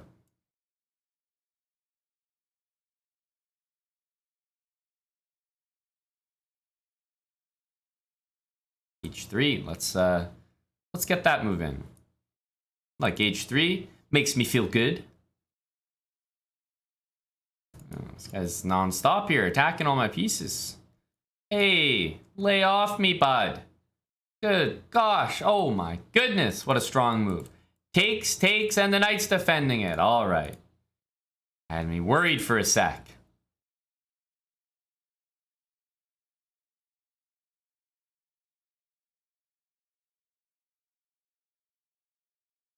All right, double the rooks.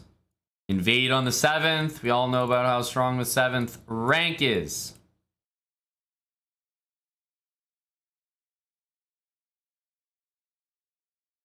Oh, that's a pawn for me. I'm coming in to join you. Here I am. A little windmill, a little check. Take this. GG.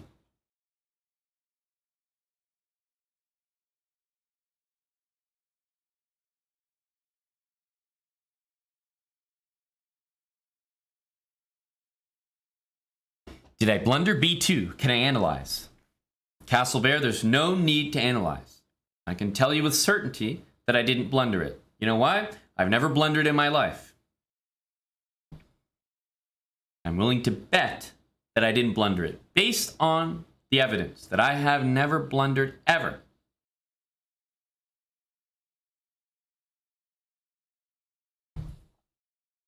Do you think that I blundered it?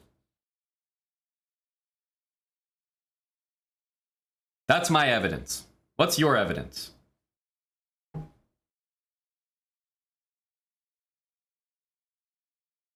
What do the people think? Was it a blunder? I never blunder, so I'm submitting that into evidence, into the court. I'm gonna go with no.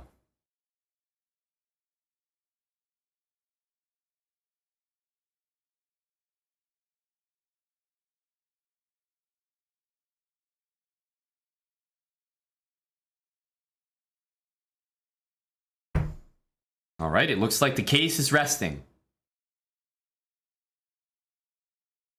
Pink Floyd, thank you for the 100 bits. You're paying out early for the Vegas losses, I see.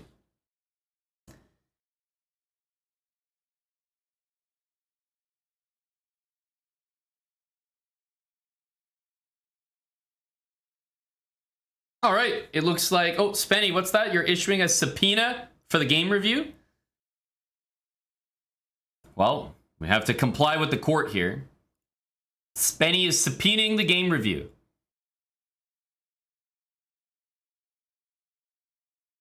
Spenny? I hope there's no blunders here. We don't want to be blundering the B2 pawn. Keep an eye on this square right here.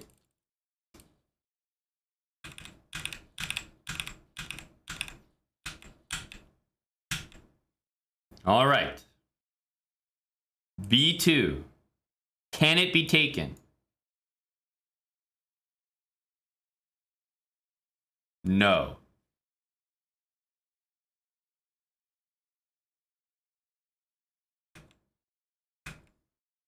B2. Can it be taken? Yes. But is it a blunder? Let's double check. The evaluation after queen to f6 was 0.58 with the variation queen f3, queen takes b2.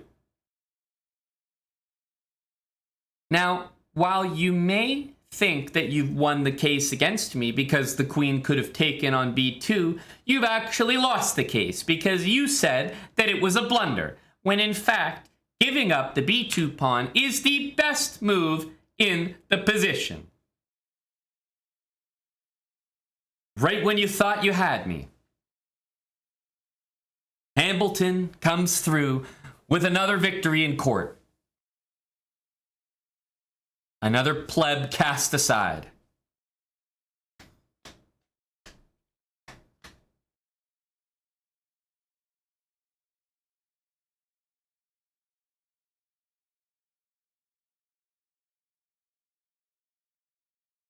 Now hang on a sec. The game is not over, says Adam Hart Lover. Adam Hart Lover. Oh boy. Are you subpoenaing the rest of the game? No, Adam Hart Lover. Hang on just a sec. You want to keep looking at the game? I was hoping it wouldn't come to this. More CCTV has been located.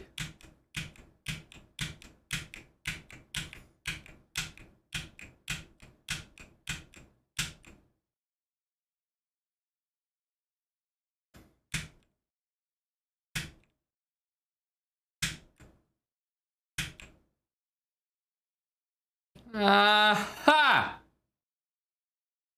Rook takes b2 is an inaccuracy. Taking my b2 pawn was actually inaccurate. A mistake by the opponent. So in fact, you could say that I baited the opponent. Offering up the b2 pawn is a tender little morsel. Taking the pawn on b2 is a famed inaccuracy. Once again, justifying and completely exonerating the defendant in the case of Hambleton v. the People. The People v. Hambleton. Well, there you go. Case closed, everybody.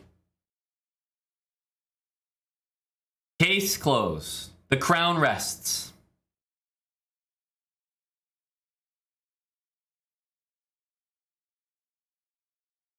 The a3 pawn is witness. Well, you guys tried.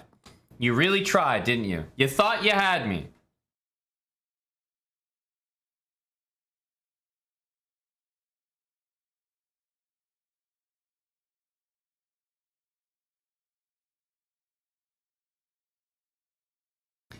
Isn't a ban due? Well, Biquadro, we have to call the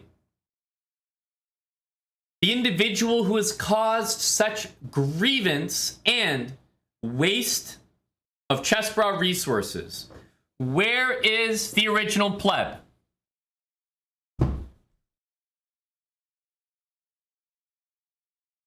Step forward.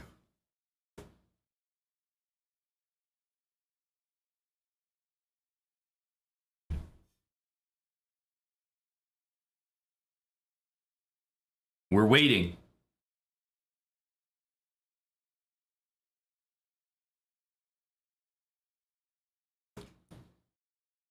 Where is Castle Bear? He says he accepts his judgment. Castle Bear says he accepts his judgment. All right. I think it's only fair that we pass the appropriate judgment. So, Castle Bear, if you could please type in the chat. Let us know what you do for work, your current marital status, the age you lost your virginity, maybe whether or not you have a receding hairline, and we'll let Tommy pass the appropriate judgment. Tommy, prepare the comments.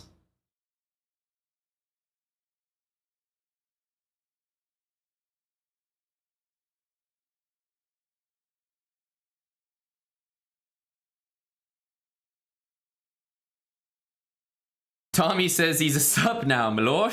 The mad physicist has gifted a sub to Castle Bear. Why, yes. How could I? There seems to be a mistake with your paperwork, sir. I thought you were a pleb. Apologies for the grievance caused toward you, sir. Please carry on.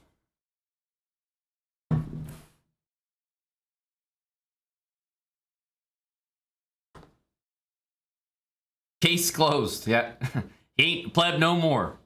Case closed. All done. Mad physicist, thanks for the gifted sub. Marty King, 2 months with Prime. Right, well, that settles that. Make Castle Bear play bullet for his fate, says Tommy Shelby.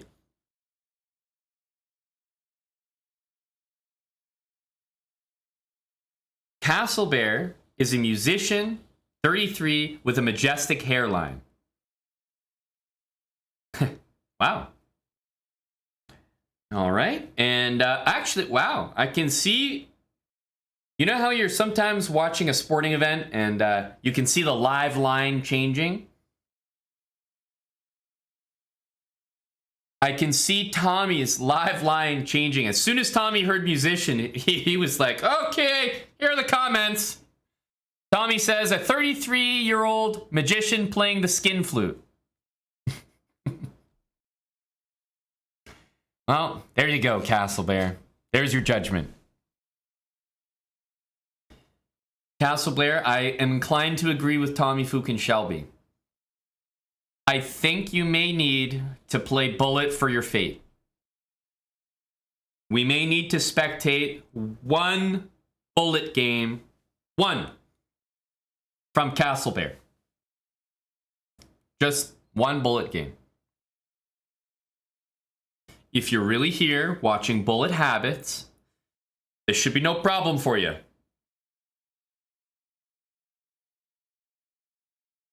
This is a pop quiz. What's your chess.com username, Castle Bear?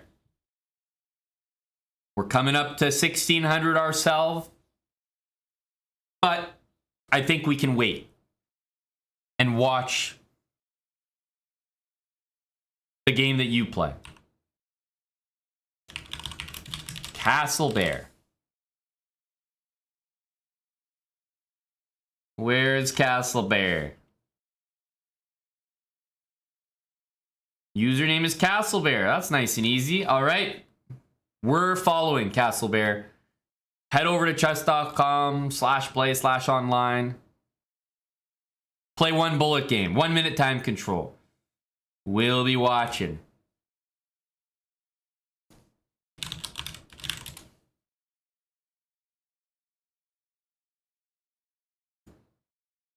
We will be watching.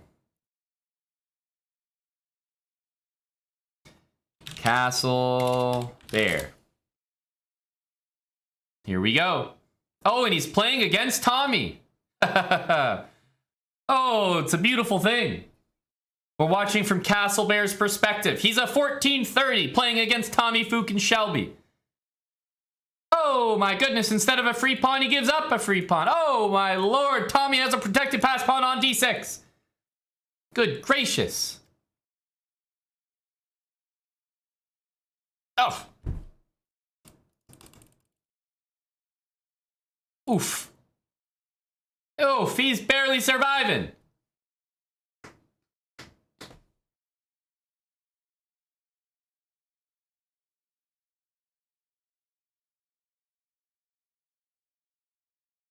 He is barely surviving. Oh. Oh, that's big news for Castle Bear. His position improved a lot right there.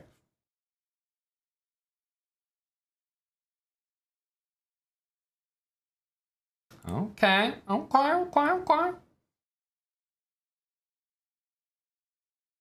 This is a tense game. Tommy, the 1600. Some speed from Castle Bear. Oh, he doesn't know about en passant. Oh, my lord. Come on, bud. Hey, the speed, though. The speed, though. The knight, though. Your rooks are doubled for what? Where are you going?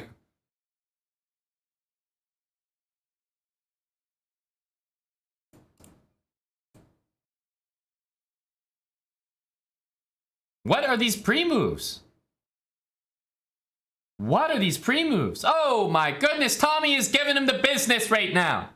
Oh Lord. Oh, Tommy Shelby. Oh.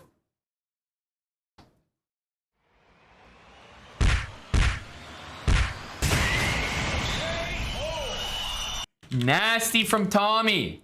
After massive blunders, Tommy Shelby brings it back and administers Castle Bear's judgment.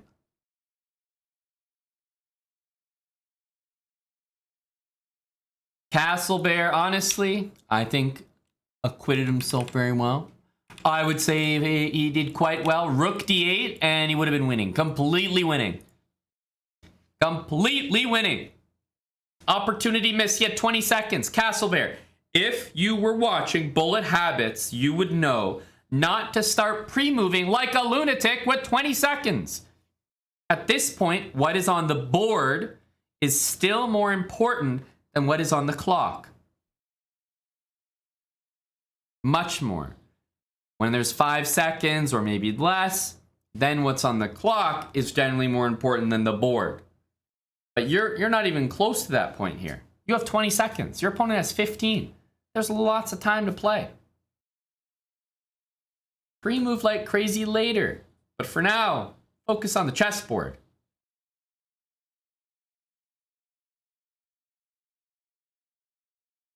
So Tommy gets the win.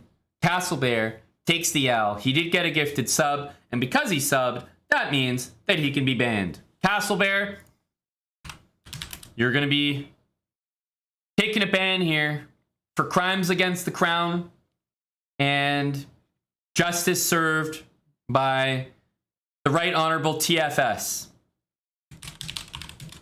Castle Bear, you're out of here. We'll see you soon, buddy. Congrats on the sub. He's out of here.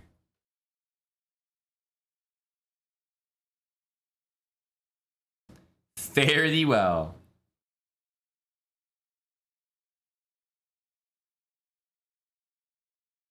You had a good time, Tommy? You had a good time, did you?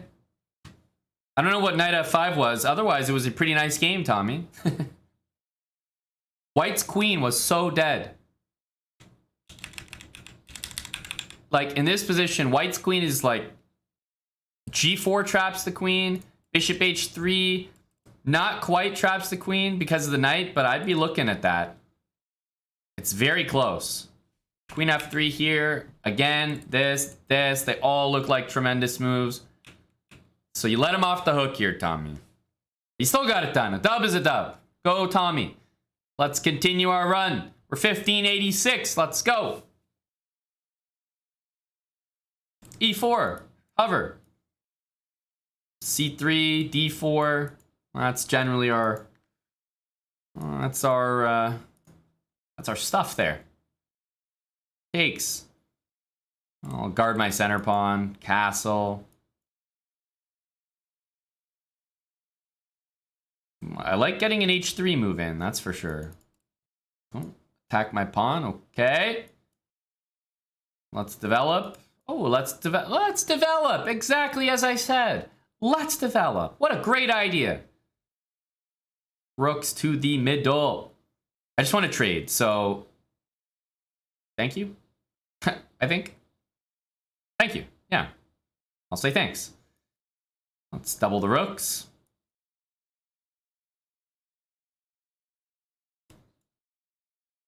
This is going to get me more trades. That's my favorite trade. I get something and you don't get something.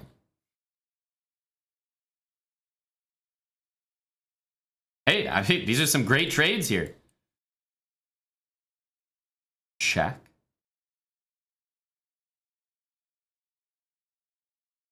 He wants to go here. He's defending. Well, let's take everything off the board. Remember, I want to get rid of these pawns. Okay, so what's the best way that we could set up our checkmate? The rook is on this side of the pawn. So let's put the rook up here so we make a box. And then we're able to protect it. And then we're able to use this pawn to go up the board. Okay, let's get that bishop out of the way. And with the bishop out of the way, we're able to deliver that checkmate every single time. Now, the bishop might not have played a role, but I always love, get the bishop the hell out of there. I played king g2 to block the diagonal, so it's like the bishop's not there. The rook's protected, we make the queen, we bring the queen back, and the checkmate with the ladder is so easy. The more you do it, the more you'll realize that. We wouldn't have been able to have this great learning experience, Lewis. Juicy Joe, thanks for the 9 months. And Danny, 2193, thanks for the 4 months with Prime.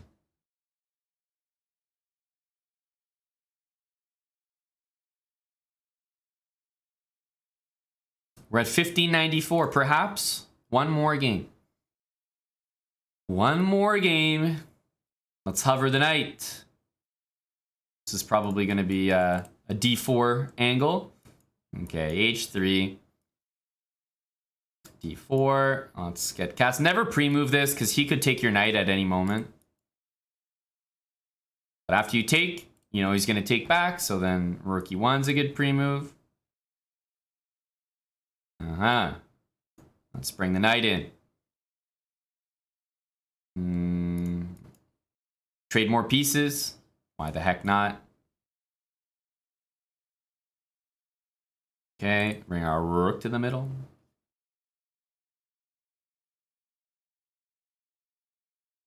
Whoa, that's aggressive. I'm gonna pre-move that. I'm gonna take, and I'm gonna take, and that's about as nasty as a fork could get. I think we take the rook in the center. That's the rook that is more useful than that one.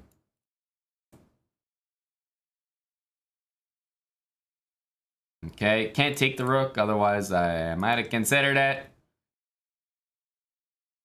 Trades. Probably going to take the knight. Oh, he resigned anyway. Yay, 1600.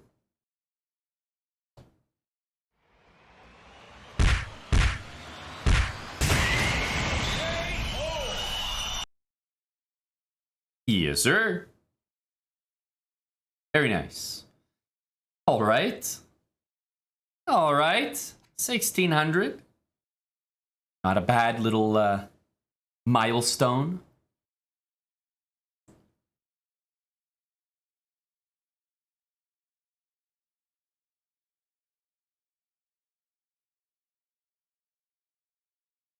Thanks for the 100 bits, Pink Floyd. Keep going, Pink Floyd. I am not a VGK believer. You're talking out of your ass there, pal.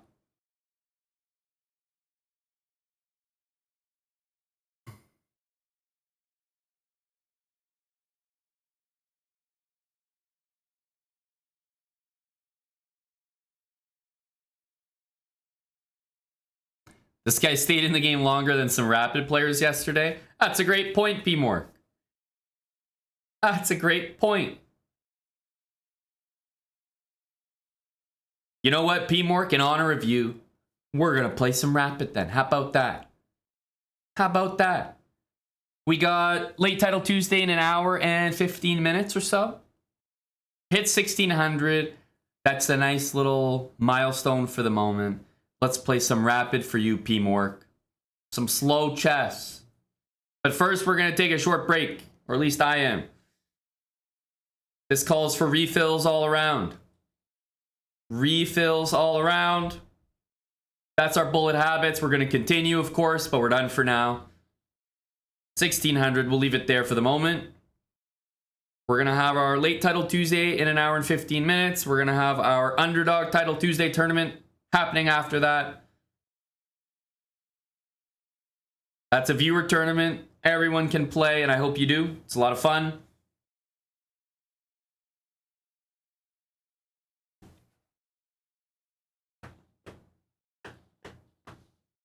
Thank you, Chronos Null. Appreciate that.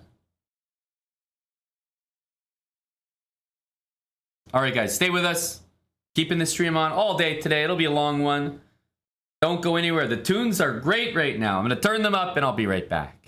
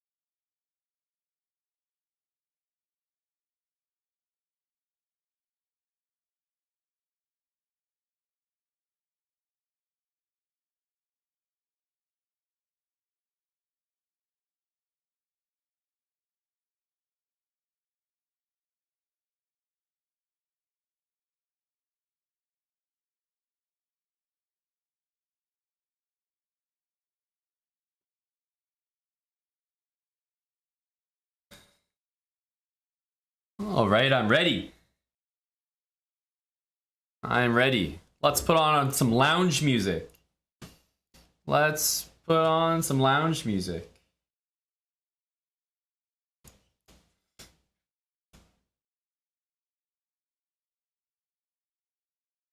Okay, 1 sec.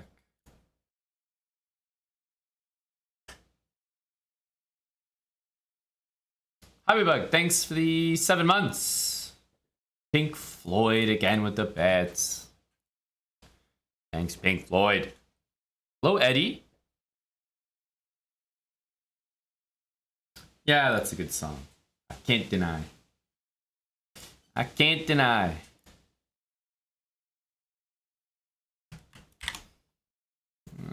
All right.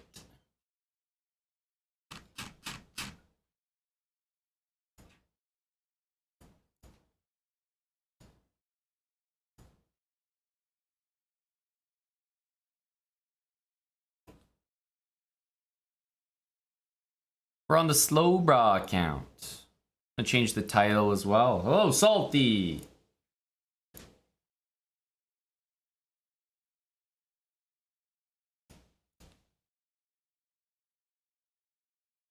There's a bit of bounce to it.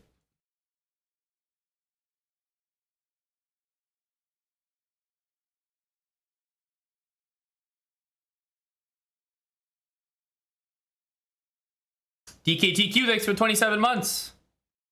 Hello to Mattis, Eddie the Endgame Magician, Tommy Fukin Shelby, Clark Kent, Salty Clown, Czech Manarov.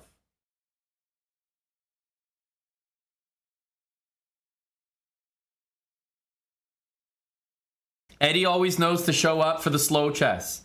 He's attracted to it. Did you miss a SLOWBRAH game today? You didn't. You didn't, so good timing. I'm gonna change our title here. Remember, we gotta get exclamation mark slow in the title.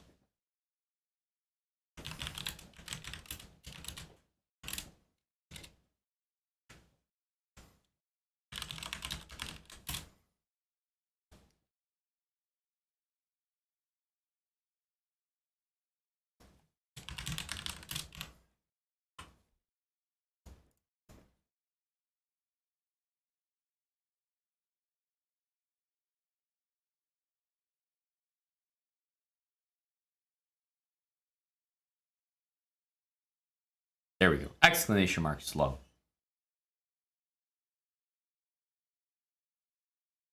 Remember, we have our Title Tuesday coming up in an hour. Title Tuesday. The late edition. We already played the early. We have late Title Tuesday and our viewer tournament that happens every Tuesday after that.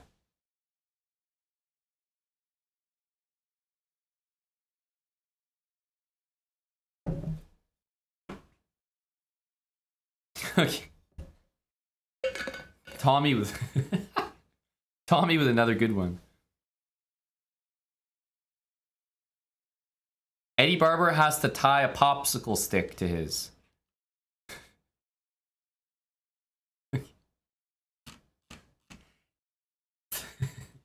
Well, Eddie Barber said he has a huge erection thanks to the SLOWBRAH series. And Tommy said Eddie would have to tie a popsicle stick to his. It's plant bra. Making sure it grows straight.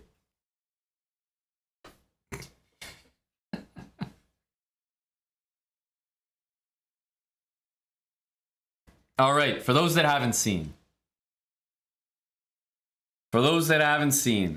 I did start a series. It's definitely not going to be a speed run. I did start a series playing some slower games, 15 minutes, 10-second increment. Longer games with analysis, explanations, much slower approach. Also going to take some suggestions on what our openings should be. So let me know in the chat. And the point is, we're not going to play one opening the entire time. Like, I'm not just going to play the English. I'm not just going to play King's Gambit. Whatever. We're going to mix it up with white and with black so that you know, over the course of the many, many games that we'll play in this series, yes, you will definitely find many examples of games which I think could be very useful for you.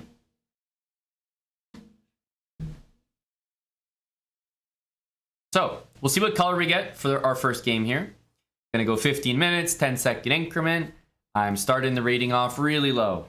Admittedly, you know, there's not too many people that are gonna look at this and be like, oh yeah, that's exactly where I am in chess. But you know what? You were there one day. And there are some people at 400 that might be able to benefit, even if we see lots of blunders. So, good luck, and let me know what you'd like to see me play once we find out what color we are. Let's see. First game. All right, we got the black pieces. Let's wait and see the first move. What should we do in response? E4. What are you guys feeling today?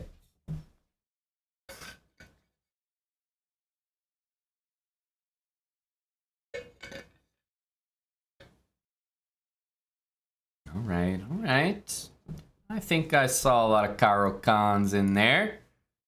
We have done a Sicilian before. It doesn't mean we won't do it again, but for the moment, I'll mix it up. Caro-Can, and I tell you, people love this opening. It's because against e4, e5, people play bishop c4, right? And, you know, against that, I get it. It makes sense, but it doesn't work the other way around. You can't just do it against every single opening. Here, for example, I'm definitely going to play d5.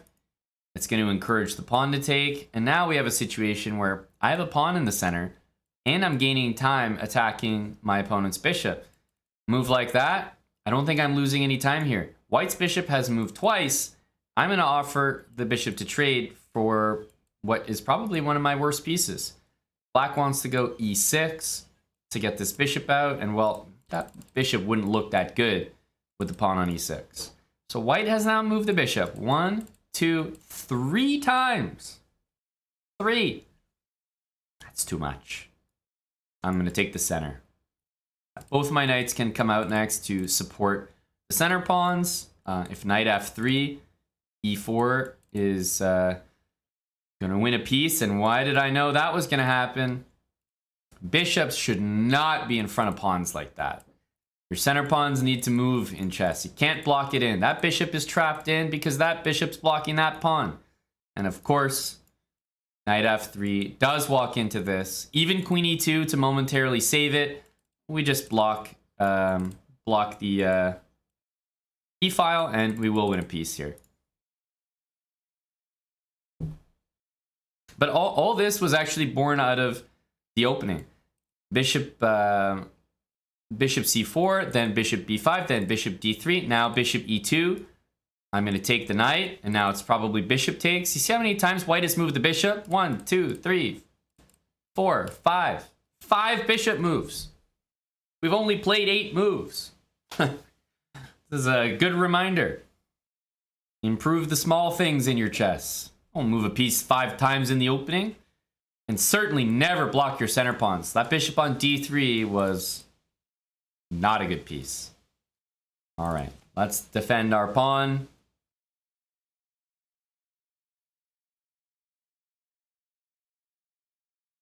We're going to defend our center pawn. Again, I don't think that's the right move here. It's not a bad move, but I just think there are way more things to do than move the queen. You want to prioritize the rest of your pieces. What would I recommend instead of that move? Probably castling or moving a center pawn. And I mean, it's gotten to the point where my opponent has played this and then moved it straight back to d1. You don't want to move your queen that early. I'm in a castle. Maybe this will remind my opponent to castle. I hope it does. That would be a very good move. You got to get your pieces out. You got to get some pawns in the center. And you got to get your king castled. All right, I'm going to go here. It's aimed directly at your king. Never let pieces do that. This move is needed. Maybe my opponent doesn't know about castling, which is possible. Well, I tell you, bishop b4 is a double check. It's not quite a mate, but it is a double check, which I am going to be doing. check. Now, he must move his king. The only safe king move is king here. If the rook was on f1 already, notice how this would actually be a checkmate. There's no way that you can block both of these checks, because the square they intersect on is the square your king is on. So there's no square like here, here where you can block. Now, although rook e1 looks like a tremendous move, and it is, the move bishop b5 is going to be, I believe, just a little bit more preferable. Bishop b5, check to the king. This move doesn't actually slow us down at all. We're going to take and deliver another check. And, you know, if the bishop blocks, he's going to be losing something there. And if the king goes over, which is what has happened, now when I go rook e1, takes, he doesn't get to take my bishop. So I feel like I've saved some material by doing this. And look, I'm not going easy on people. I'm not, you know, making worse moves than I would normally. I'm not messing around with people. I'm just trying to play the game as cleanly as possible, because you're only really going to get to see how basic mistakes or beginner mistakes get exposed if, you know, if I actually take advantage of them. Of course, I could let my opponent kind of get back in the game, but I think it's far less instructive. While this might seem like total domination, it's self-inflicted. My opponent never castled. Huge mistake at low elo. Also moved the queen out too early. Also moved the bishop 5 times in the opening. I mean, none of this is acceptable. You have to literally do the opposite of all of those things. And quite simply, you won't be 300 if you do that. Like, those are easy fixes. Knight d2. Okay, I got a bishop on e1. I have to admit it looks a little bit weird. But he can't develop, like his rooks can't attack my bishop just yet. So I'm actually thinking, you know, maybe what's the rush? I'm going to keep this bishop for the moment.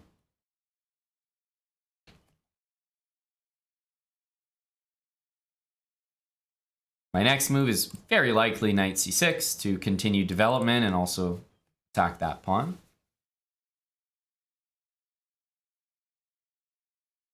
g4. So yeah, it does look like the king is going to get out, but we're not going to really react too crazy to that move. It is pretty good though, getting the king up. It's the right idea.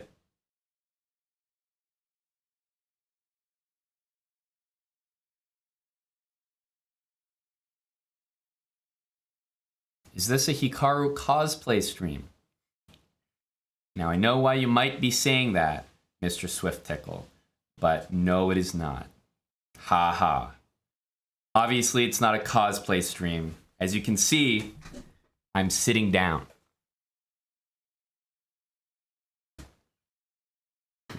Nice try. All right. A4, we're going to take on D4 here. That was our purpose of our last move. We're hitting that D pawn.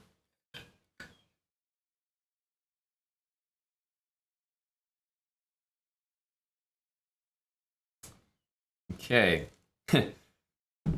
Very close to some checkmates here. Knight e2, king f1. Yes, I can move this knight somewhere and deliver a discover check, but then my bishop will be hanging.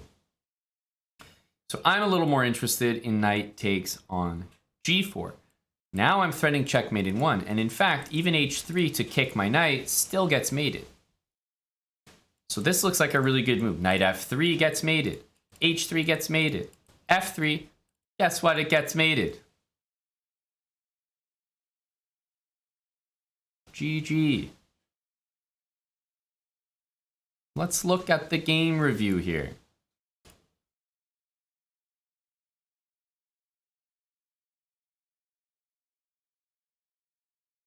Now, bishop c4. Not that great, truly, right? Moving that bishop here, the whole point of the Caro-Kann is to play d5. So already this isn't a good sign. c6, we want d5.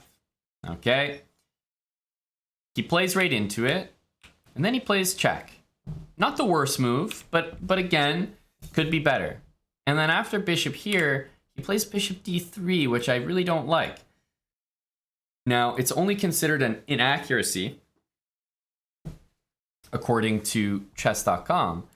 I think this is a blunder because nobody plays bishop here, and then on the next move, plays a move like c3, c4, a4. I mean, look at these top engine suggestions, right? Or look at another one, bishop e2. No one's going to play bishop here and then just move it back the very next move. It doesn't make sense. And if that's the case, it's clearly a huge blunder. So what I am saying is that in this case, bishop d3, big time blunder. It just shows that there's a lack of understanding or awareness for the fact that you just never do that. You never block your center pawns because you need to move your center pawns to get your bishops out. So when you see bishops here and here blocking E and D pawns, that's already a sign of mistake, like just plain and simple. So that's a very easy thing to fix. You just never do it. You never do it. Okay, knight f3 was obviously a blunder, but guess what? It's only a blunder because there should not be a bishop here. Sometimes you bring your knight out and you get pushed around by pawns. That happens. But you definitely can't leave a bishop on that square. That's the issue, not the knight. Okay, e4, bishop moves, takes. That's fine. Knight f6, queen e2. Now, I, again, do not like queen e2. Better would be castles. Better would be d4. Better would be even knight c3. Get a piece out. Put your king to safety. Do not develop your queen. Do not move your bishop 5 times in the opening. These are easy fixes. Never move your bishop that many times, or any piece for that matter. Right? Never have your pieces block your center pawns before they've moved at all. Don't develop your queen as, like, you know, the second or third piece of the game. And get your king to safety. These are like very, very basic, like maybe even before habits.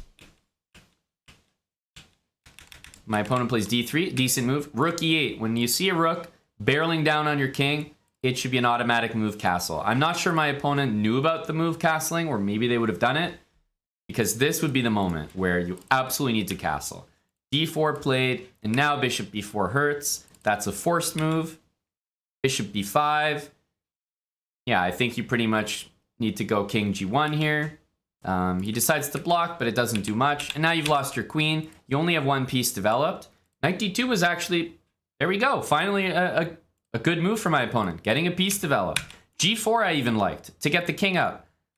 But a4 I'm not a fan of. I know it seems silly. Why am I talking about like whether my opponent's moves are good or bad here? But whether or not he's down a queen, you can still show that you have those good instincts. Like, if my opponent's playing king g2, it shows me he knows he needs to get his rook out. Right? If he plays the knight, it shows me he knows he needs to get the bishop out. a4 is just wrong kind of energy. Bishop goes back, knight takes another pawn, and then, of course, the king gets mated because you never castled, lost your queen early, and you didn't get any pieces out. There are only 2 pieces out in the final position. And what have I done? I haven't moved my queen once. So I'm saying, as advice, don't bring your queen out too early. And look at me, following my own advice. I haven't even touched my queen. I'm making all these threats and I'm winning all this material with just my minor pieces and my rook that I won the queen with. You can do a lot with your minor pieces and your rooks, especially early on. The queen comes out early and just gets harassed by these other lower value pieces. So, just really comes down to that. Very easy fixes, though, for my opponent and for anyone with similar problems. But, like, it starts with the opening, not great. Moving the bishop 5 times, putting the bishop on a... Literally never put your bishop there in front of the pawn. And then, obviously, not castling. That was the killer. Not castling is just going to lose you so many games. Your king is very weak in the center of the board. All right, Darren Campbell. Thanks for the 17 months, buddy. Thank you, Darren. Team Scandi disagrees. Well, that kind of goes actually to my point. I think to play the Scandinavian, you have to be a pretty good player. Like, for example, even John Bartholomew. John Bartholomew was not playing the Scandinavian when he's like 1200. No, I mean, that's an opening that he perfected over time, and he can play it at a high level because he's played it for so long and he understands it so well. But he also will be the first to admit that, you know, bringing the queen out that early is, you know, against every opening principle. So no, it's actually a really bad opening for beginners to learn, I would say. I certainly wouldn't recommend it.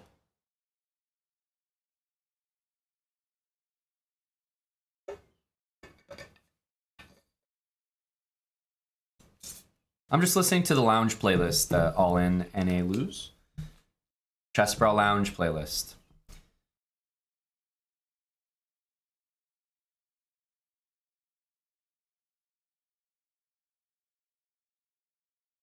Zach, what are we talking about here? 2 knight f6 if they take? What opening are you talking about? Scandinavia? 2 knight f6? Well, again, I don't recommend playing any opening where you're gambiting a pawn on move 2 for a beginner. That's already... I wouldn't touch that with a 10-foot pole.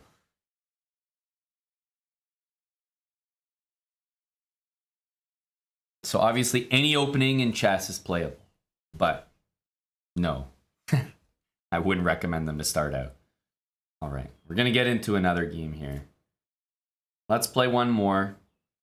Again, let me know what opening we should play.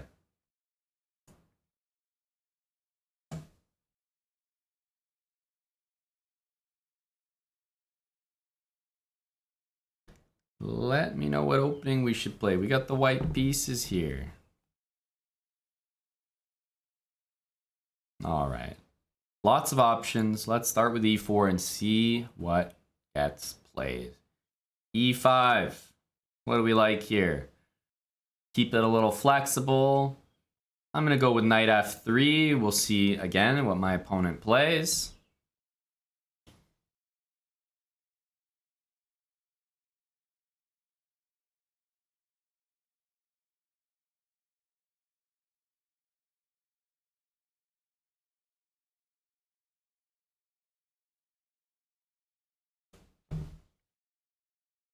All right, knight c6. What do you guys think?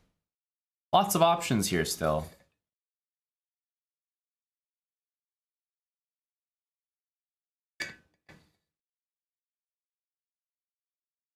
All right, I'm seeing a lot of the Scotch. I'll play d4, also because I think d4 just opening the center, especially at lower elos, is not only a great thing for white to do, but it usually gets mishandled, I think, a lot. So, pawn d6, couple options here. Taking is a great option because already my opponent would have to play pretty well just to get a reasonable position, but I'm probably going to leave a few more pieces on the board. So I think I'm just going to go bishop c4.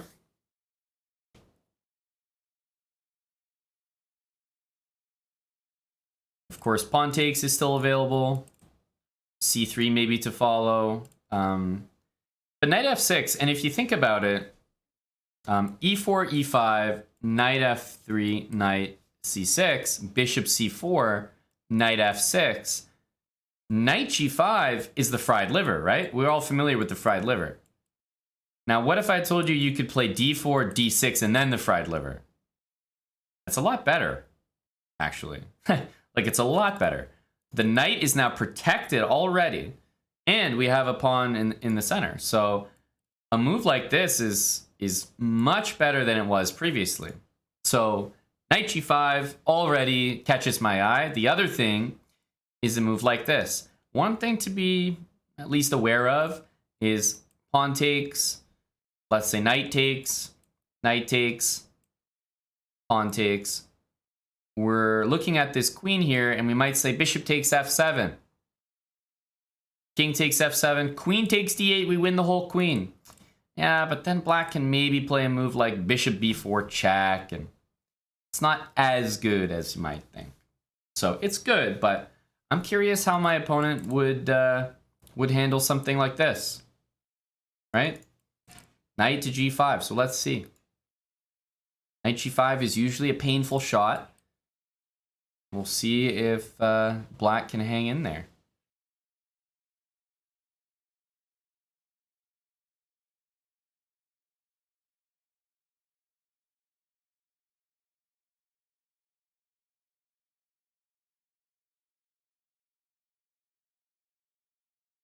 I just think that no matter what, a move like Knight g5 is always a good test for someone at 400.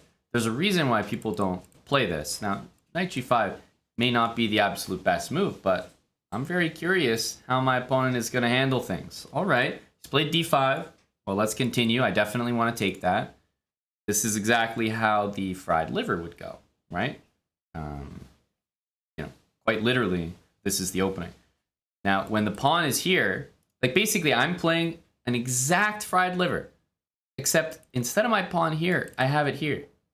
Isn't this like, you know, this should be so good right now. So good. Right? So knight takes f7 here, king takes, and queen takes f3 is actually how the mainline fried liver goes. But to be quite honest with you guys, the reason that we play that line is because in this position, our knight is hanging. Because this pawn is here. So yes, I could play this and play queen f3, and I would have a great position. But in this case, my knight is defended because I've snuck this extra move in, so I can actually just play queen f3. So that's way better. Now d5 is hanging, f7 is hanging, and my knight on g5 is protected, which is not usually in the fried liver. f6, you know, pretty good response. Pretty good fight from the guy. I actually really like the move, personally. If he goes here and he takes next move, he may get mated, but I think he's still got some fight in him. I really do. Because if bishop takes on d5, pawn takes here, yes, I could see that checkmate happening, of course. But bishop takes, knight takes d4, you know, we're in a different fight there. We're in a different fight. So we're absolutely going to do that. I think it's totally winning for white, but black can struggle for a few moves there. I am hoping he doesn't do this and just have queen f7 show up on his doorstep unannounced. This is a much stronger move, but still, I think that white is doing well. The main thing is, like, now we're up a piece. So even if we lose a piece, our position is still going to be good because we have moves like this and this coming up next. Knight takes here, I'm probably going to play a check. If my queen moves somewhere, I'm going to lose my bishop. So let's say I play queen here, I might have to watch out for bishop f5. On top of that, even just pawn takes, and I'm not up any material anymore. And if my queen moves from f3, I don't have checkmate anymore. So knight takes here, my queen needs to move. There's only one square on the board that guards my bishop, and it's e4. And I don't really like e4. My knight hangs, I don't have mate anymore. So that's why I was thinking that I was going to play bishop to f7 check. So I'm definitely going to start with this. Check, we'll see what the king does. One thing that's really useful to keep in mind is that if the king goes here, just as a general point, the knight cannot be taken because the bishop takes back and skewers the king and the queen. So that's just, I guess, an overall point, which is useful to remember. So now our knight actually is attacked and our queen is attacked, but it's our turn. So we have a few ways, I think, to try to wiggle out of this one. Queen d5 is a check.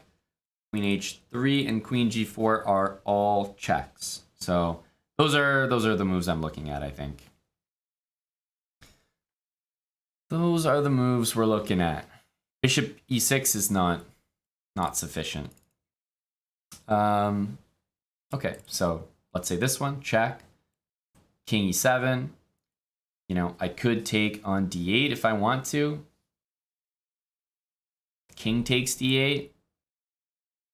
Not really too sure if that's the one I want to do. Then I've got a situation where my knight is hanging and c2 is also hanging. Queen h3 to check the king. Let's say the king goes to e7. The reason I like the king on e7 is now this is no longer a threat. That's sort of what I was thinking. Still needs a little bit of precision here. Queen d5, king e7. Yeah, I mean, there's things like queen c5, but the king just goes back. Kind of debating between these checks. And there's also the idea that, like, you know, I could play queen d1. You take my knight, I go c3 to try to win the knight on d4. This is all off the back of us winning an entire piece. A whole piece. So this should be very, very winning. But it doesn't feel very, very winning. I have to be honest. I think this is still in very tricky territory. Queen h3, king here. I mean, at that point, the bishop's hitting our queen. This is being hit, this is being hit. I think it might be the situation that a very, very calm move like queen d1 is required. I kind of like queen d1. It guards c2. It pins the knight, and it gets ready to play c3. You could make the argument that queen d3 does something similar, but I don't really like my queen being out on a square where it can get attacked. For example, bishop f5 in the future. That doesn't make me feel very comfortable. So I like the queen on d1 and c3 coming up. If queen d1, pawn takes knight c3, and the king goes over to get out of the pin, well, then bishop takes g5 wins the game. If the queen goes back, pawn takes c3, and then the queen moves somewhere, like to attack the bishop, I think we just save the bishop. And again, there's nothing stopping me from winning that knight next. So I think that's what I'm going to go for, hoping that this is nice and simple. But chess never is. So that's the extent of my calculation there.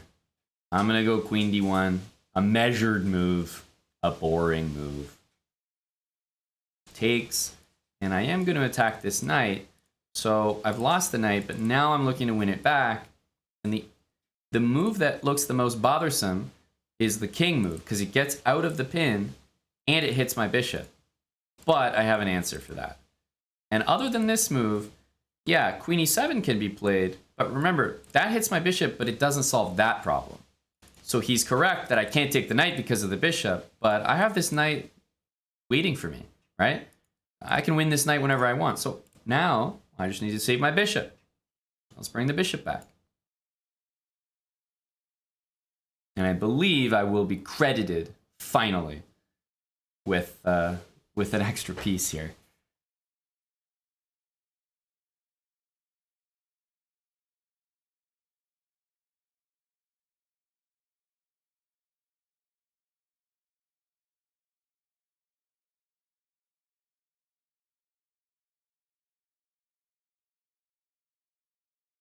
Very odd looking position, isn't it?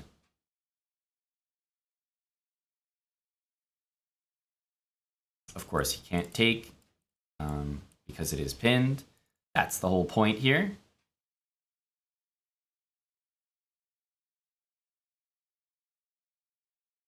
Now, although my opponent, I believe, made some serious errors in the opening to allow knight g5, I hope everyone can appreciate still how difficult this was to even win a piece.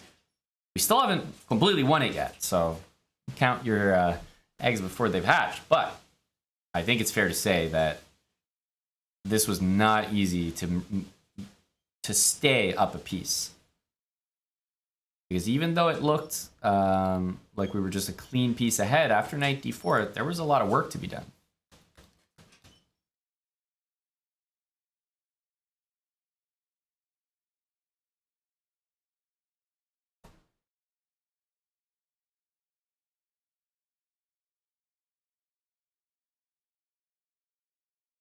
Queen f6.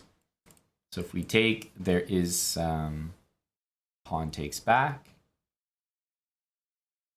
Sometimes it could be useful to actually just castle, because guess what? The knight's not going anywhere.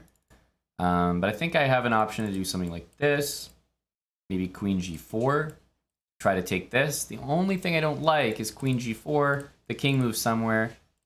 If I play bishop takes, I even lose. So if I play queen takes, yes, I win a pawn, but I trade the queens. And I'm looking at his king in the middle of the board. And I don't want to trade queens. If I trade queens, that definitely helps him out, right? It'll make it a lot easier for him to play the game. I know he's down a piece. He might still lose, but I just don't. I don't think he. I don't think he should get that benefit. So I'm going to castle. Let's castle again. I can take this next turn. It's not going anywhere. Get my king to safety. Pawn takes d4 next. I could pre-move that. It'd be a very safe pre-move.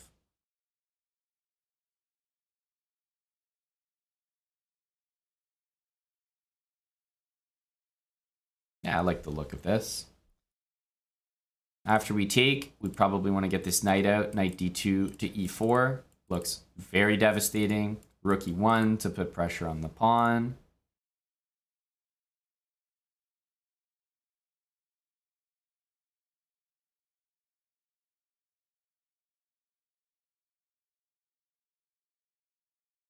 Might go c5 or maybe bishop c5 to support the knight, which is fine.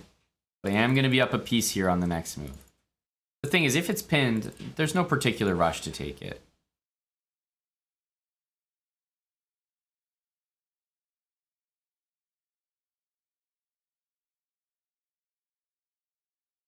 Pretty good move. I am going to take it now. I think it's time. I think it's time. He takes this way. Let's bring this knight out now. Again, I have this, but I'm truly just not interested in trading the queen. So I'm going to play this, which I believe threatens a big move. Knight e4. That's a nasty move to face.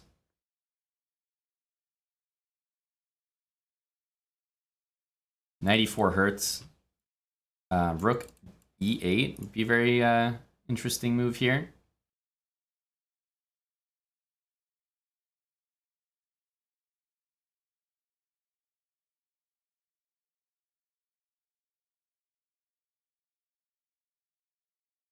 Why not knight c3 instead? You guys are too fancy. I'm up a piece, right? I'm looking to access e4. What does knight c3 do? It's like all it does is, for example, in this position, let's say that he had played bishop d6 after knight c3. I'm not saying it's necessarily bad, but all of a sudden I would be forced to move my knight because it's now attacked. And I just don't like that. I'd rather deal with the moves that he plays and choose the move I want to play. It may be knight e4, but if my knight ends up on e4, then it didn't matter which one I chose. And I always prefer the safer option. If you're up a piece, you don't need to be fancy and leave pieces hanging just to impress. It's like there's really no difference. The only difference, bad thing that could happen is probably in the knight c3 variation. Knight d2 is just safe. I mean, why make your life more difficult than it needs to be? So bishop d6, I'm first just triple, double, million time checking that.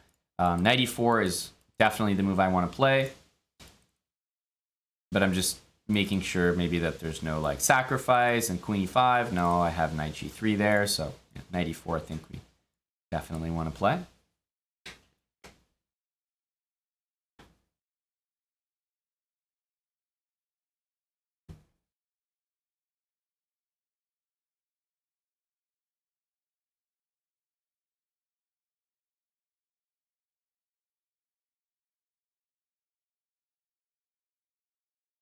So queen is attacked, pawn is attacked, but most importantly, a trade. That's black's only piece that he's got out right now other than the queen.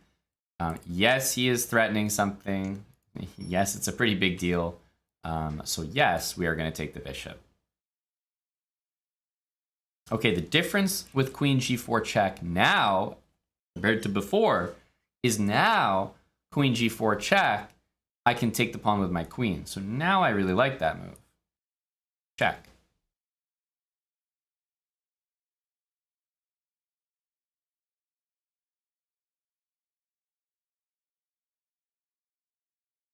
Okay, time to move this again.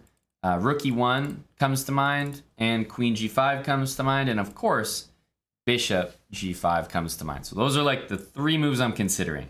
And if they all suck, I might look for another one, but I'm sure there's a good move in there. So, if we start with rook e1, which is my favorite looking move because it adds another piece to the attack. Yes, this adds another piece to the attack, but the only chance that I'll have to bring the rook in with check is right now. So let's say we did this. Where can the king actually go? Right? If he plays king here, I start to get a little concerned for that king's well-being there, blocking in the rook. Same thing happens with bishop there, and the king moves over. So both of those moves are pretty attractive to me.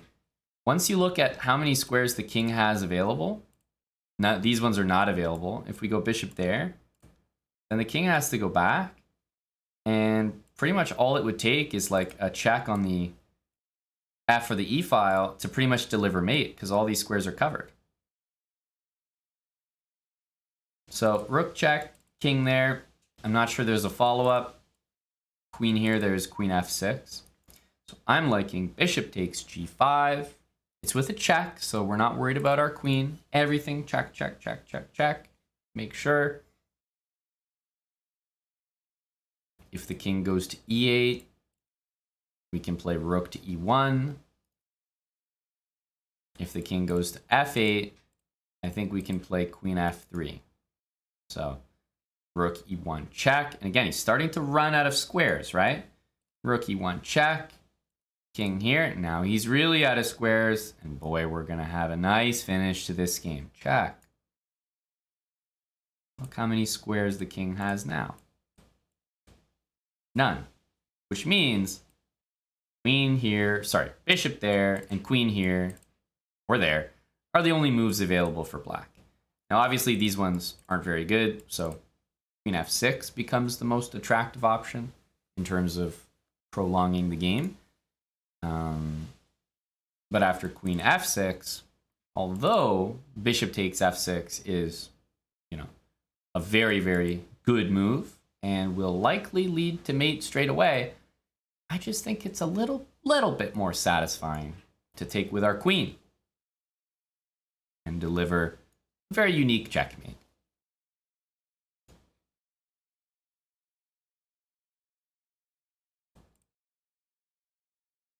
GG.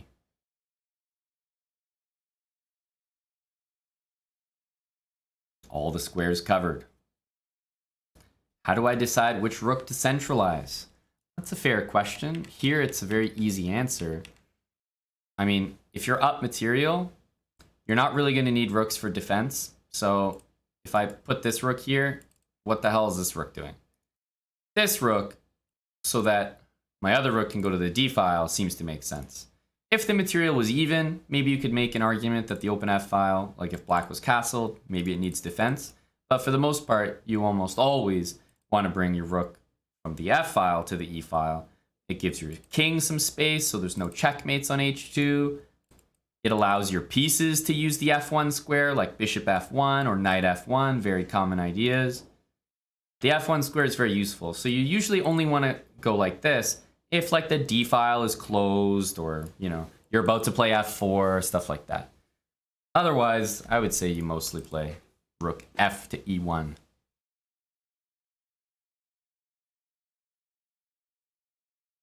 Let's look at the game review.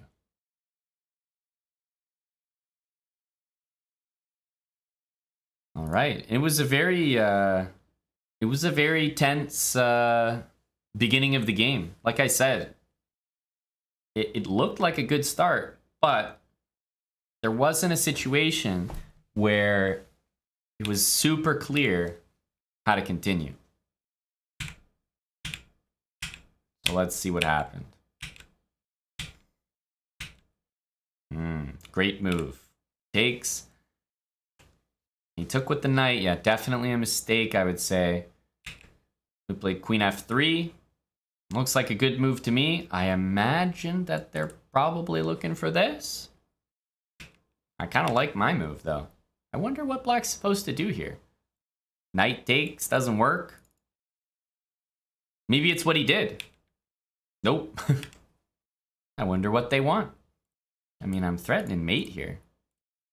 Can't really complain.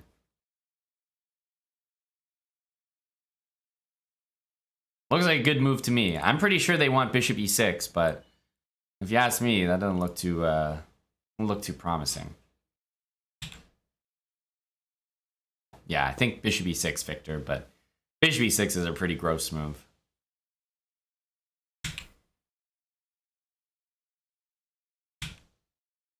Very good move. Bishop f7, question mark. Look how tough this was. This was a blunder, right? Blunder, we won a full piece. But look how tough the calculation is here. Like, what is white supposed to do? I'm not a fan of queen e4. Bishop f7 and the computer's like, oh, we're going back to equal. That's how hard we have to work here. Okay. So what's the move? Like, this is just very tricky.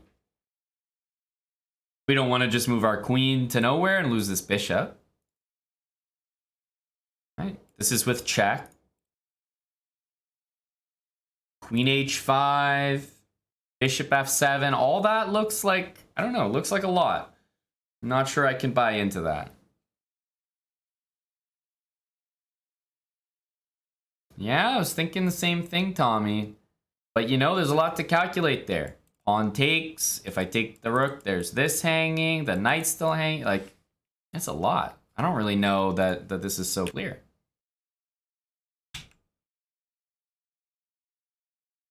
So they want king e7, right? Clearly. And king e7, I was like, okay, you know, maybe I'll move the queen, and if they take the knight, then there's a threat. But you know what they can do is they can play h6 and take the knight this way. Or at least threaten to, which is kind of nice. So king e7, even though it looked worse to me, it's actually kind of the way to go.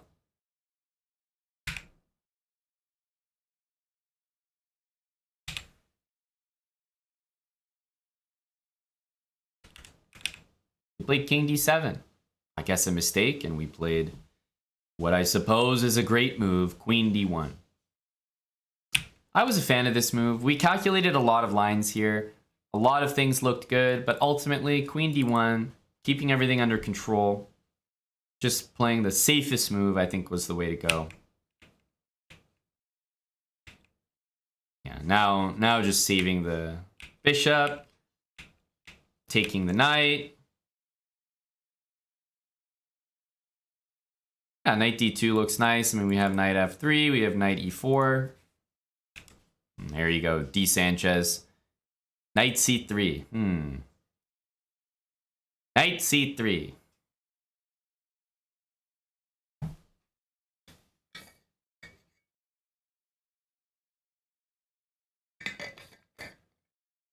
And there's no way it's not a good move, right? Same idea, but is it necessary? I don't know. Knight d2 is just simple.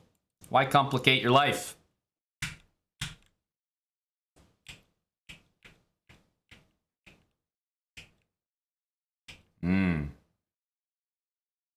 And because it's checkmate, both of the rooks are the exact same here, but...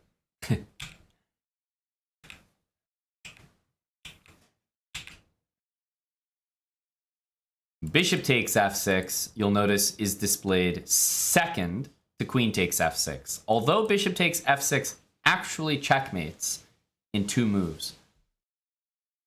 Queen takes is far better. There we go. GG. GG. Dr. Lord Mayonnaise is a funny guy. Amon, was the game a message to all your haters out there? Were you trying to show that the Mayflower Open champ still has what it takes to compete at the highest level? That's right, Dr. Lord. I've always got this game to lean back on when people try to get in my face and talk that talk. I finally have a game to shove in their face. They can leave me alone once I show them this one.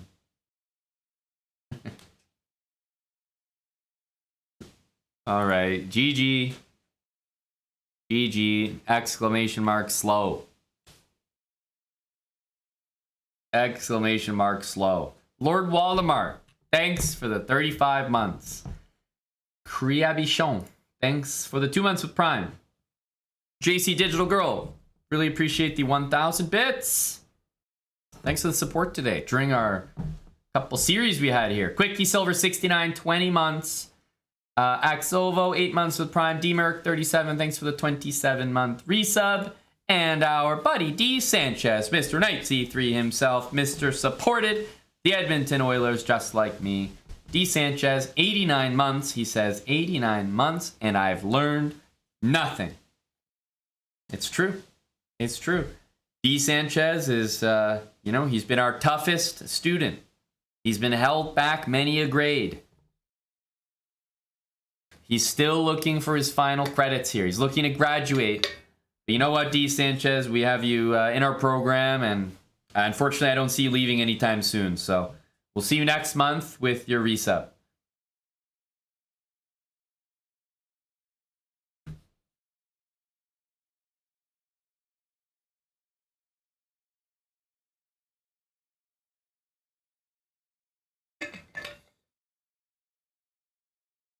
Hello, Red Drum. What's up, pal? Yes, we do have Title Tuesday starting soon in 10-ish minutes. So I don't think I'm going to have time to do another rapid game. The plan is Title Tuesday and then our viewer tournament, which is going to happen directly after. So that's the plan. I'm going to take a super short break. I saw a few plebs complaining about how many ads they were watching. So it sounds like I don't need to run any more ads. Looks like they're working just as intended. I'm going to take a few minutes. But we're going to do Title Tuesday when I'm back. Got our Hawaiian shirt on. We're ready to go. Underdog vibes. Thanks for watching. Just a few rapid games.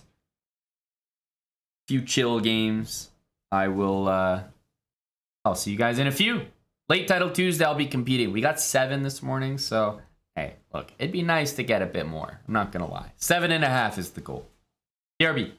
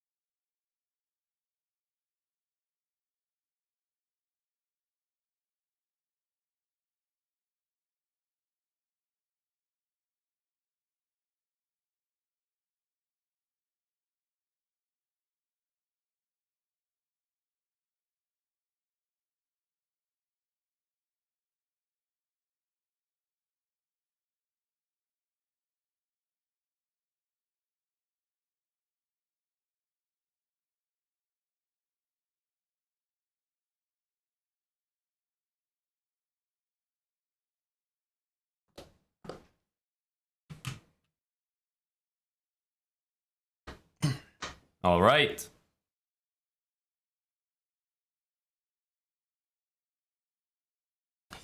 Time for Title Tuesday. Magnus is playing. Uh-oh. I think he's playing from his phone as well.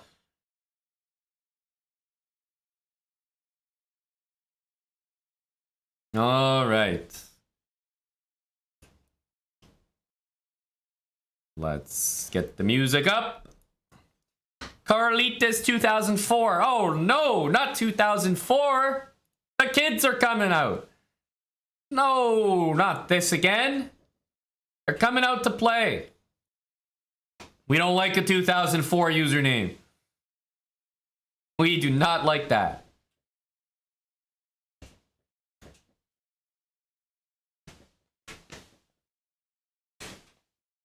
Where did I get that information? Eric is in Norway.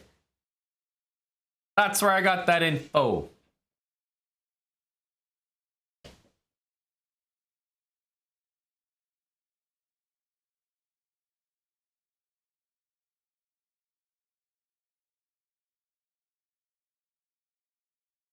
"2004 is 19 years old. What are you talking about, Joe?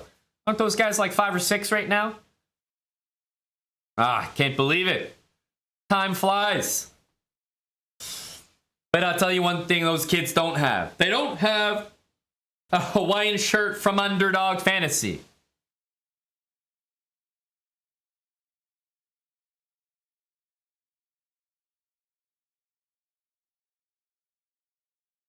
Uh-oh. Uh-oh. Takes.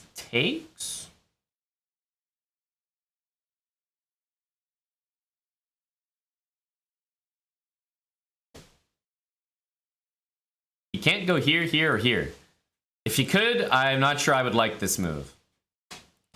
But, I mean, that looks kind of lame. It goes here, and at least we get to trade the queens now.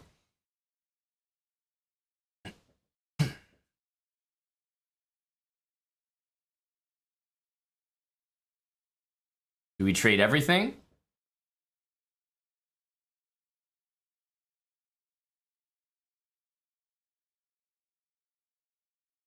Yeah, I'm thinking bishop here to go there. I like a bishop b7 move. Also, this was maybe an idea.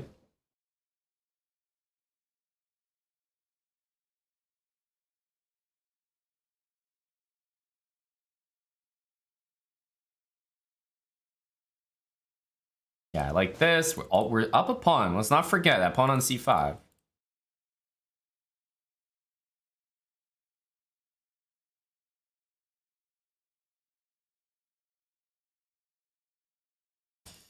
All right, not a bad move there, bud.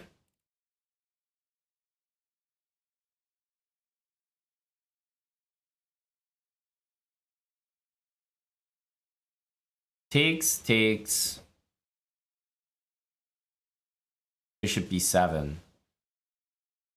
How good is that?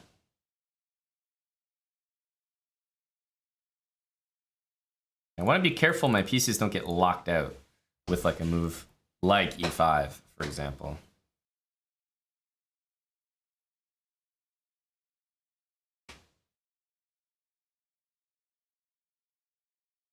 I think we should be okay there.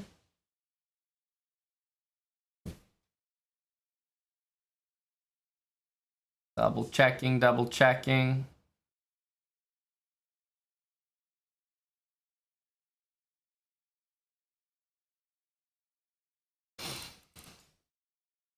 I think it's okay.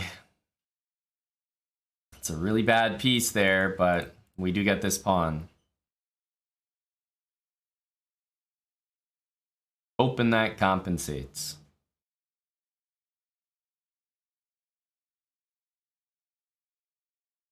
Rook b8's impossible. And if he plays e5 to play rook b8, well then the bishop's blocked. So that works out. Now we can go b4, you know, c3, a3, these sorts of moves. Yes, my bishop sucks here.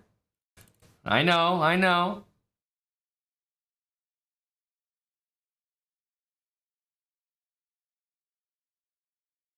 No, don't worry, we've got a check. We've got a check. I think we're okay here. We go c3 or a3. This is obviously nice because then we have 3 pawns. But there's something to be said about this.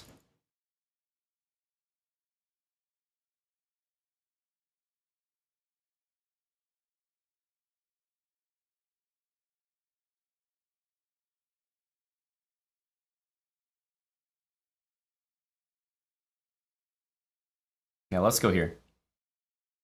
Somehow I think it's safer.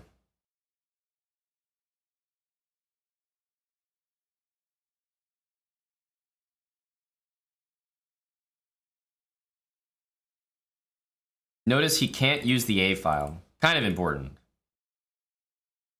Okay, now we just go here.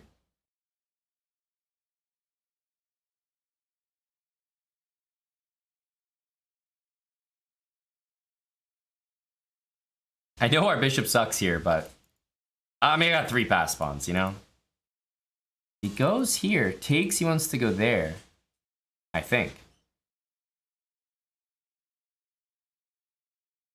Should we just go back? Play it safe?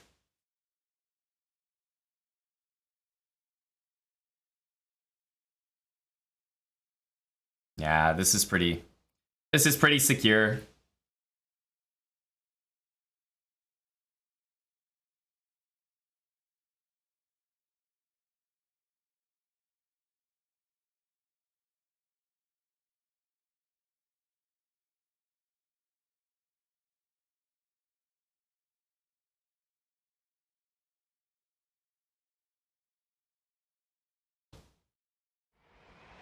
Hey. Start with that.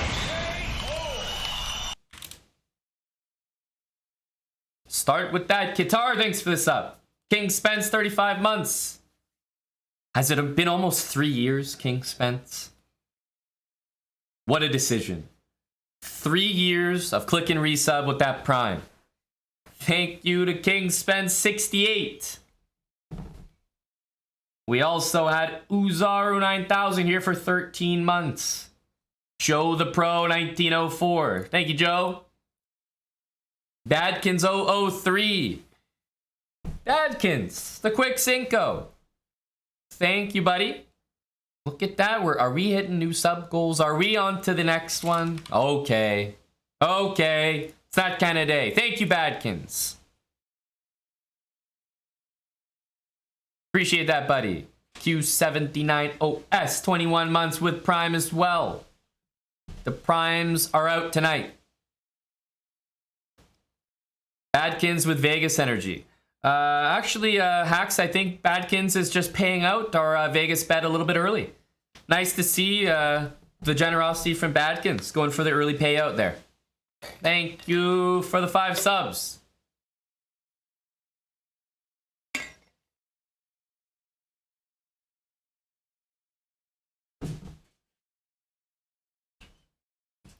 Magnus won.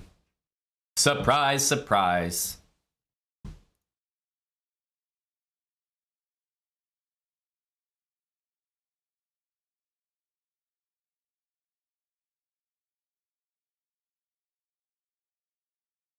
Ooh, that was a good try. That was a very good try.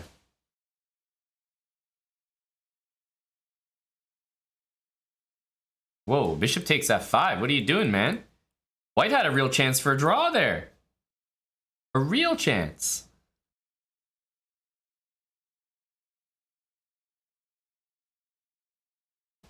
Yeah, he found that square. If he went there or there was bishop c3.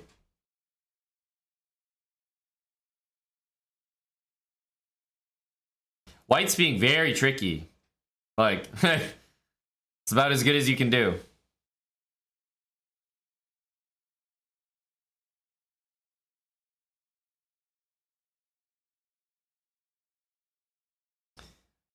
Pretty good technique from Black.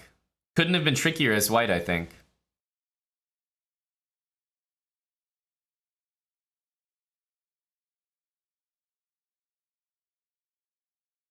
All right, all right.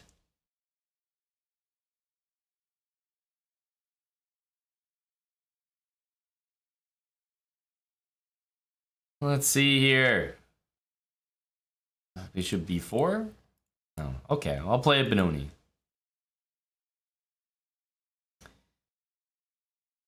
Oh. Or maybe I won't.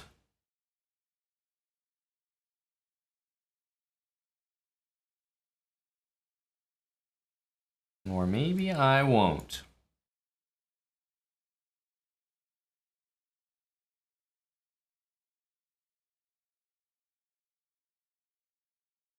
Taking this does not usually end up working out too well, so I'm not a big fan of it.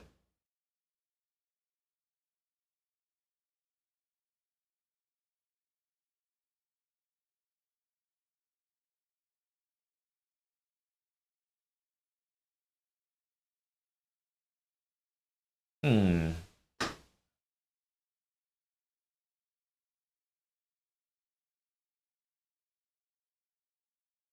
'97.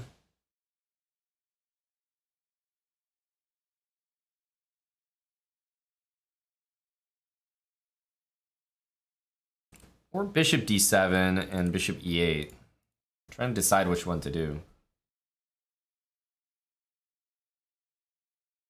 Let's start with rook d8.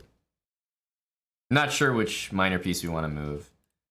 That one, I'm actually thinking bishop d7 and taking it. But maybe giving up that piece is too much.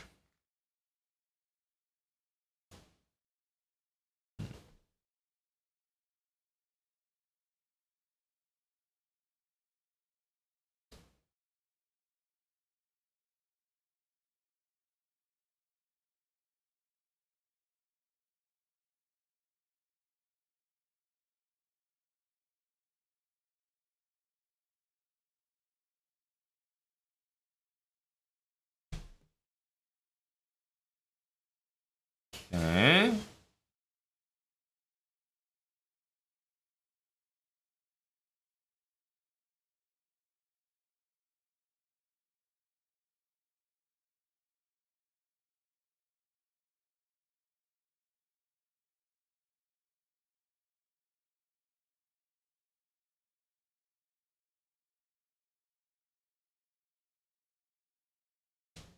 Trying to be careful here.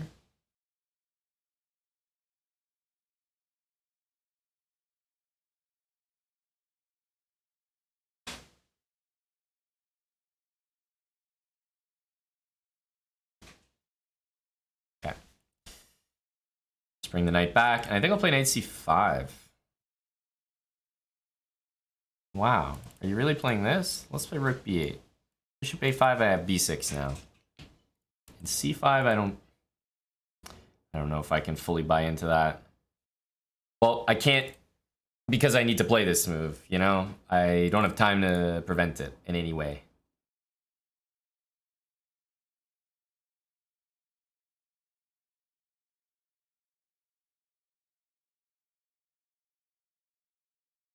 I think b6 is calling. Still tricky. What the hell? Can white really play that? Unbelievable move.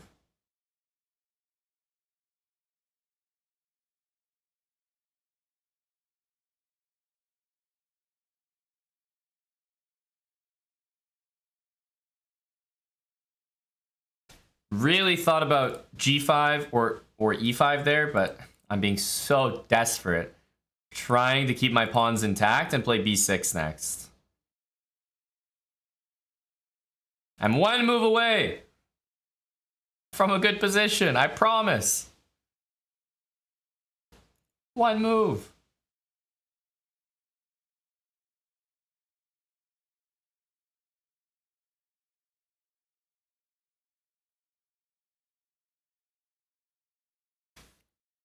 Just this move. I swear that's all I need in life. I'm a simple guy, easy to please.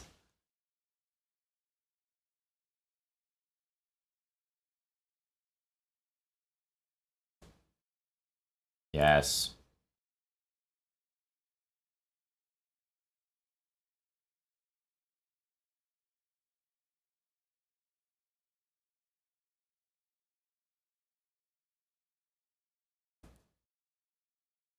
Easy to please. Look at us now. Look how happy we are. B5 is a threat. Knight C4 is a threat. Queen C4 is a threat. What about B5?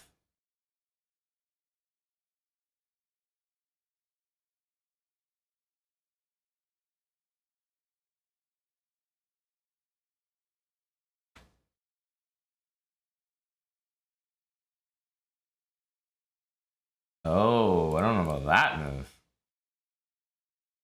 Did my opponent lose stuff here?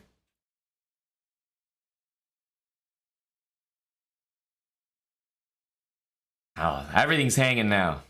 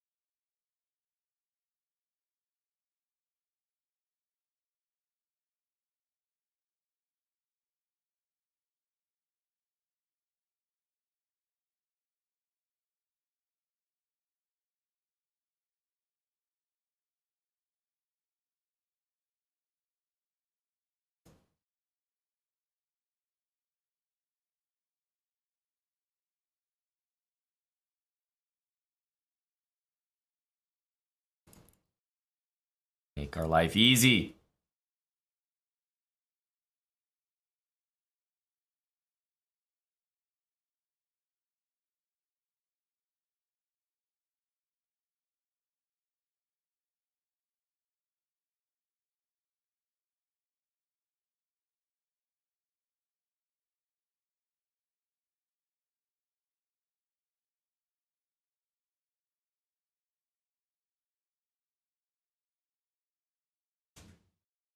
Make our life easier there.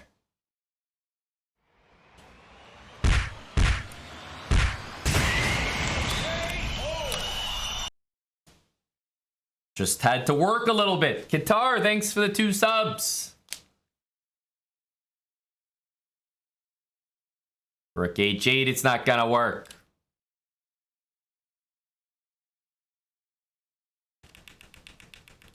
Yep. Well, that was just a free piece waiting to happen. Our position was improving though. Like I said, give me B6. I mean, you're gonna make me a happy lad. B6 is all we needed. I know White had some good options here, but man, getting that B6 move was everything.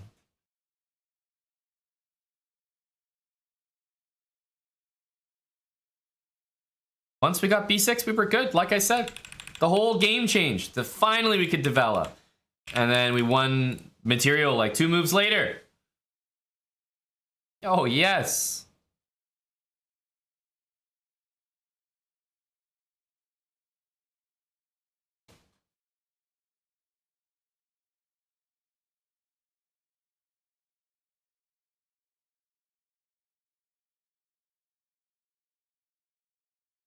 May as well try Bishop D2, even though I think you can take that.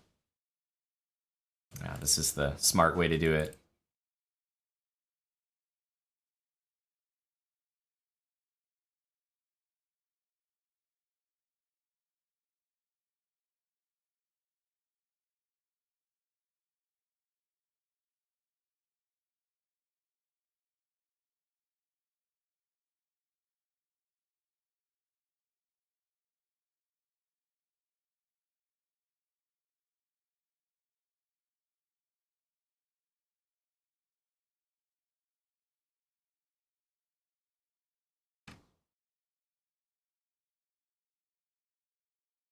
Oh, yes, Awakenings.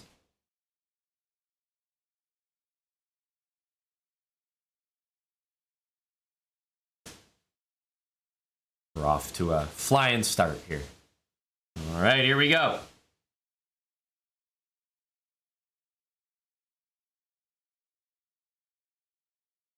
All right, Valerie. We got the black pieces again. Hey, that's not fair.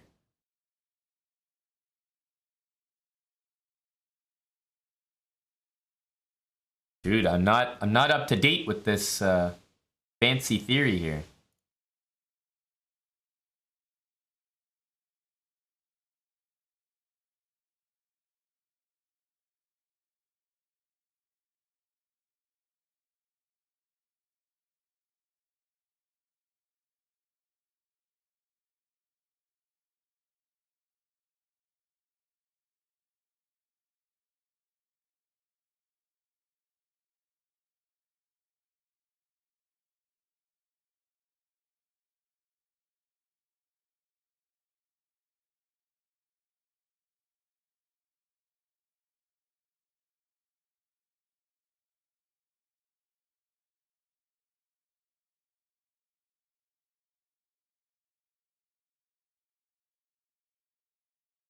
This is not, I mean, it's just double pawns. It's actually not that special.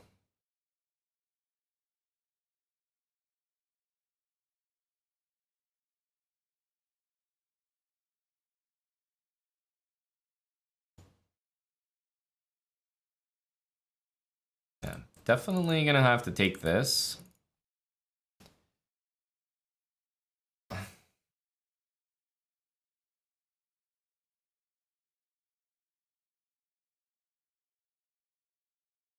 Interesting.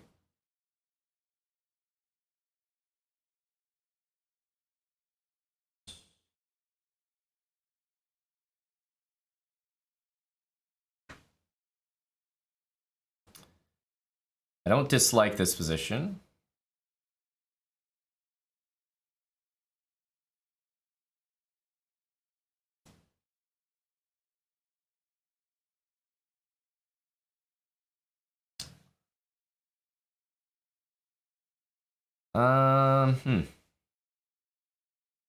Which minor pieces do we want to have on the board? That's the question.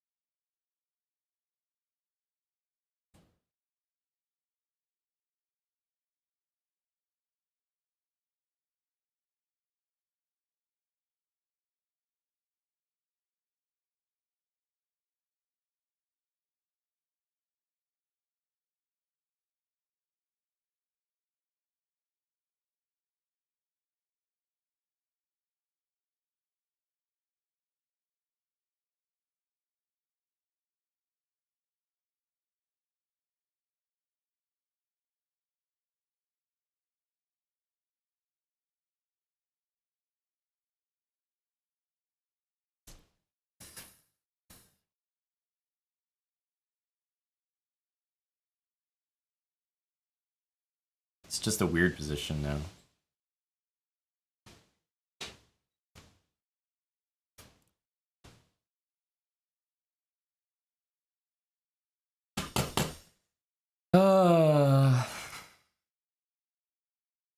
Another great position. Spoiled. Ugh.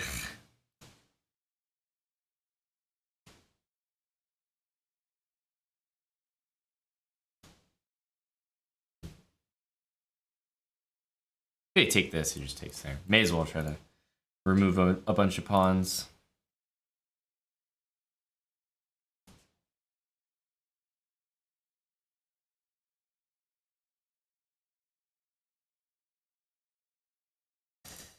Very unfortunate.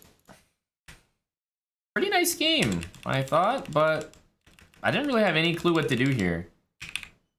He was playing as if he knew what he was doing, but it took me a while to realize that he didn't. he was just making moves, playing a blitz game, but he was playing as if he was like, hey, this is the latest and greatest theory. I mean, here I'm doing I'm doing work.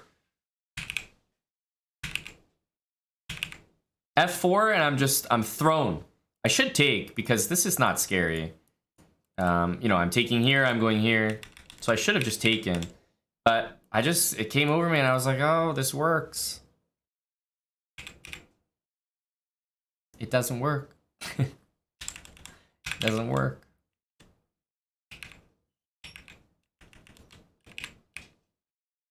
Yeah, everything was pretty much perfect. F4 is it's just a bad move, but it's a tricky looking move, I guess. The thing is, I didn't look at this and see rook e6 and think, oh, that's good for him. The sad part is that I saw this, saw e takes f4 and said, okay, that's fine for me. But then I saw this and was like, oh, that's a great move. That's much better. So that's what feels bad.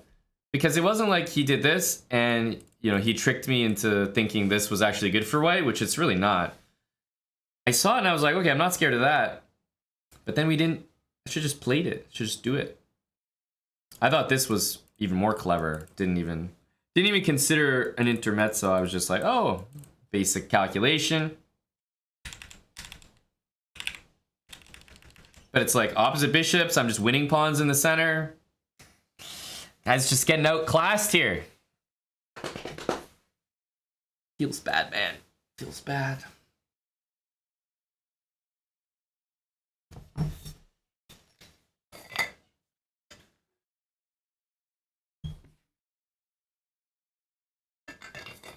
Hello, Eddie.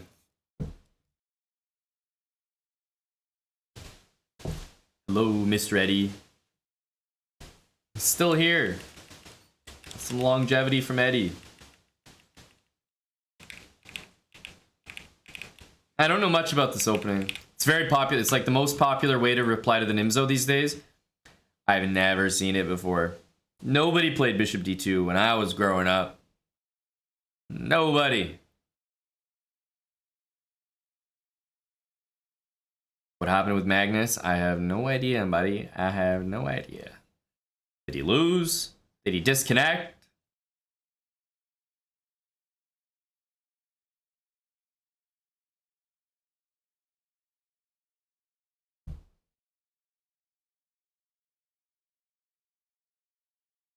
Also, why are you guys asking about Magnus? Where are the Hikaru updates?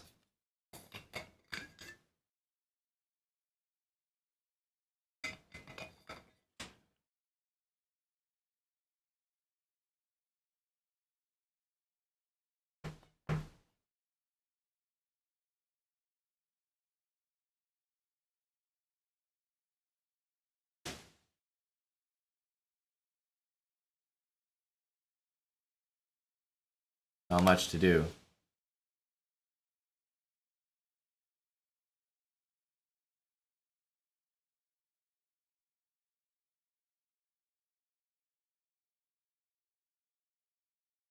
Rook H2 is winning.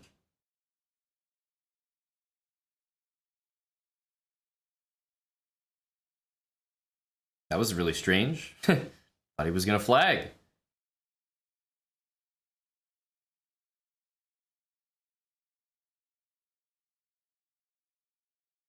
Thought he was gonna flag.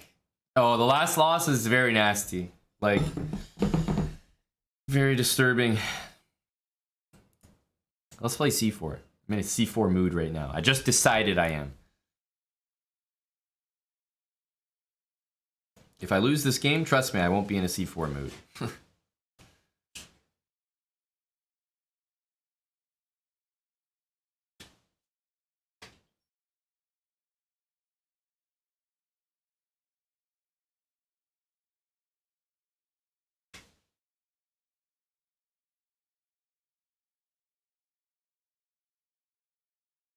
Huh?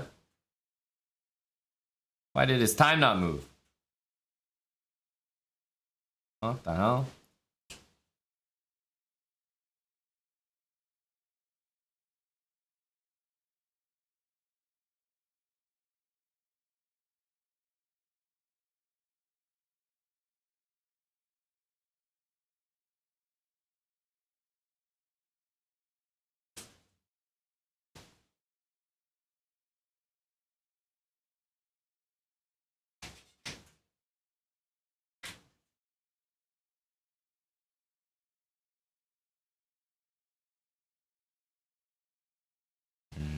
This can't be right. This can't be right.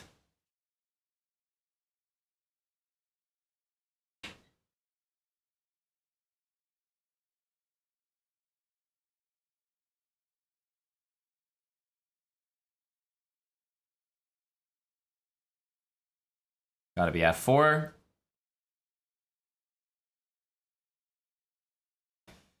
Yep, it's English. English energy.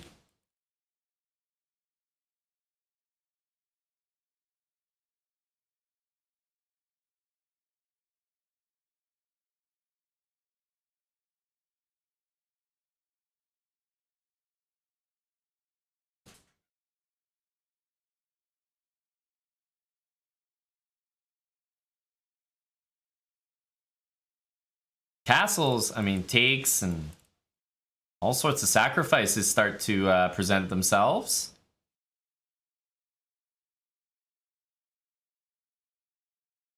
And if he doesn't castle, he could have a hard time in this game.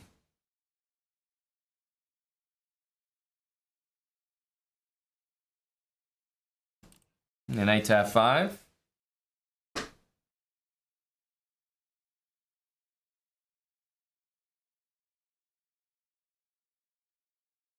Oof. Has to be good for me.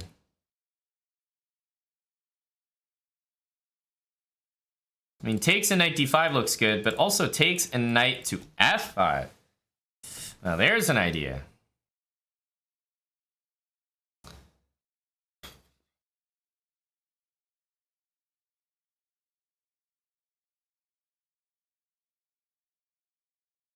Yeah, takes, he wants to maybe do that. I think we start with this move.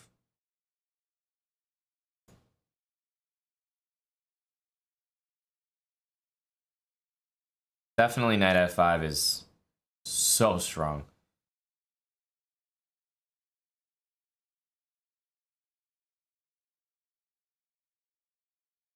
And we just take. And then e5, hitting the queen and the knight. And queen c5, we play d4.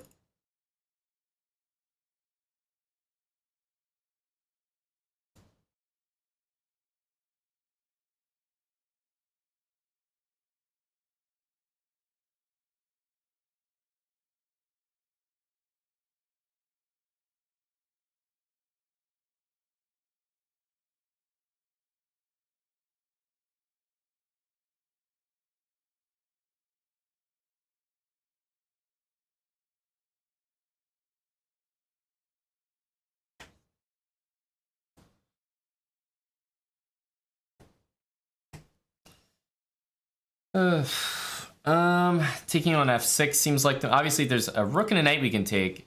If we take here and he takes back and we take here, we're up a rook, but he's not going to do that. After I take on a8, he's going to take here, and that's, I don't think, what we want at all. So, yeah, let's take this.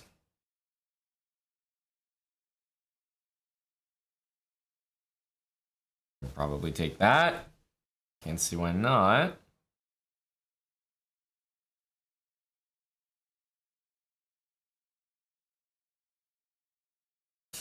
I guess queen takes there is a threat, sort of. Kind of, sort of.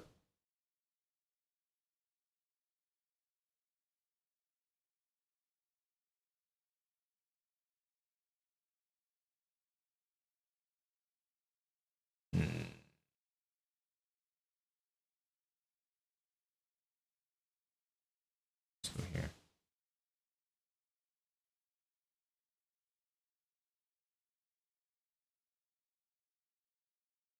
Just pile up on this guy. Queen c6, I think. Or queen d5. Probably this.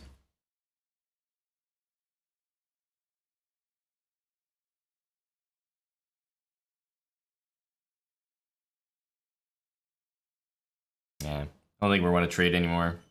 Bishop d5, queen e5. He also can't play a3.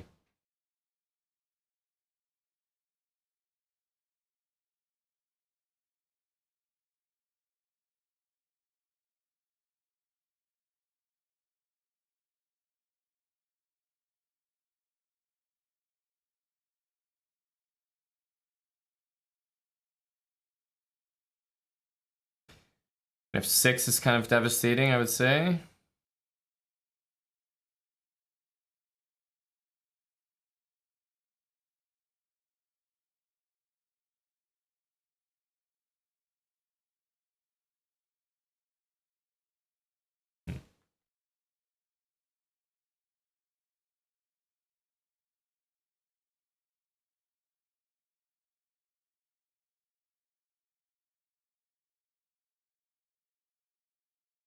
Okay, okay.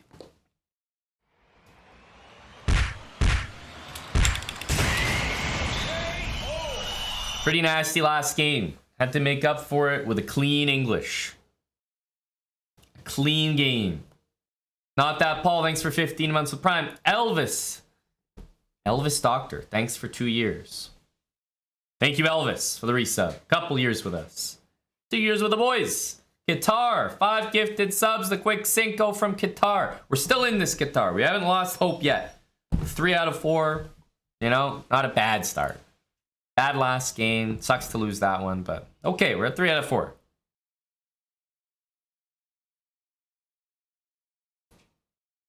Three out of 4.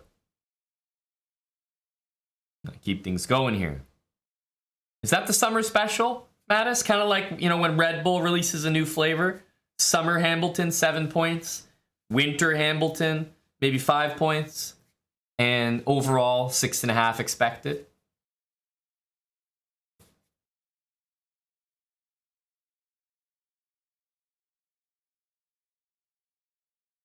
Oh, speaking of a summer flavor, might be time to get a Red Bull.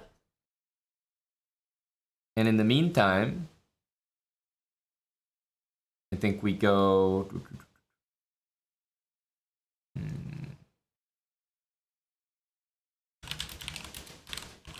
Let's go for a very old pan pot set, 7 years ago. Good vibes. I'm gonna get the drink. I'll be right back. Not bad. 3 points. Thanks, Guitar, for the support.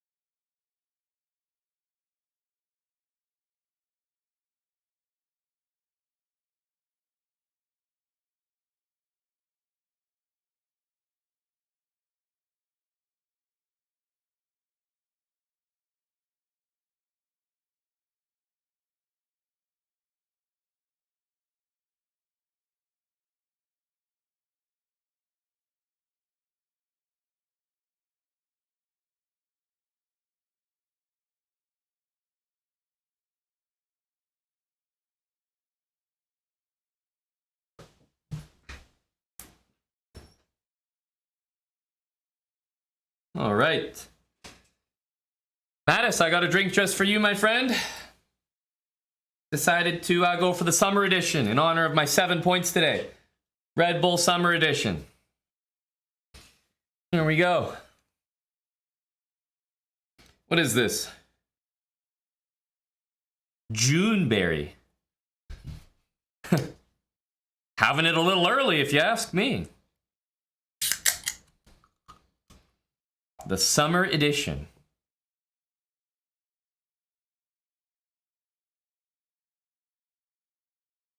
Whoa. It's pretty good.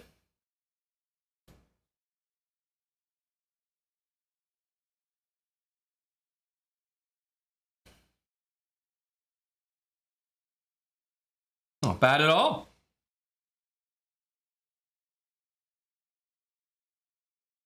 Now, Red Bull, that's what it would look like if I was sponsored.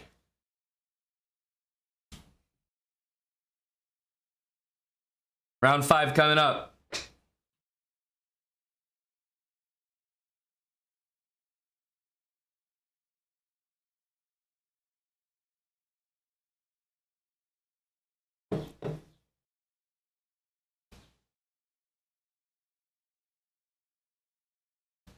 Hello, Qatar. The wings.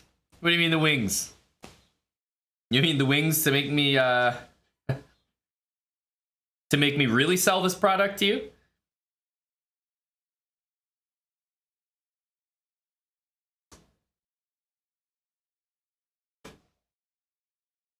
That would be a surefire way. But I don't think I can pull it off. I don't think I can pull it off just yet. Maybe I have to finish the can before that happens.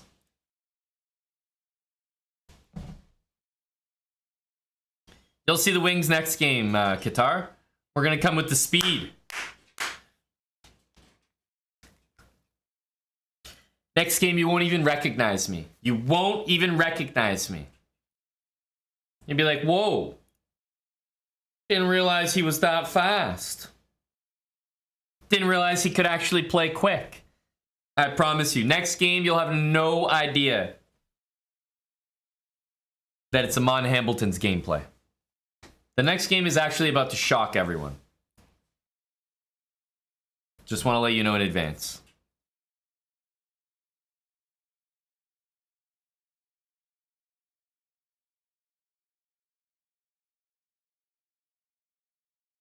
I didn't chicken pants. No, I missed that, sorry. Hintz scored and Johnston scored. Wow. Look at us. Buddy, we gotta start a business. We gotta lay some coin on that. We'd be printing right now. But we're still printing on Dallas.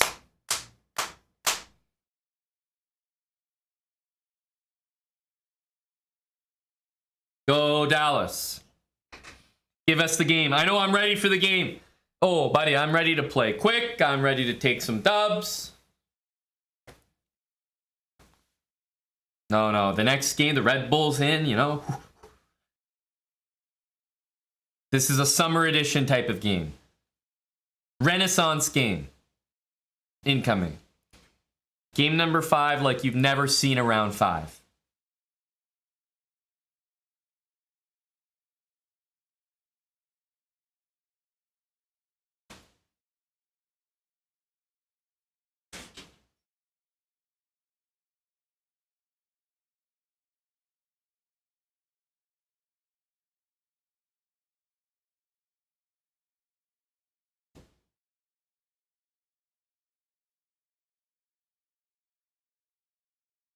You ready for it, Devious Coconut? You ready for a model game, Captain Micmac?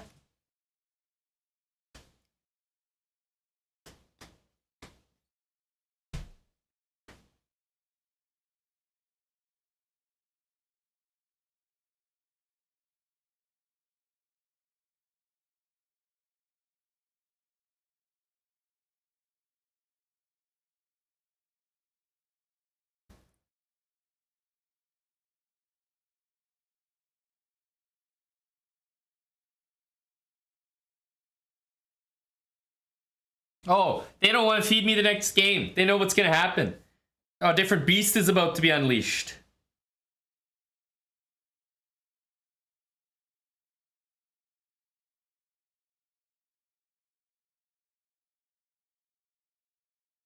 No chance, wild hacks. No, no, no. No, sir.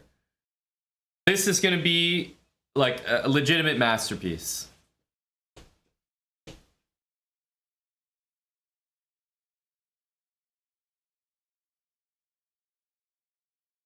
No, C4. Let's stick to what works. Let's keep the C4 vibes going.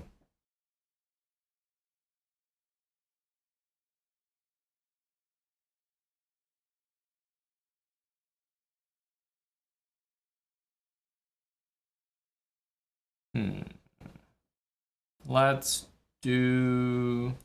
okay. This. Have to attack that pawn, so it was only between those two moves, really.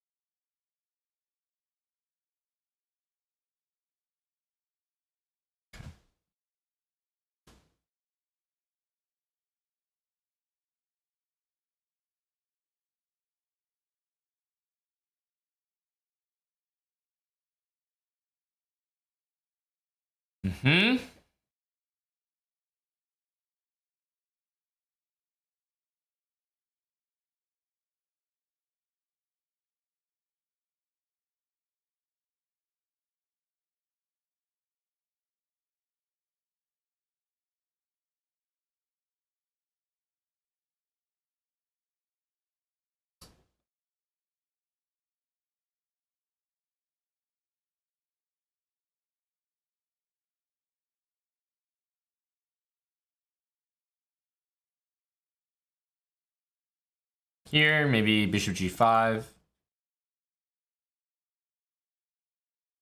h3 always good.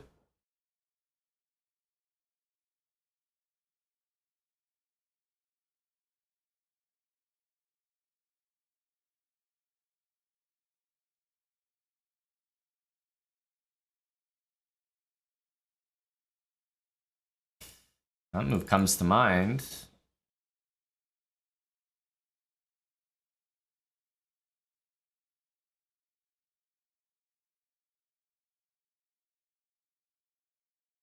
Just kick the bishop. I think knight f5 is a good looking move.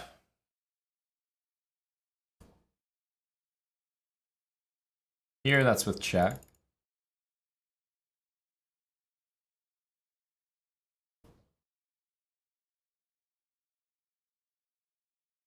I mean, knight d5 is screaming. In fact, maybe it could have been played last move, but no, I think we keep the pressure.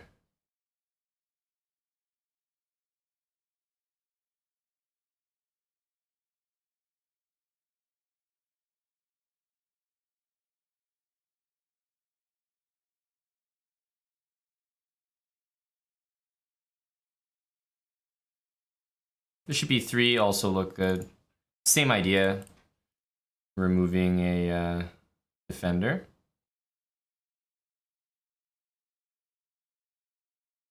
Here, I think he can start thinking about pushing, so I think we need to act right now.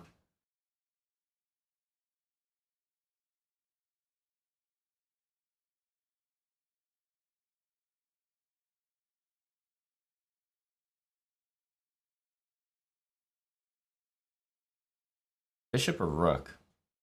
Not too sure. He's gonna have to play b6 afterwards anyway.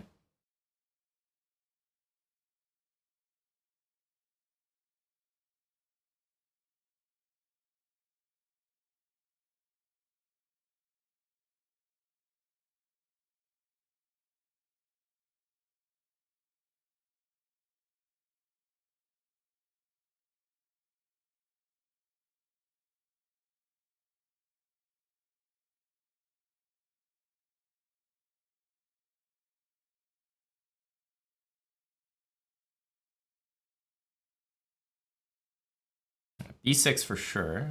Now rook here.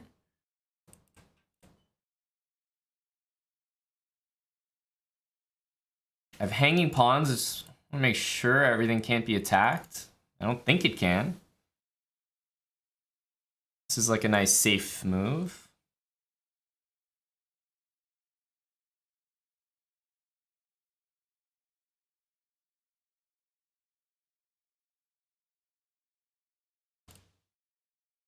Just keep everything under control.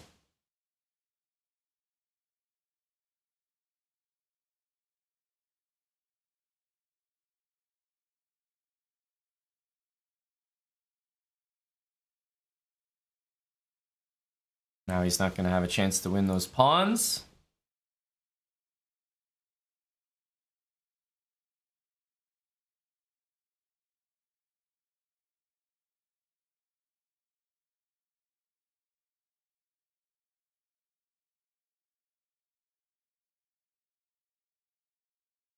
It's a little annoying, I'm not gonna lie. I'm not gonna lie, that's frustrating. But maybe we just ignore and start to make threats of our own, like on the last rank.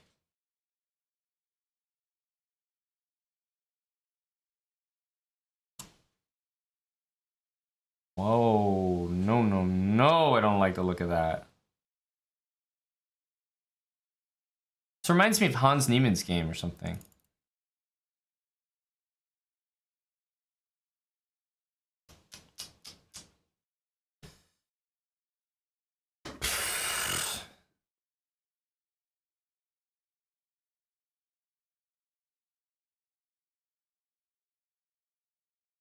This is extremely annoying.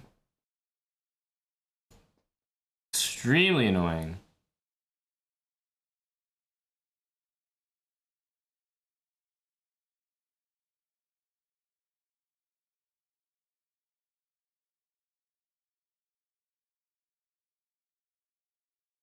I think it might have been lost to take.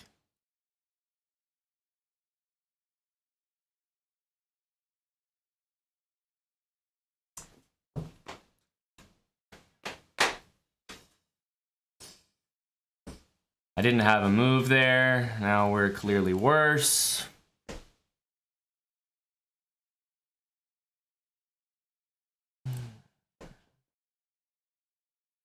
Clearly worse.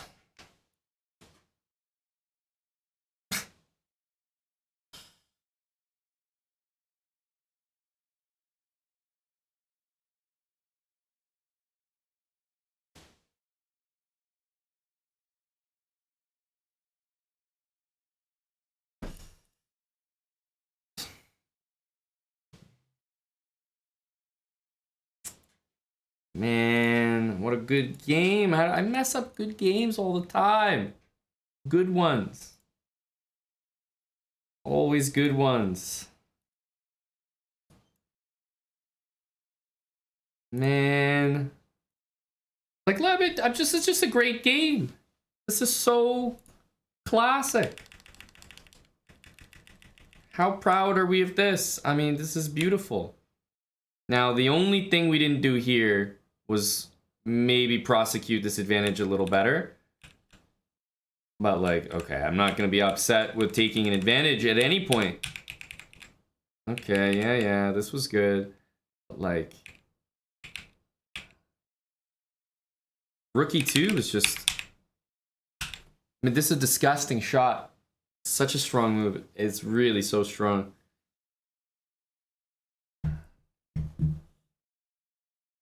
Nasty. I don't know what to say. I mean, this is a nasty shot, but even still here, I had definitely lost the control. I had the control kind of like here. Maybe here. I still like my position here. But like right around here, didn't love this. I needed a better move here. B4 was pretty lame. Maybe queen c3 and just play a3. You know, something like this. This, I have like no worries. Ever. So, I mean, just so many questionable decisions. But I just don't get it. This is like a marvelous game. Beautiful. C4. Oh, love the game. But I have no execution, I guess. I'm missing, like, very, very obvious stuff. I'm playing 2500, by the way, with 3 out of 4. This should be like a free point. Of all the people, you know, of all the pairings, this is pretty generous. And I did not make the most of it. Here, I think this is lost, so I was a little upset.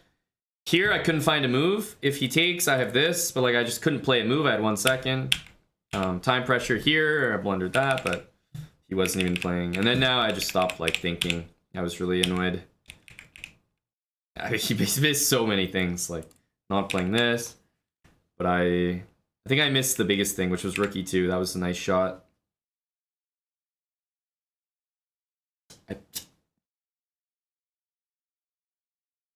I don't get it. I don't get it. What more can we do? I'm gonna have to just convert all these winning positions. Yeah, just convert them. It's that easy. But it's very annoying. That was a good game. But I'm playing a lot of okay games. What I'm not doing is converting any of them. So it's fairly disturbing. Let's drink up our summer edition. Ironically, we really did play one of our finer games after that. I'm not upset with that. It's gonna go here? No.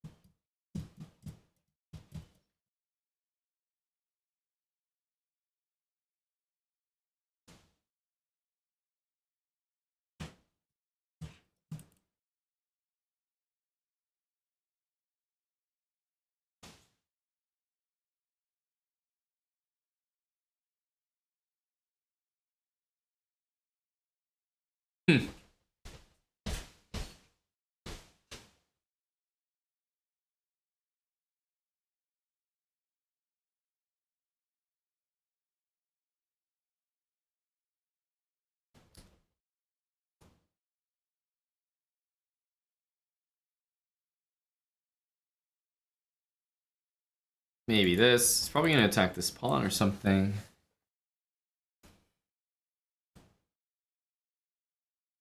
Oh, so upset with that last game. So upset. F5. Okay. Okay.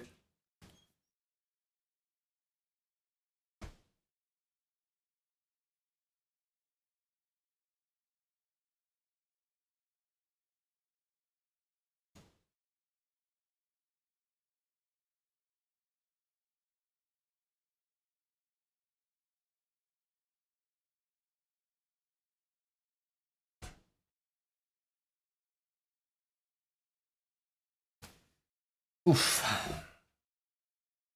Took the wind out of my sails. I feel like that happens a lot in Title Tuesday. What's going on here? Here, Queen F2 maybe?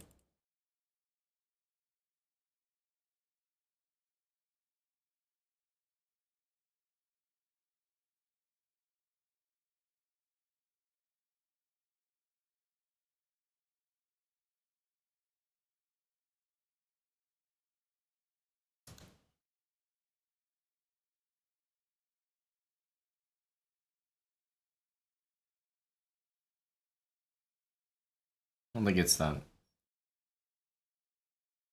bad.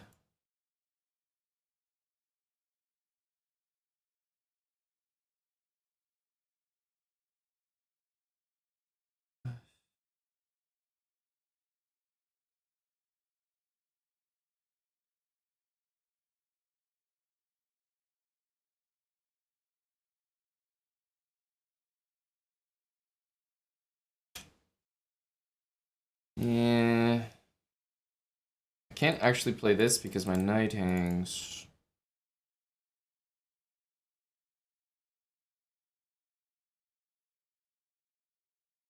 I suppose I have to play this.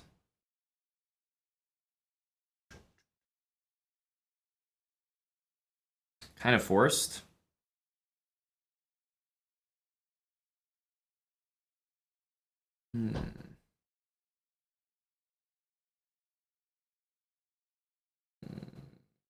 I guess this is coming. I don't have time for any like any attacks on the queen. Knight d5 is gonna knock me out. And knight d5 hits my queen. So again, I don't have any time for that because that's a check.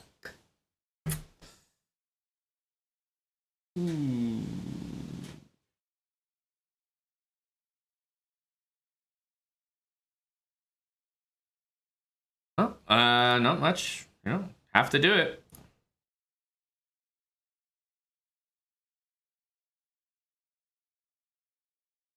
I mean, what else? I don't know. Oof, I mean, it's pretty bad. Doesn't get much worse. It's not get much worse.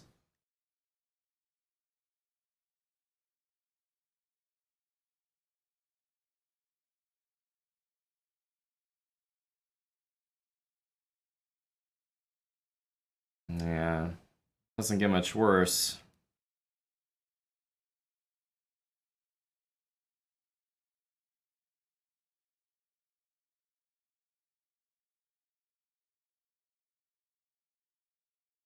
D5, rook f8, c4. I mean, at least we're not completely lost.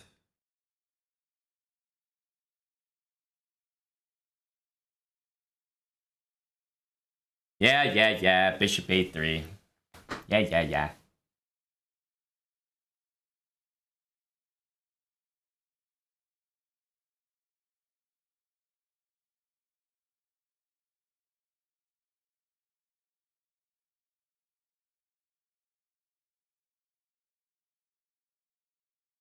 I swear it's so hard to make a threat here.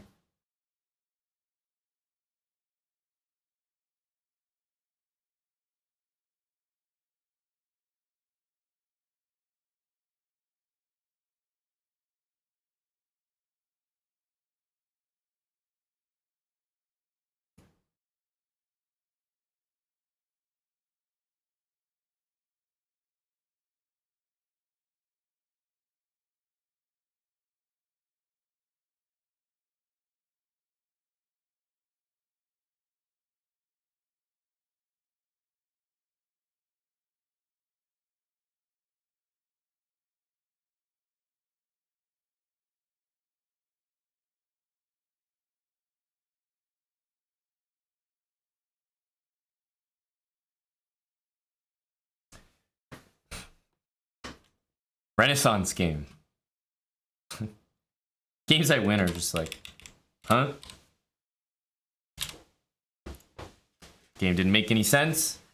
Finn Barker, thanks for the Prime, man. Thank you to Mr. Finn. Brand new Prime sub.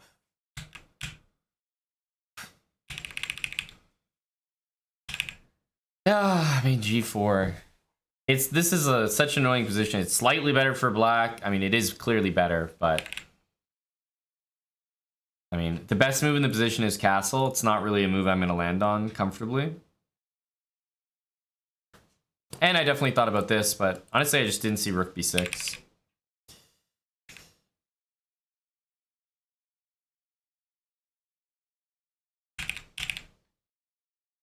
Well, at least I played this all correctly.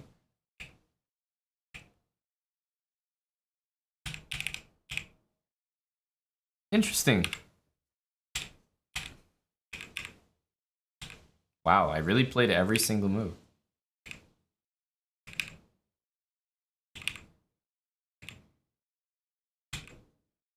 Wow, that's kind of remarkable. Every single move I played, even here, is the best move. Wow, go me. All right, so we played basically an awful move bishop c2, and then we played 22 of the best moves. And that was enough. That's impressive. I'll take it. It looks like my opponent had to take the draw, like queen d5, queen f7. Not had to. I wouldn't, certainly, if I was playing white, but at some point you have to take this draw because, I don't know, this is a threat. d5, there's c4 as well.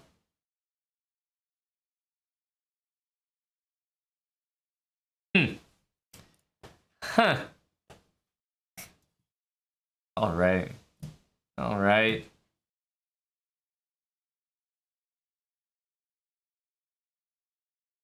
Thanks again, Finn. Oof, we got to keep c4 going. The last game we lost with c4 is still so annoying to think about.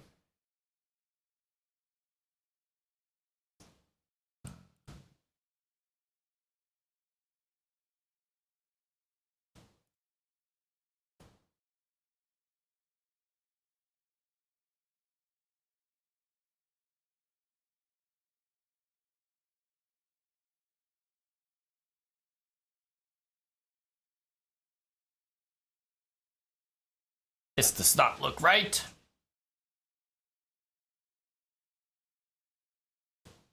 If we go here, he's just gonna block, so I don't think that's necessary.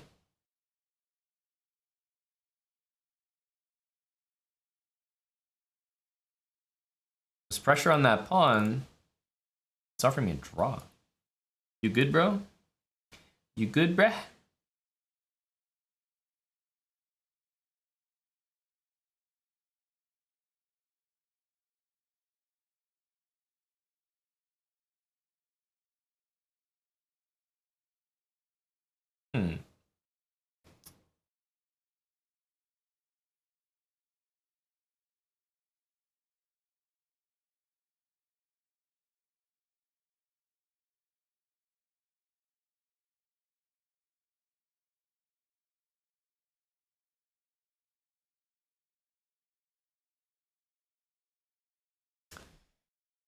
Da, da, da, da.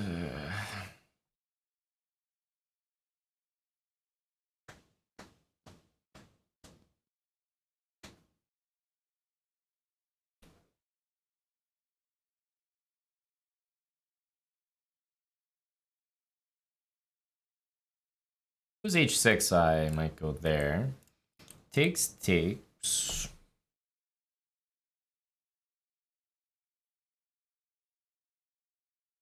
Just do it.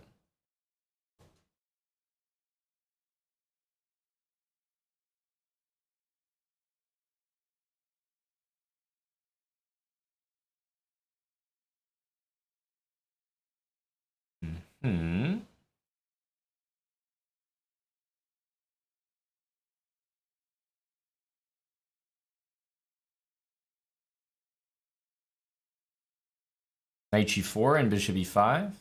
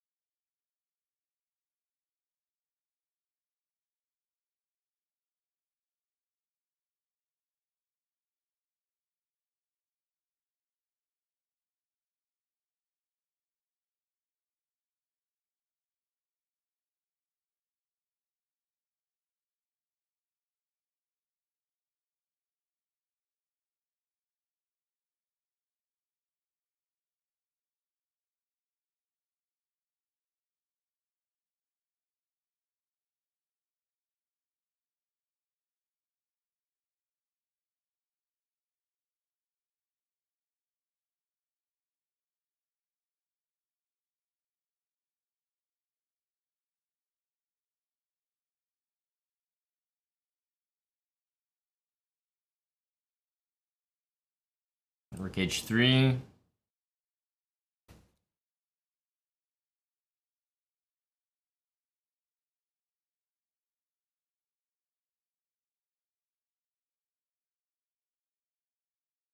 Even consider this. Does it work? Of course it works.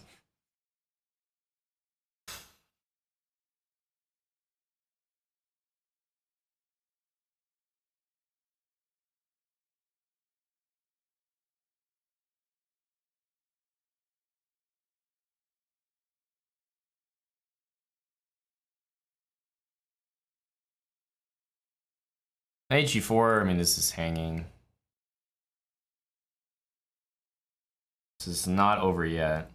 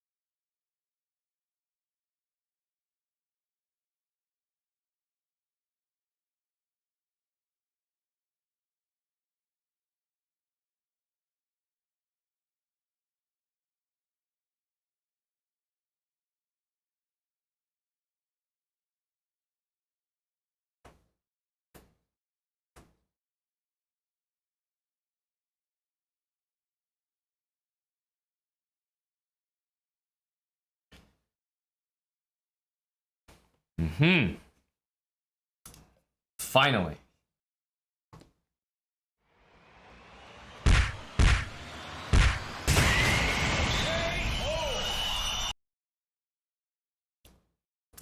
Finally.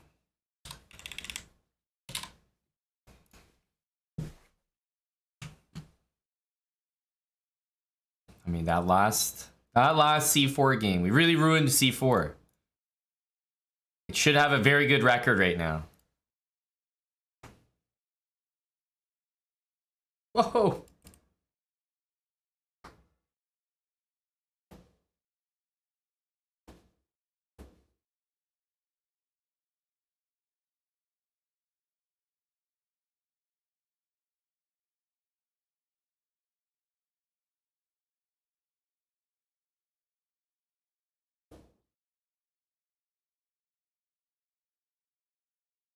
This is the game.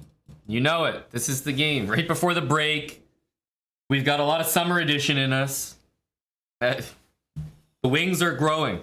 They're fully formed at this point. Running out of excuses.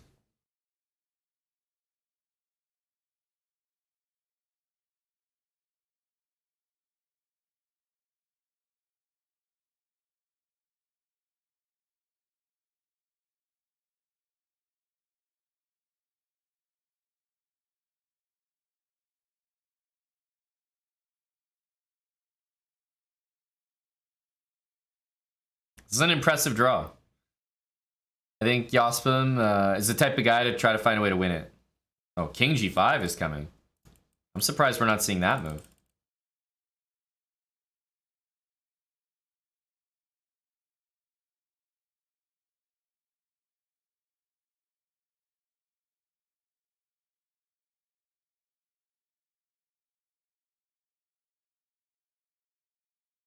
Very tough position to win for white. I mean, objectively, I think it's just a draw, but black's king needs to be on g7, I would say. Like, I think you want that there.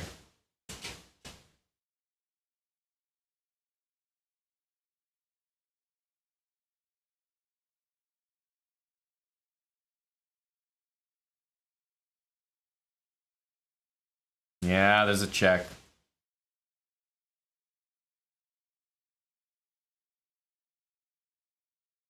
Oh, black plays for a win. Black can really win this as well. This is not just a funny attempt. Kitar, 10 gifted subs. Hey, just saw those. Thanks, Kitar. But Kitar, hold your breath. Hang on. We got another game.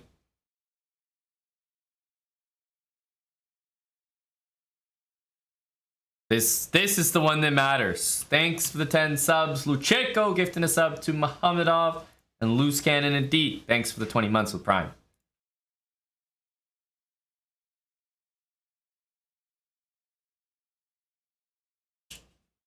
All right, all the games are done. Here we go.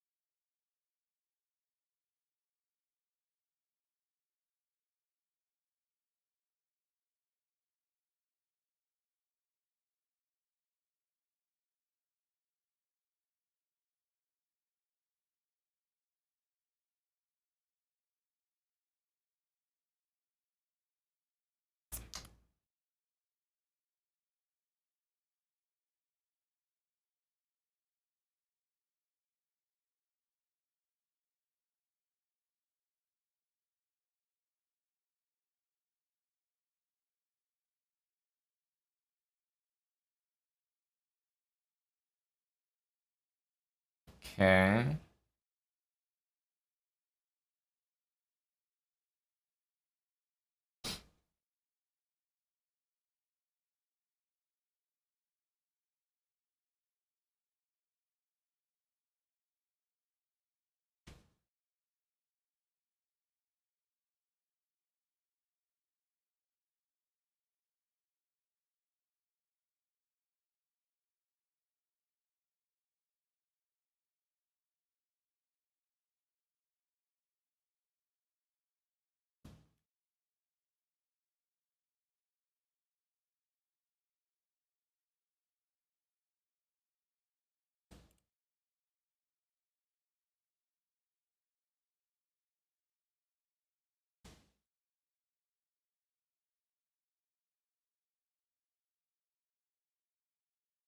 Yeah. I think I want to do that.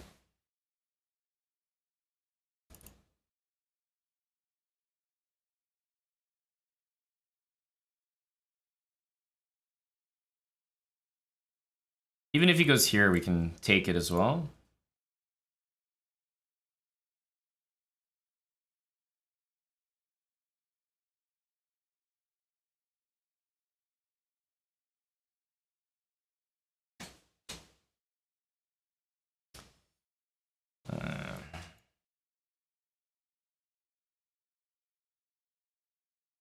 Now he can't take en passant, so we know we're not dealing with that. We have the b4 square covered.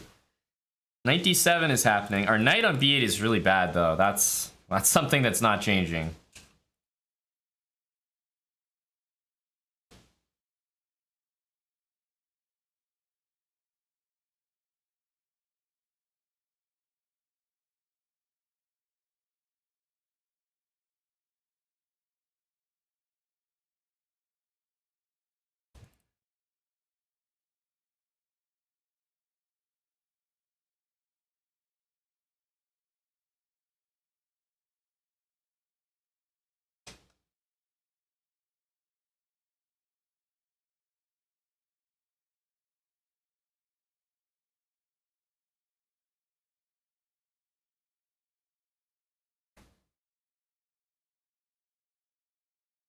Um,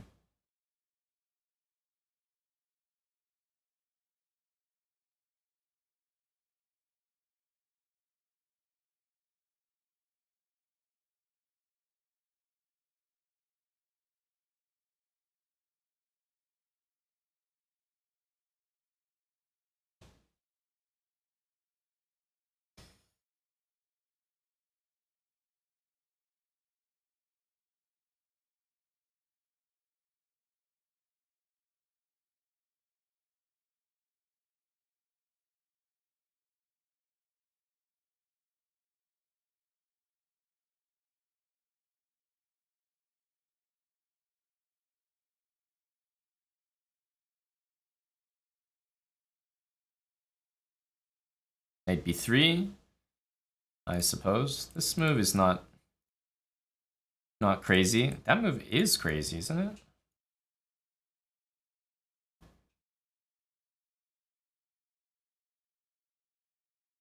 I still have a lot to deal with on the king side, but I mean, yeah, this should be should be good. Yeah, it'd be for probably just a4.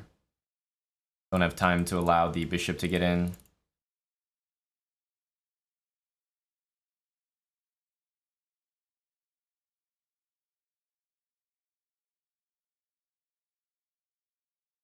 Rook there, we'll go rook g8. Here, we'll go here, not here, to not allow queen c6.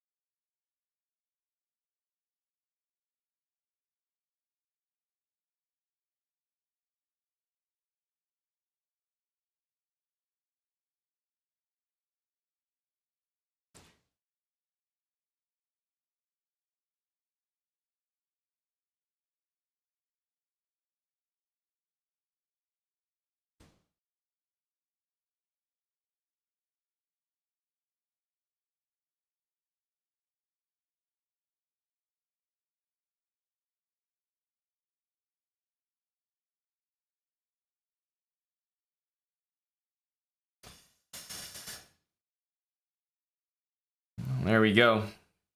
There we go.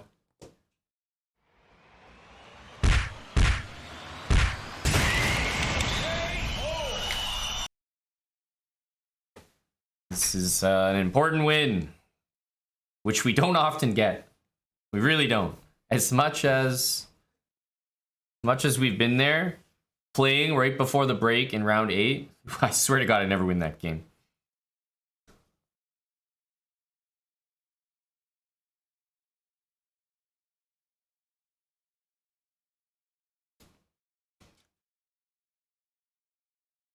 Bortnick has 7 out of 7. This looks like a dead draw, though.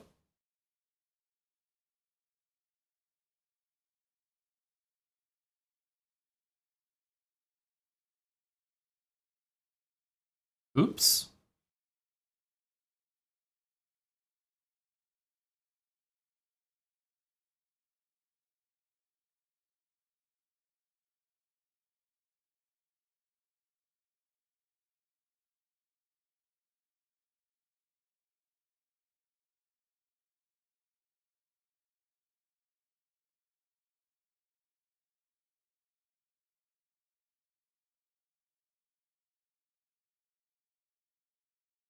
Guitar, 5 gifted. There we go. We didn't waste the energy from the 10 subs.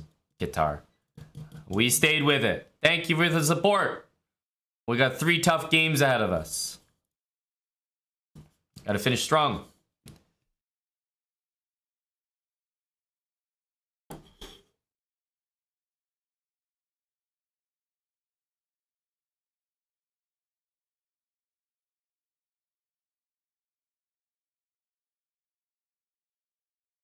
Appreciate that Guitar 001 with the Cinco. The quickest Cinco. Here. I would play rook there. I don't know. He's not interested. He's not interested.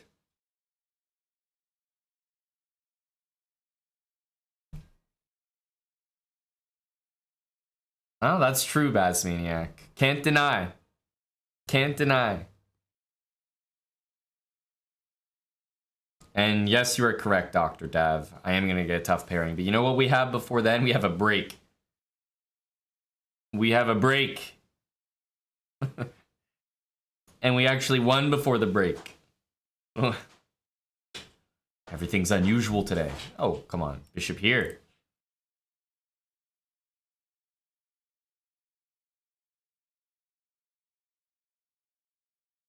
Bishop here. Finally he sees it. There you go. Oh, he's not taking. He wants to win on the board with the black pieces. Got it. Got it. You want Dr. Usadek? This chess isn't doing it for you? Needs more Dr. O? I think everything would do better with Dr. O, so I don't blame you. Thanks, Lord Tricky, for the raid there. Just saw that. Thank you. Yeah, the next pairing is probably gonna hurt. Next pairing is gonna hurt.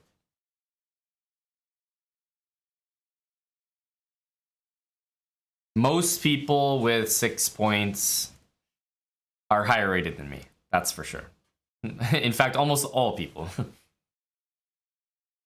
So we're gonna get a pretty tough opponent. Getting paired up, obviously, because we have 6 points, but question is against who? Whom are we gonna get? Well, thank you, Eddie. I'll remember that. Magnus? I don't think he's in the tournament anymore. It looks like he played a couple games and then peaced out. I think he was playing on mobile though, so maybe the internet wasn't good or something. Yeah, Dawudus, C4 has been, it's been the move.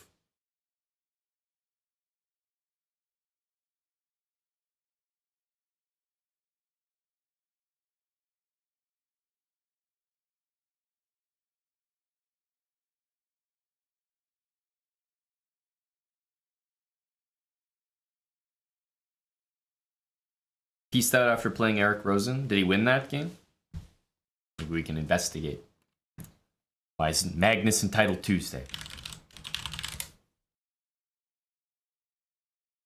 Well, he won that game.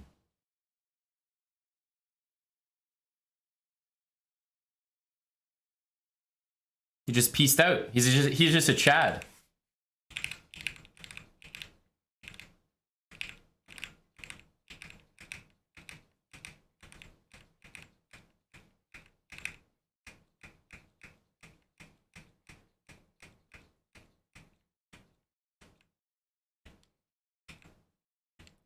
Wait a minute. Bishop A3. Rook F8 check. No. That's disgusting, no? Oh. Oh.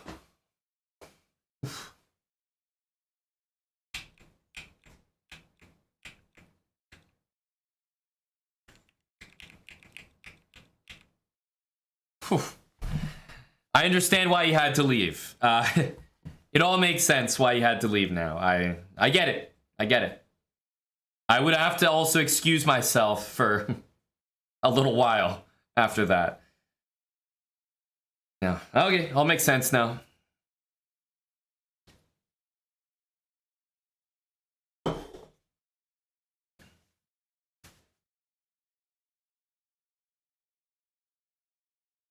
I didn't fish. Is that in the sauna somewhere?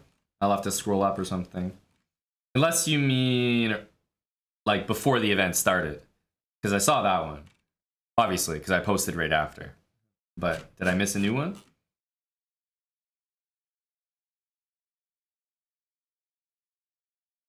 Still over 2 minutes on the clock, yeah. Disgusting. Disgusting.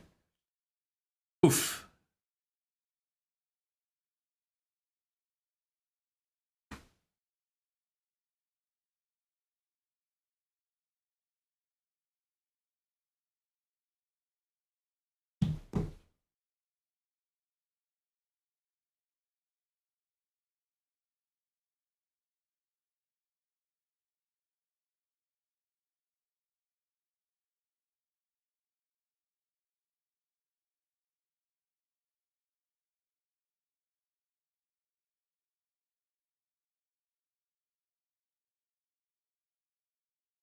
All right, guys, we're going to get a tough game next. How long is the break? I don't know, maybe this long? Feels like it's probably a couple minutes more at the most.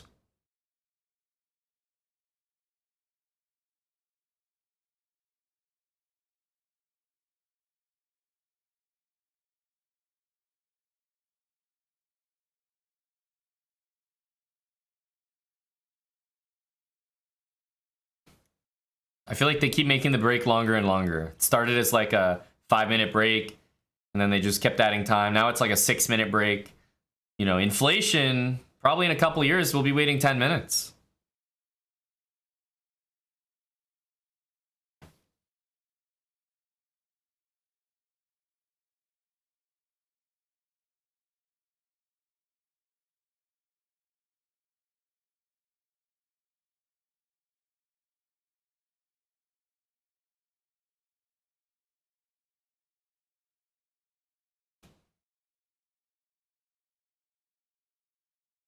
In 10 years, it'll be a 2-day event. Yep, I can see that. All right, Sergio Chess 83. I think this is Gregorians. Yeah, we just played with white, so... Actually, no, we just played with black. I got black pieces again, huh?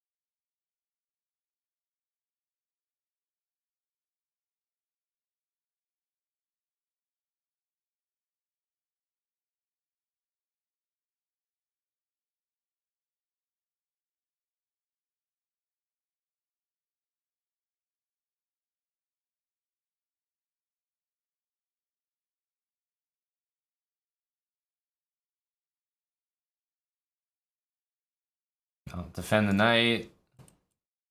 Suppose his bishop goes here. Could go to a6. But at the very least, he can just do that. And there's rook c1, so I think I'll just put it here. Pretty normal, I think, is h6 and like queen f4. And bishop f3, something like that. In the meantime, rook c8 is always a decent idea.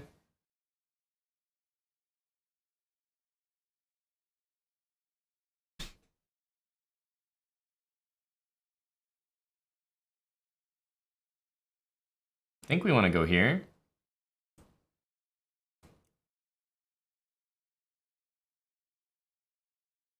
After this, we can take and play that position. 2 bishops for him though, but I was thinking queen g4 and then take that. Is there anything wrong with that?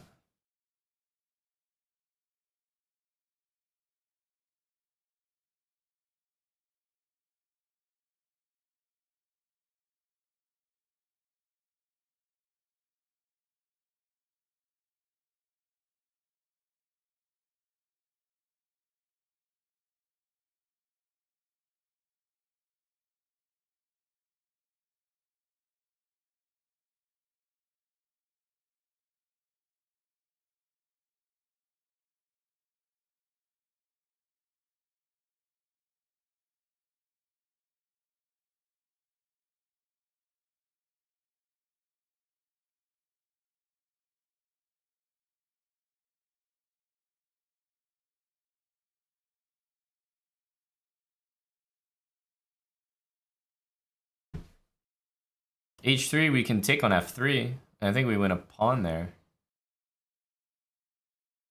Or we can go queen h5 and just keep the pin.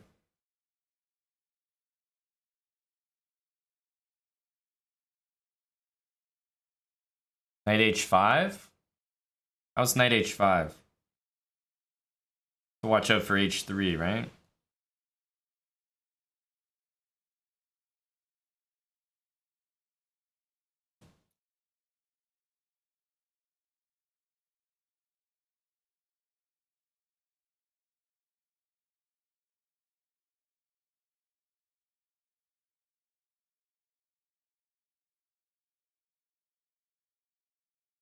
Yeah, here there's h3. My queen would be trapped. I need to have that square.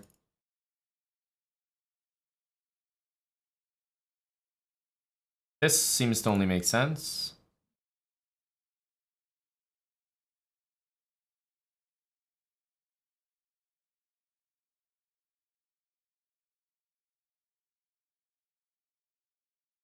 If I took and took, there's always this trick, so it's not possible.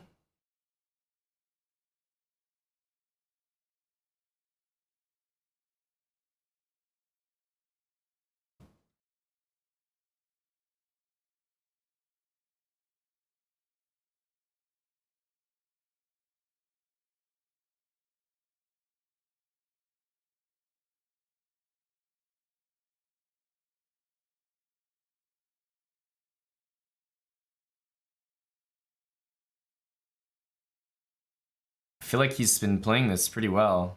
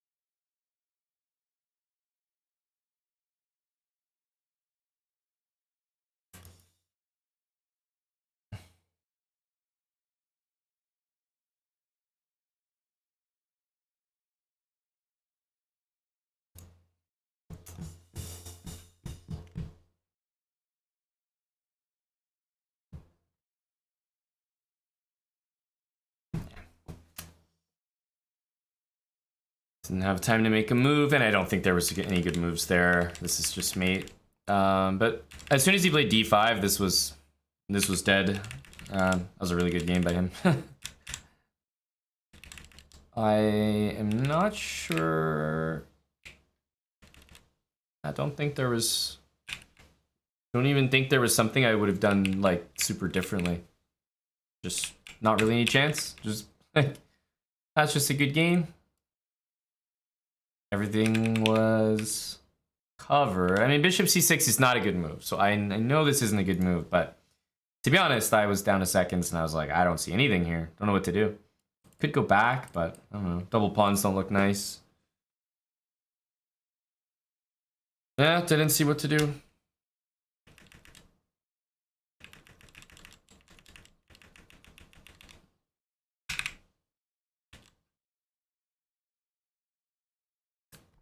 Bishop b7 might be better, but I thought, okay, just clarify the structure. Put the pieces out. I mean, white's a bit better here, but it's just the normal position. A lot of times when they go like that, the move is actually, well, sometimes knight h5 to stop bishop g3 and then play knight f4.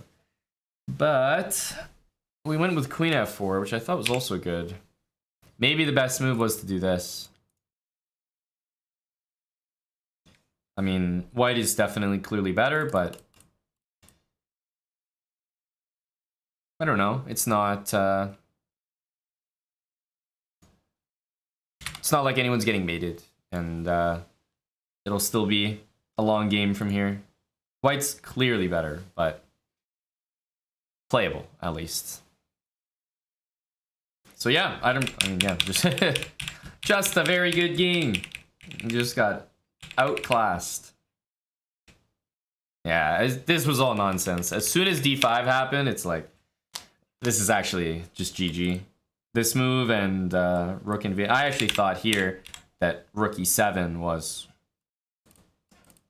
That was it. I thought that was over.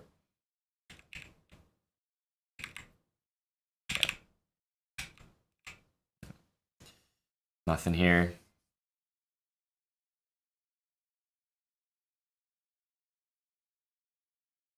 Bortnick, wow, he won again. 8.5 out of 9.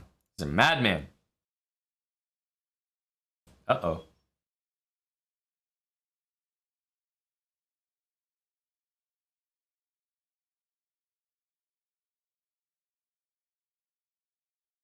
Wow, knight takes? Oh, you have to take. Had to take.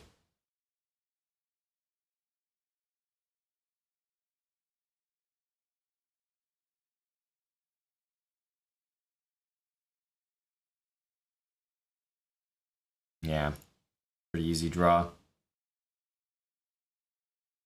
Actually, never mind. Not an easy draw. A draw, but not an easy one. He's gonna have to play more moves.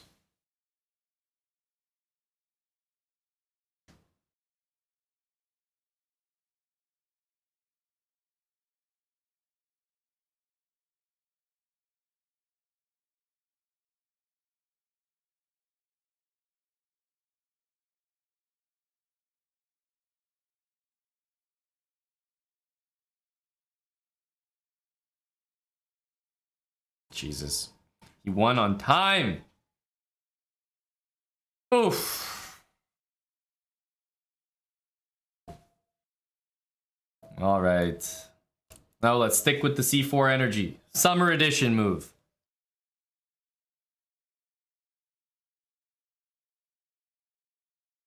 A summer edition move.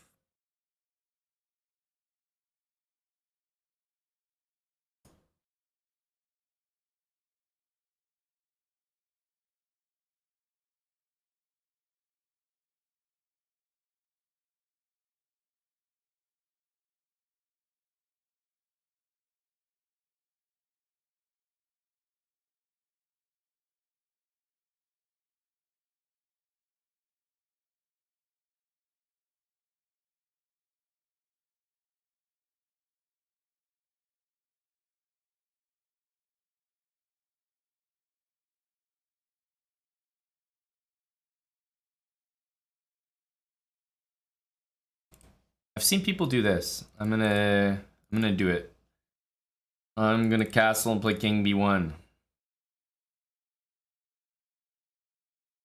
That's what I've seen the cool kids do.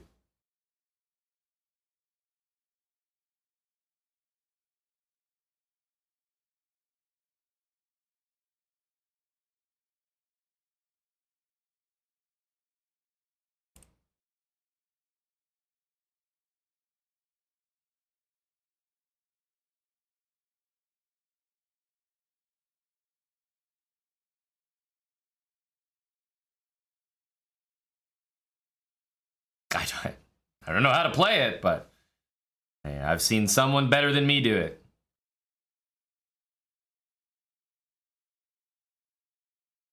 It must be playable.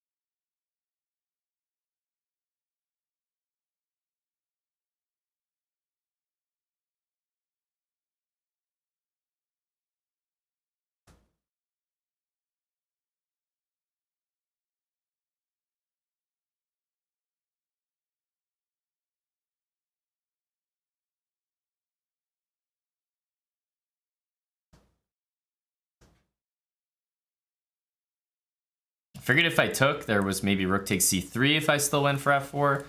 I don't necessarily think this is good. I think you're supposed to take, but whatever. Whatever. Took here. What the hell? Oh my god. Whoa. Got b5 coming and everything.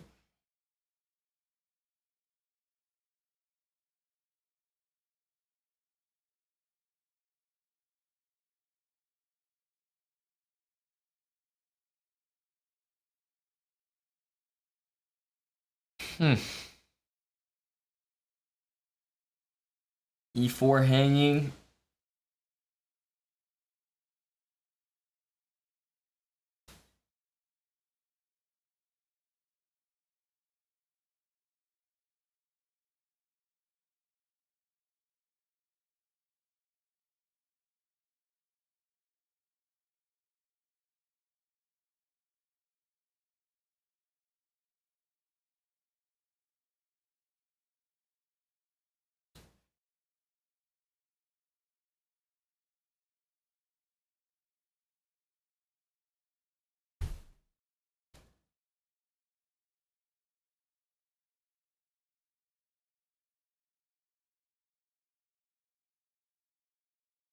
Said like to go, takes, everybody takes knight f5. Nice trick, but he has queen e4 check.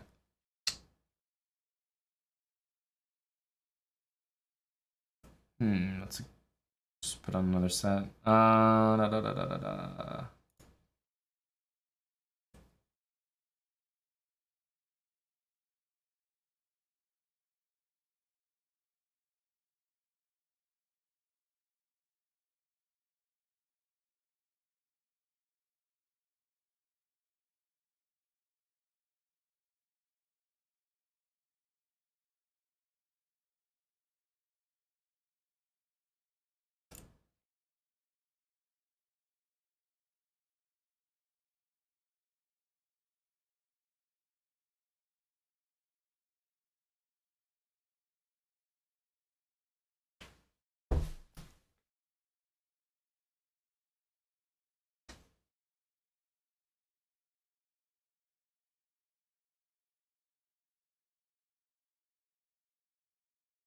Oh, I just missed the tactic.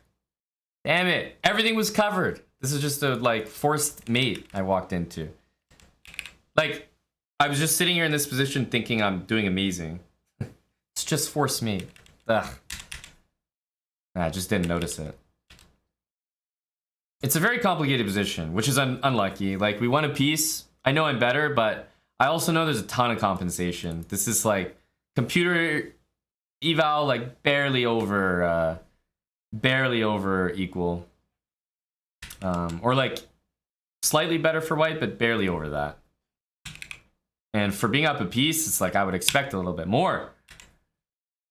I really wanted to play... Well, I wanted to play this, but I don't think it's good, honestly. I saw this, and I saw this, but I didn't see this. Oh no, I missed knight d6. That's the move I missed. Because I saw knight f5, and I was like calculating this for a while. I thought, okay, this is no good. Because now I'm gonna lose this knight, you know what I mean? But he has, I have this move, I didn't see it.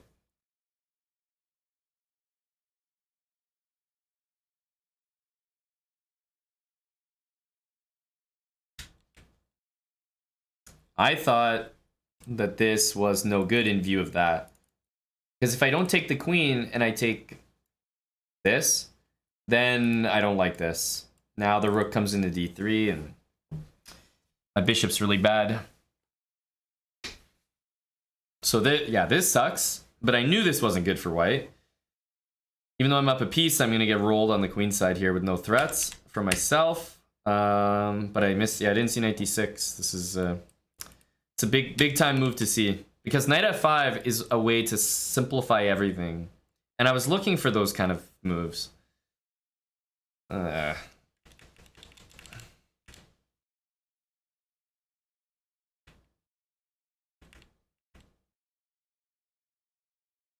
Also, I forgot how to play this line. The whole point why you do this is it's literally to play g4 and threaten g5. So that black can never play d5 because you're always threatening g5. The knight moves and then you lose the d-pawn. So that's literally like the essence of how to play this line with white. And I realized that when he played d5, I was like, oh yeah, that's why this is no good. So the whole point of playing this line is a very quick g4. It's actually a really good line for white, in my opinion. I think long castle is underrated. And then you just play g4 quickly. And because you're always threatening this, I just think it works out really nicely. You're always threatening this. They can never play d5. Yeah. Even here, g4, same thing. Always threatening g5. They can never get d5 in because of it. It's a really pleasant position. And it's not because we're necessarily like going to go maiden, but g5 just stops his break. And then he doesn't have any of these breaks that black usually goes for. So, bit of a wasted setup there. Or wasted game. What is this? This is last round.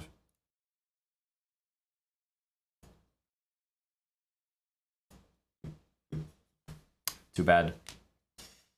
Too bad.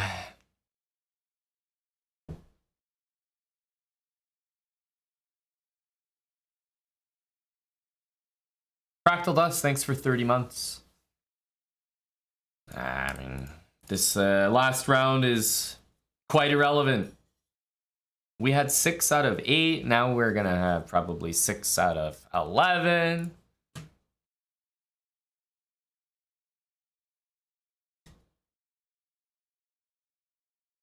I think it's knight b3.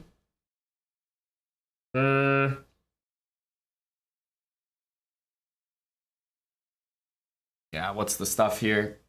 d3, knight d2?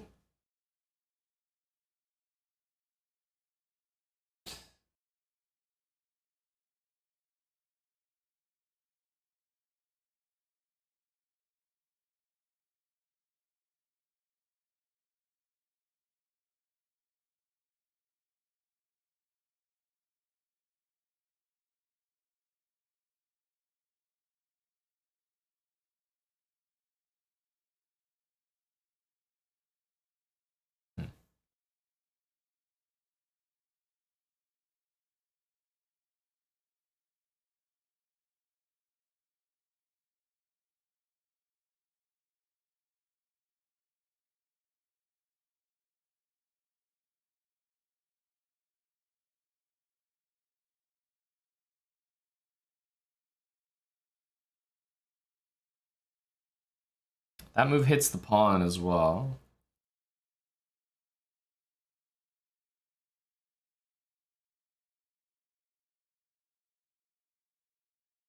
Yeah, but after I play knight c3, he always has a3, which is a bit annoying. So if I go rook e1, I have to deal with bishop e6. How do I deal with bishop e6?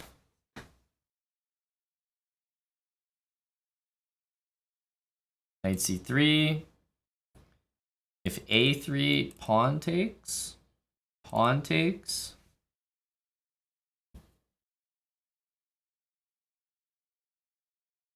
Rook b1.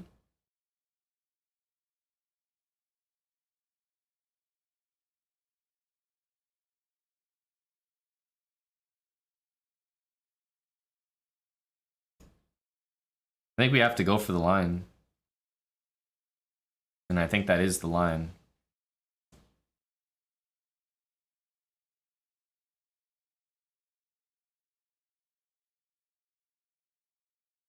Oh, he takes back. Interesting. For some reason, didn't consider that. Yeah, I mean, I think we're just gonna have a good position here.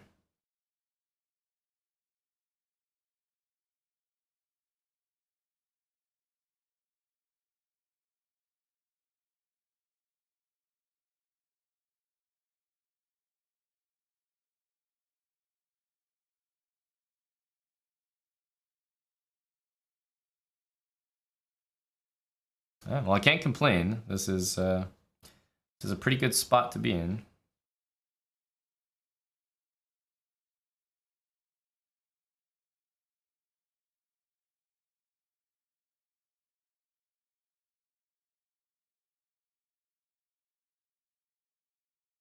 From here, I'm actually thinking of knight d4 the most.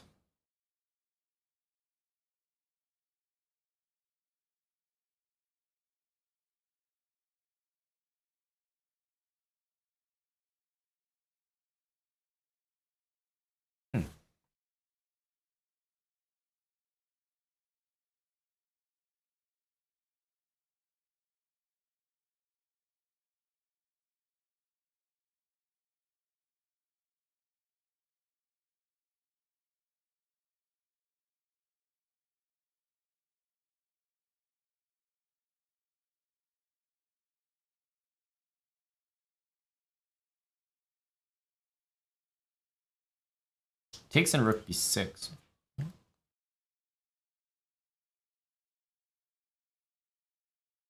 Rook a6, bishop takes.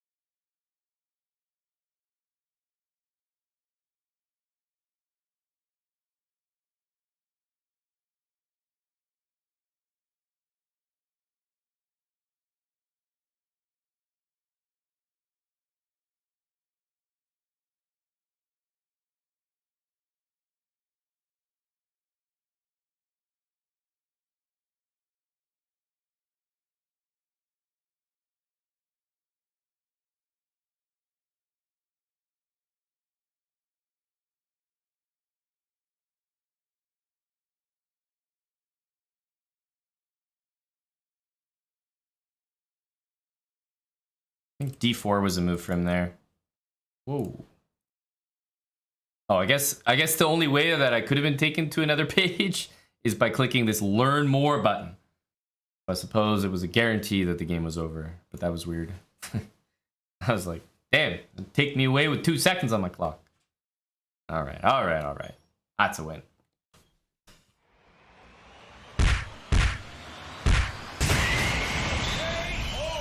That is a win. Hey, Bego, thanks for the prime sub. A fresh, brand new one. Thank you, buddy. Let's look at Bortnik playing for first place, right? Yeah, if he wins, he's clear first.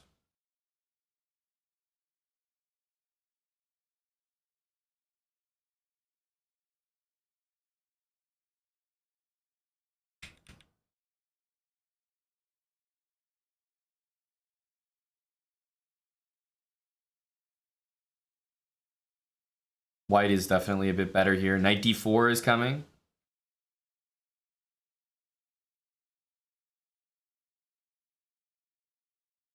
Knight d4 looks phenomenal.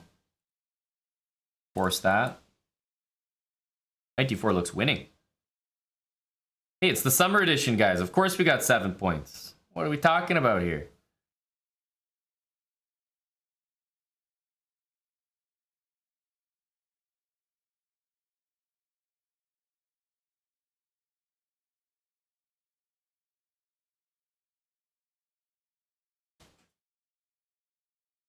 b6 is nasty. Yeah, he's doing a really good job. Knight f7, gross. Yeah, GG. Bortnick wins the event. Damn, congrats to Buddy Bortnick.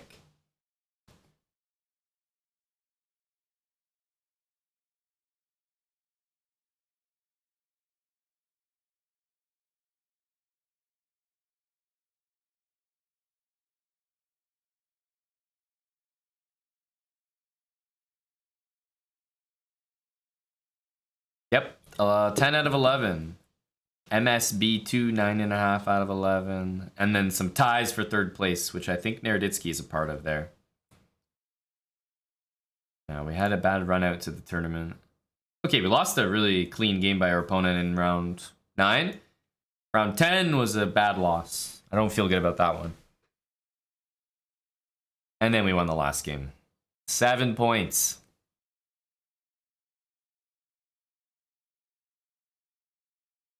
We didn't play anyone too strong this tournament. I mean, pretty much the one game, right? And we lost it very convincingly. You knew it was a 7 out of 11 kind of day there, Mattis? Summer edition kind of score?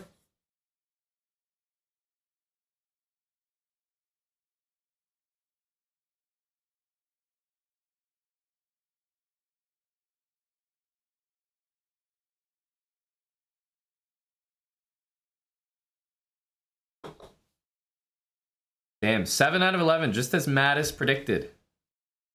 7 out of 11 points for Edmonton. Go Mattis. Hello to Valentinian.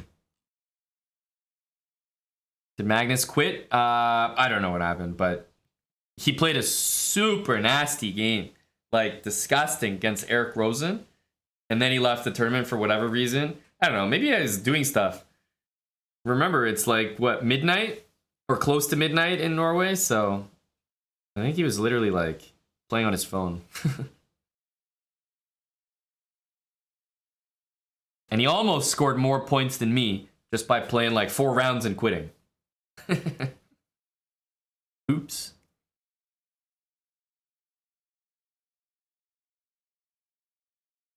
Alright, we came 42nd. But really, the story is the summer score of 7 points. There we go. Not bad at all. Guitar, I wish I could have done better. 6 out of 8 to 7 out of 11 feels bad. There we go, 42. Top 40. We'll have to claim that. We'll have to claim it. Eddie, we gotta hit sub goals for marbles, bud. The standards are going up. It's been low energy lately. Can barely get 100 people in there. No, the prices have been raised. Also, we have our tournament. Our viewer tournament. After Title Tuesday. Are you gonna be playing, Eddie?